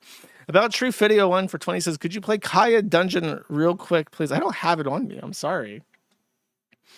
I really don't. I would if I could. Apologies. Maybe if someone can post it in the Matt the Internet thread. Barello Furman for 1 says, nothing. Thank you, Barello Furman. I appreciate it. Mizo Sal Pinks for 5 says, Schmorky was what brought me to the forum. A weekly YouTuber and streamer lolcows can't compare. Also, I set up bill pay after last stream. I don't know why people think it's complicated. It's just a high friction action to get people to go to their bank and set it up. It's just a pain in the ass. Monster in Umbra for 5 says, what the fuck is this shit, lol? It's Tranny Mickey. Ha ha ha ha. Oh yeah, the Schmorky clip. One of the best clips ever produced ever. Coliadante for 20 says, people always said Mandy was crazy, but have we considered that this is just a rational response to living with low tax and Schmorky? That's what I've always said. You'd be buck-broken too if you were like chained to a sexless gender blob that refused to fuck you and just like would squeak at you. I'd lose my shit too. Thank you. Jefferino for 5 says, gee, I wonder why God has abandoned us for so many reasons. This and many more. Barrett's Legius Privateer for $50 says something. Thank you very much. I appreciate it. Sneedo for 1 says, didn't gun laws in New Zealand go from not so strict to very strict and ban semi-autos for civilians after the Christchurch shooting happened? Dude, New Zealand's a shithole. Anzac is like the worst fucking place to live in the entire world now. Please be in London for 5 says, do you mind spoon-fitting me exactly where felted comes from? I have no idea why having felt applied to you has the implication which it does today. Yes. Thousands of years ago, PPP, who is a man who enjoys gambling, started using one of his favorite jargon terms in his life as a man who enjoys the casino. When you would go to a casino and you would bet, you would put your chips down and the cards would play out as they do. It sometimes happens that you will look down and you will try to grab your chips. Imagine you lost your bet. Okay, I'm going to throw another 20 on my next hand of blackjack. And you reach down to grab your chips, where they would be directly below you at a sight. And you realize there are no chips. You clutch at the table and you feel no chips, only felt. The felt of the betting table. You are felted. You have no chips left. You have been left with only the felt on your fingers. That is what it means to be felted. At some point, PPP started using this term to destroy people who have been epically owned on the internet, have no chips left to be felted. And it is such a good term, and it has no conflicting meanings. It's just stuck around. He uses it quite often, so it's become the expression "felted" is so identitarian to PPP's like entire internet persona. It's like the reason why it's called the Kino Casino is based off that term. Anime Extremist for 2 says, have you ever listened to that band I recommended, Black Magic SS? I have to rejoin the forum to post it in the music thread as I'm locked out of my account. No, I'm not banned. BMSS, I have not. Sorry, I have not. I apologize. Vodka Blood 0 for 2 says, enjoy your favorite month celebrating your favorite people, Josh. I will. I will have so much fun. Thank you. My hamster is a turf for 5 says, Kurt Metzger gave a huge shout out to Kiwi Farms on his pod last week. He says you don't realize the extent of how truly important your site is. Last place on the uppercase I internet to find uncensored truth. I mean, apparently a lot of guys joined last couple of days to post in the Epstein thread. So I think Metzger is one of those people who really likes articles and happenings. But I mean, hey, digging through Epstein files and finding funny emails and stuff like that's what I want, man. That's like the kind of stuff I like to see more of on the forum. That's the whole point of that kind of thing. Not just like yelling about Jews in the fucking A&H board. Thank you. Puri Dalwoog for 2 says, in Tarantino voice, I don't know how to talk like Tarantino. Hey, Josh, when you watched The Daily Show, did you see the sign that said Dead Neighbor Storage? So what happened with Trevor Noah? Did he get out? Did he escape? Omega Step for 1 says, you may want to start using VM to run AI if this guy is saying is correct. Well, I'm not playing this on stream, but I'm sure they monitor everything on your computer. That's what you're concerned about. So Mulligan 2 for 1 says, do you think that Jez Jennings' mom knew that his surgeon was also Epstein's personal surgeon? Yes, probably. I don't know. That entire family's fucked up. I wouldn't put it past them. Sandy for 1 says, who had a better hospital selfie, Fenster or Ralph? And this is going to be the picture of Ralph with the fucked up eye patch. What? Oh, that's the last video. Sorry, I didn't copy it right. I need a way to like click links. Oh god, I forgot how bad that first picture was. Probably Ralph, to be quite honest with you. Pirate Mike for 20 says, in the real world, you can't disable gun mods to stop block on block crime. It's true. They tried to do something about the gun mods, but it doesn't work. Thank you. Snito for 1 says, speaking of Quebec, PPP really hates Quebec. Also, when are you going to go to Ontario and meet up with a fat man and his cohort? I can never go to Canada ever because of Kefbles, bro. Snito Standing for 1 says, why does the Solas use the demon gay owl magic to fix Styx's tooth? Because he wants Styx to suffer because he's a faggot. Hamster for 5 says, I hate coffee, but my girlfriend loves it, so I bought her some Cafe Bustelo this week since I remember you saying it was great. She loves it, so thank you for the recommendation. You're welcome. Finally, my recommendation. I tell people about the ginger shot and I get shit for it. I tell people about the Cafe Bustelo. They love it. It's a mixed bag. Wow, it's Daisy473 for 2 says, can you show the hamster collection? Sometimes I do the entire roster of hamsters for a song if I feel like it. But no, I will not do it right now. Cleodante for 20 says, nice try, Josh. We know you're funded by the Walton family to destroy Stebbins. I'm sending the super chat from a Walmart checkout terminal right now. I am going to eventually figure out a way to let people donate to the forum through Walmart. I guarantee you, if I actually rattled enough cages, I would be able to figure out how to use the Walmart Money Center to get $20 money orders from Walmart directly. And it would be really fast. I don't know why they haven't done this. That seems like a great thing. Like a Walmart bank system where you can like have people send you money at Walmart. There's Walmart's fucking everywhere. It's a great idea. I should email the Waltons about it. Sage for 2134 says Sage. Thank you, Sage. I appreciate him. Katad for 10 says best AI juice. Then there is a video. Let's see what it is.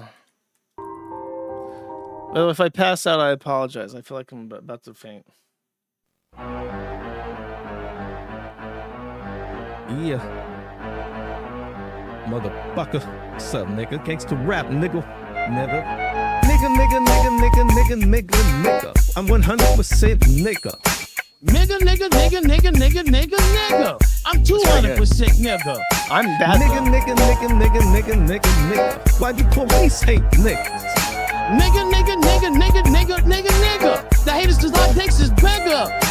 Nigga. It's pretty good, except you just can't capture my voice. It doesn't work.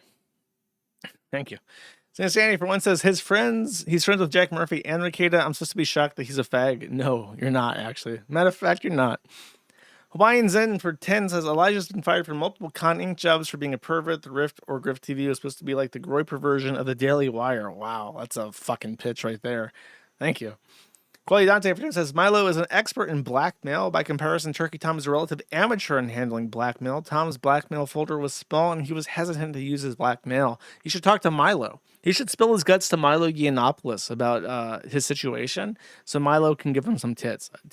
Not tits. Maybe they can do that too. Thank you. John Vent sent $1. Thank you. Foxes for 10 says, you're a funny guy, Josh. And then there's a YouTube link. Oh boy. Let's see what this is.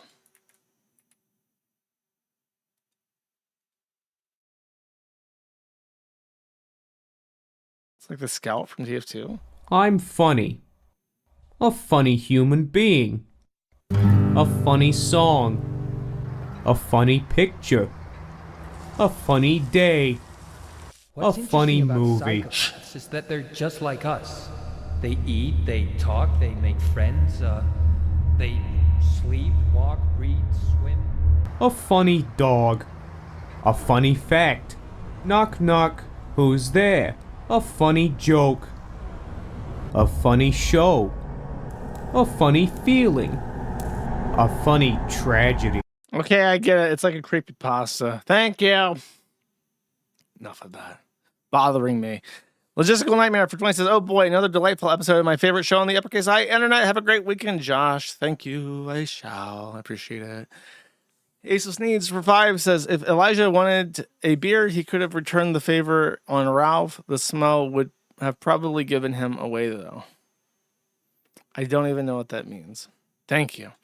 TTD Real for $20 says, shout out to all my Crab Shack friends. Woo, woo, woo. Thank you very much. I appreciate it. Shout out Crab Shack. Peen Wienerstein for one says, Confucius say an ugly wife is a treasure in the home. Confucius never met Pearl Davis.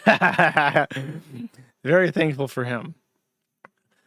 Bean the Bunny for 5 says, for the Cheese of the Month Club, McKim has a nice video in which he explains how the internet works. Okay, I do have a cheese thing coming up, I promise. Brando Wu Hyper Bimbo for 20 says, you could use peptide English. Sorry, I don't know what the fuck that means. She's a firecracker. She's a firecracker, yeah. Knee hurty, ouch, ouch me, knee hurty sent, $10 new song, new song. You're out of your fucking...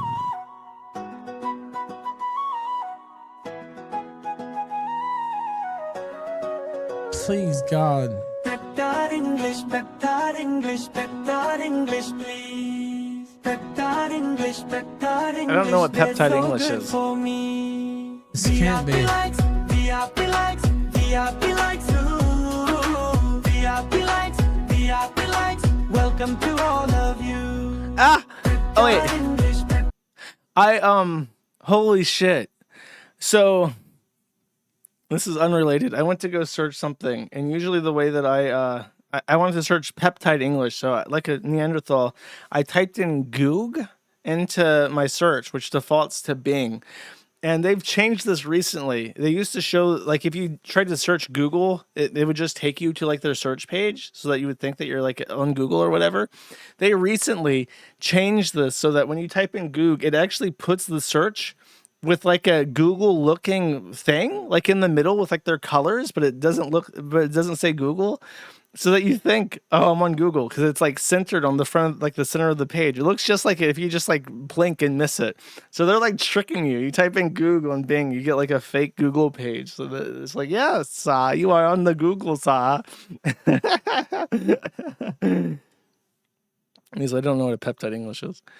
Thank you. Humble Guardsman for Vices. Technology Connections confessing he craves African gentlemen more than air was not on my bingo card for this year. I don't know what the fuck's going on with him. I heard that there's some drama where he's completely lost his mind, but I have not gotten into that yet. Thank you. Baldo Pagans for 5 says, congratulations on your site finally being too old for Vito and Valsh. Yes, yes. Many people made the exact same fucking joke in that thread. The entire thread is just that fucking joke over and over again. Thank you. 500 for 10 for 1484 says, gave $15 and received Kiwi Gold for eternity. Thanks for the kick subs. Thank you. Borglak, for one says, I'm supposed to be cleaning my house and listening to Maddie on full blast, but my boss keeps calling me on my day off baby rapers. I know, bro. Sucks to have a job. Tell me about it, bro. My boss gets on my ass, bro. Fucking says, oh, you gotta fucking polish Turkey Tom because other people lied. All right, that's not my fucking fault. Koi Dante for 10 says, you let some fucking Sifu who's been bit ripped just walk up and cast a spell on you. He's never cast any spell on me. I'm unspelled.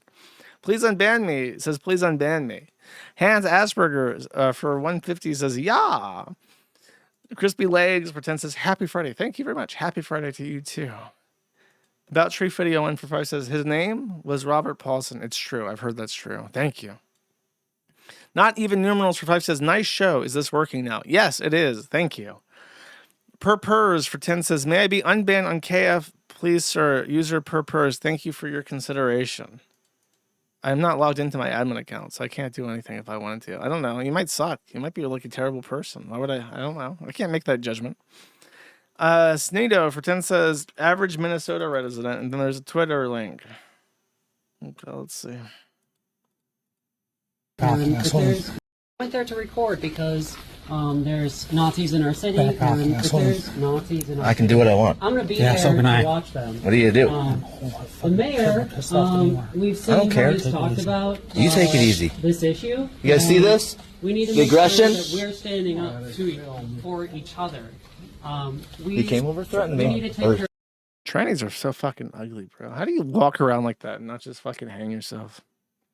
I guess they don't, huh? Bunker Housing for 5 says, she revenge too close to the sun and lost all revenge. That happens to the best of us sometimes. Goes to Low Text for 1 says, Josh, it's Black History Month. Where's the Lipstick Alley segment? Next stream, I promise. I forgot. I'm about to pass out, so I have to finish up. Ratnoid for 5 says, I really appreciate the work you've done not only to keep the form up, but to entertain us. I hope to see more Kiwi Casino HH, brother.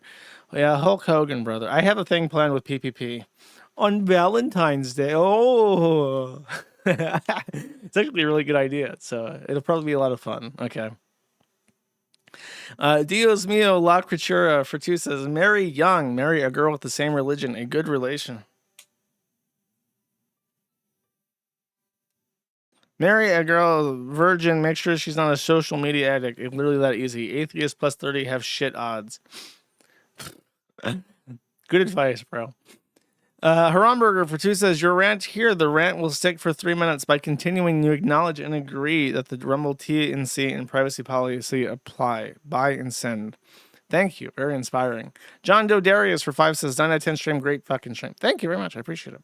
Anime Extremist for 20 says, for atonement, play timestamp to 2/17/15? Anti-feminism editions?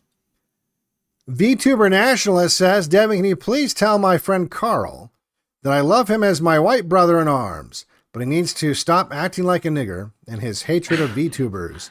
VTubing is Aryan as fuck, and he and the rest of the people in Discord need to get the memo. Dude, the way that Blackpill is just like choking on these words, trying to read this fucking bullshit is just so like super chats as a mechanism exist only so that like weirdos can make their favorite streamers say the most degenerate shit possible. Under the guise that's a quote. Yeah, VTuber, this Blackpill would take a chainsaw and decapitate Jelly Hiroyuki Nishimura. Okay, let's be honest. Thanks. Well, I don't know much about VTubing. But if my understanding of it is, if it's you, I don't know. I really don't know. But if it's what I think it is, if it's you pretending to be an anime girl on the internet, it's not based as fuck. All right. Like, it's digital transsexualism. That's what that is. Now, I don't know that's what you're doing. I don't know that's what you're doing. I don't know what this background is, by the way, but I absolutely do not co-sign this in any way, shape, or form, and I don't know why this is on my screen. Or what it is 100%, because I'm not, like I said, I'm not hip to all this stuff. But if that's what it is, it is not based. And you should know better. You should know better. So hopefully that's a joke. Hopefully that's a joke. If it's not, you got to think long and hard about your life. Because aren't you also the one that said that you used to fall for the Groiper stuff? Maybe that's why. Maybe we need to think about, oh, hold on. What am I doing here? What am I doing with my life here? Maybe I need to have some values. Maybe I should stop prioritizing dopamine. All right, then we're going to go. Okay, very base. Baldo Pagans for 5 says, we need more lolcal X's posting in their threads. It's been some of the best content in recent memory. More interviews with crazy BPD E4s. More. We need more. I'm telling you, bro. You just have to trust. Trust the plan. I have a 10,000-year plan, okay? Thank you. Half-Life 3 release notes for 172 says, Alex Vance is revealed to be Gordon Freeman's biological sister. Why is she brown? Markiplier Sex Slave for 10 says, knowing how computers work will be the downfall of humanity. What, because of the demonic sigils that we use to keep them running, bro? The Orange Cow for 10 says, Josh, in regards to women and fucked up fetishes, I have a serious question. Have you heard of AO3? There are thousands of hyper fucked up trauma fics out there that have 1 billion views each. The thing is that when you read these things, you're reading them through like a male lens, which is different from how women read it. Like, don't get me wrong, there's like crazy bitches out there, but what you take away from something like The Handmaid's Tale is going to be different than what a woman takes away from The Handmaid's Tale. When you watch The Handmaid's Tale, you might think, wow, this is like really rape fetishy. Maybe they really like rape. When a woman watches it, she's like, maybe I should get my uterus removed and move out of the country to Canada. Like, it's a completely different experience. And that's the issue, is that men and women are very different, right? That's why we don't like the tranny stuff, is because men and women are not the same. And a man cannot become a woman. If you could take a male brain and put it in a female body, it would still just be a man in a woman's body. It wouldn't really be a complete female, because it's not that simple. It's a combination of biological reality and lived experience. You cannot replace what it is like to grow up as a little girl into a woman with just changing things cosmetically. So my point is that women and men experience things very differently. And what is very bizarre, like a Minotaur breeding barn, is like a silly joke to women and not actually something that they're masturbating to, because women don't masturbate to pornography the same way that men do. Jihad Joe for 20 says, Jersh, I sent you a message on Twitter X. I'm savage ranting on the forums. I might have gotten a block from you on the forums. I hope you can see it in your heart to unblock me. LOL. PSL. I don't respond to every Twitter DM I get, bro. I remember some guy saying that I'm blocked or whatever the fuck. But it's like, I just don't respond to everybody on Twitter. Bunker Housing for 5 says, Candace Owen can generate some good milk to milk. Have not heard anything about her lately. Dude, I tuned into Candace Owens to get data for my chat overlay. She is like the dumbest bitch I've ever heard. Her setup is so professional. It's so tasteful. She got the little signature in the corner. Like, the color temperature on her camera is great. It just looks great. Her streams look great. And I'm sitting there and there's like 30,000 people watching. I'm like, okay, this is like a professional setup. And then she opens her mouth and it's like, woo, woo, woo, woo, woo, woo, woo. It's like, what? What are you doing? Why are you, like, it's just like nonsense, like retard fucking nonsense spewing from her mouth about how Erica Kirk is trying to get her assassinated by Mossad. I'm like, are you fucking retarded? What the fuck is this shit?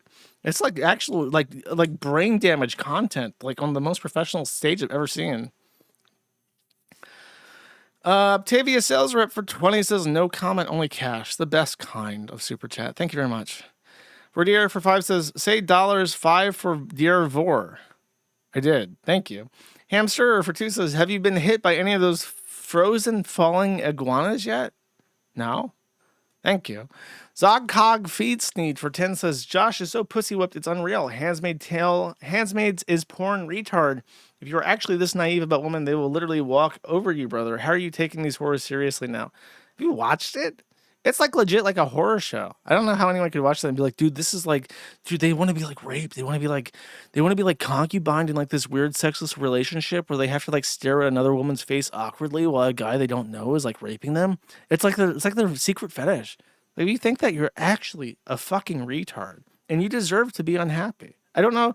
I guess that's like mean to say, but there are guys where it's like, you say shit and I'm like, you're meant to be weeded out. You're like actually inferior to me. And I don't feel bad for you for being miserable because you're actually a degenerate freak, retard, scum of the earth. And if you can't figure this shit out, you just don't deserve to be happy because you suck. Brianna Wu, Hyper Bimbo for 5 says, no one does blackmail quite like Milo. That's what I said, bro. Come on, you're just stealing quotes from me now. Varelo Furman for 2 says, do you think another allegation interview took place on the future, you'd voice the same skepticism, or do you think it's best just stick to letting accusers talk? I mean, the thing is I had no reason to doubt anything that she said. When Logan Day spoke, if you listen to the Logan Day interview, the Logan Day interview was much more hostile because Logan Day was just with a very obvious line of questioning was able to fall apart. She did not handle well when I asked her questions. I couldn't get like what I did is I went through the timeline. I stuck to a chronological timeline and I pressed her on certain things to see if she was consistent with her story. That's the only thing I could do. And she answered the questions. And in fact, the line of questioning that I did was so thorough that Turkey Tom used it repeatedly in his own video to defend himself. So I was poking holes in a story that he could later use to help him refute what she was saying, which is about all you can ask from an interviewer. It's not my fault that she was able to hold a story together. It's not my fault that Turkey Tom apparently did her so bad that she lost her fucking mind and wanted to try and ruin him. But I did my due diligence in proving that she was in a relationship with him, had been at his house, had pictures of her there, like they both did. I'm not sure what else I'm supposed to do. What am I supposed to say? Like, you're lying. You're lying to me. When you say when you're on the verge of tears, talking about being violently sexually, having your cervix pounded until you bleed, I think you're full of shit, lady. Like, there's no purpose to that. There's no inkling that I have to say that. And the times, in my credit, again, when she said certain things, I said, why didn't you go to the police? Why didn't you break it up then? Why did you stay with this guy? And there was a moment, if you remember, where I asked that, and she just said, he had big muscles, which I just laughed at. It's like, okay, what the fuck kind of response is that? So I still maintain I did the absolute best fucking job I could have. I had no reason to doubt them. And I asked questions that were thorough enough and professional enough that Turkey Tom could use them in his own defense. So I'm not sure why I'm expected by anybody to take any blame for anything. It's not my fault that his ex wanted to accuse him of fucking her until she bled. It's not my fault. You can blame her, you can blame him, but you can't blame me. A hamster for 5, and this is the last one, says, since you sound confused about the iguanas, frozen iguanas falling Florida fleas. Oh, there are iguanas in Florida that are like falling off of trees because they're frozen to death. That's kind of fucking brutal. I can't open National Geographic because I'm using a VPN, but I kind of understand what you're saying now. Okay. All right. Let me go to the Kick dashboard, see if I have any subs or whatever things to say. Atomic Angel gifted a sub, thank you. Bad Banner gifted 5 subs, thank you very much. Jeff Reno gifted 5 subs, thank you very much. Gumbercules gifted 5 subs, thank you very much. I appreciate everybody who subscribes. Kick Money is actually pretty fucking good. Now I understand why PPP is living it big in a high price society like Ontario, going to the casinos with the money. It's because he's got the big bucks from the Kick.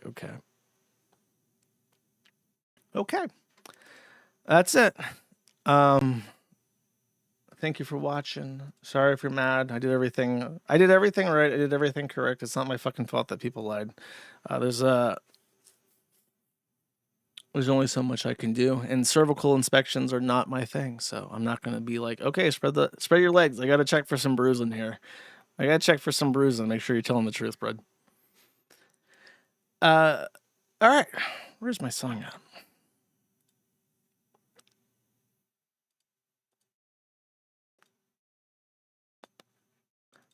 Here we go. Oh, by the way, chat, I got my keyboard working. Here, let me open up Notepad. I'm gonna do some typing for you real quick. You ready? I'm gonna do some typing real quick, and then we can do the outro.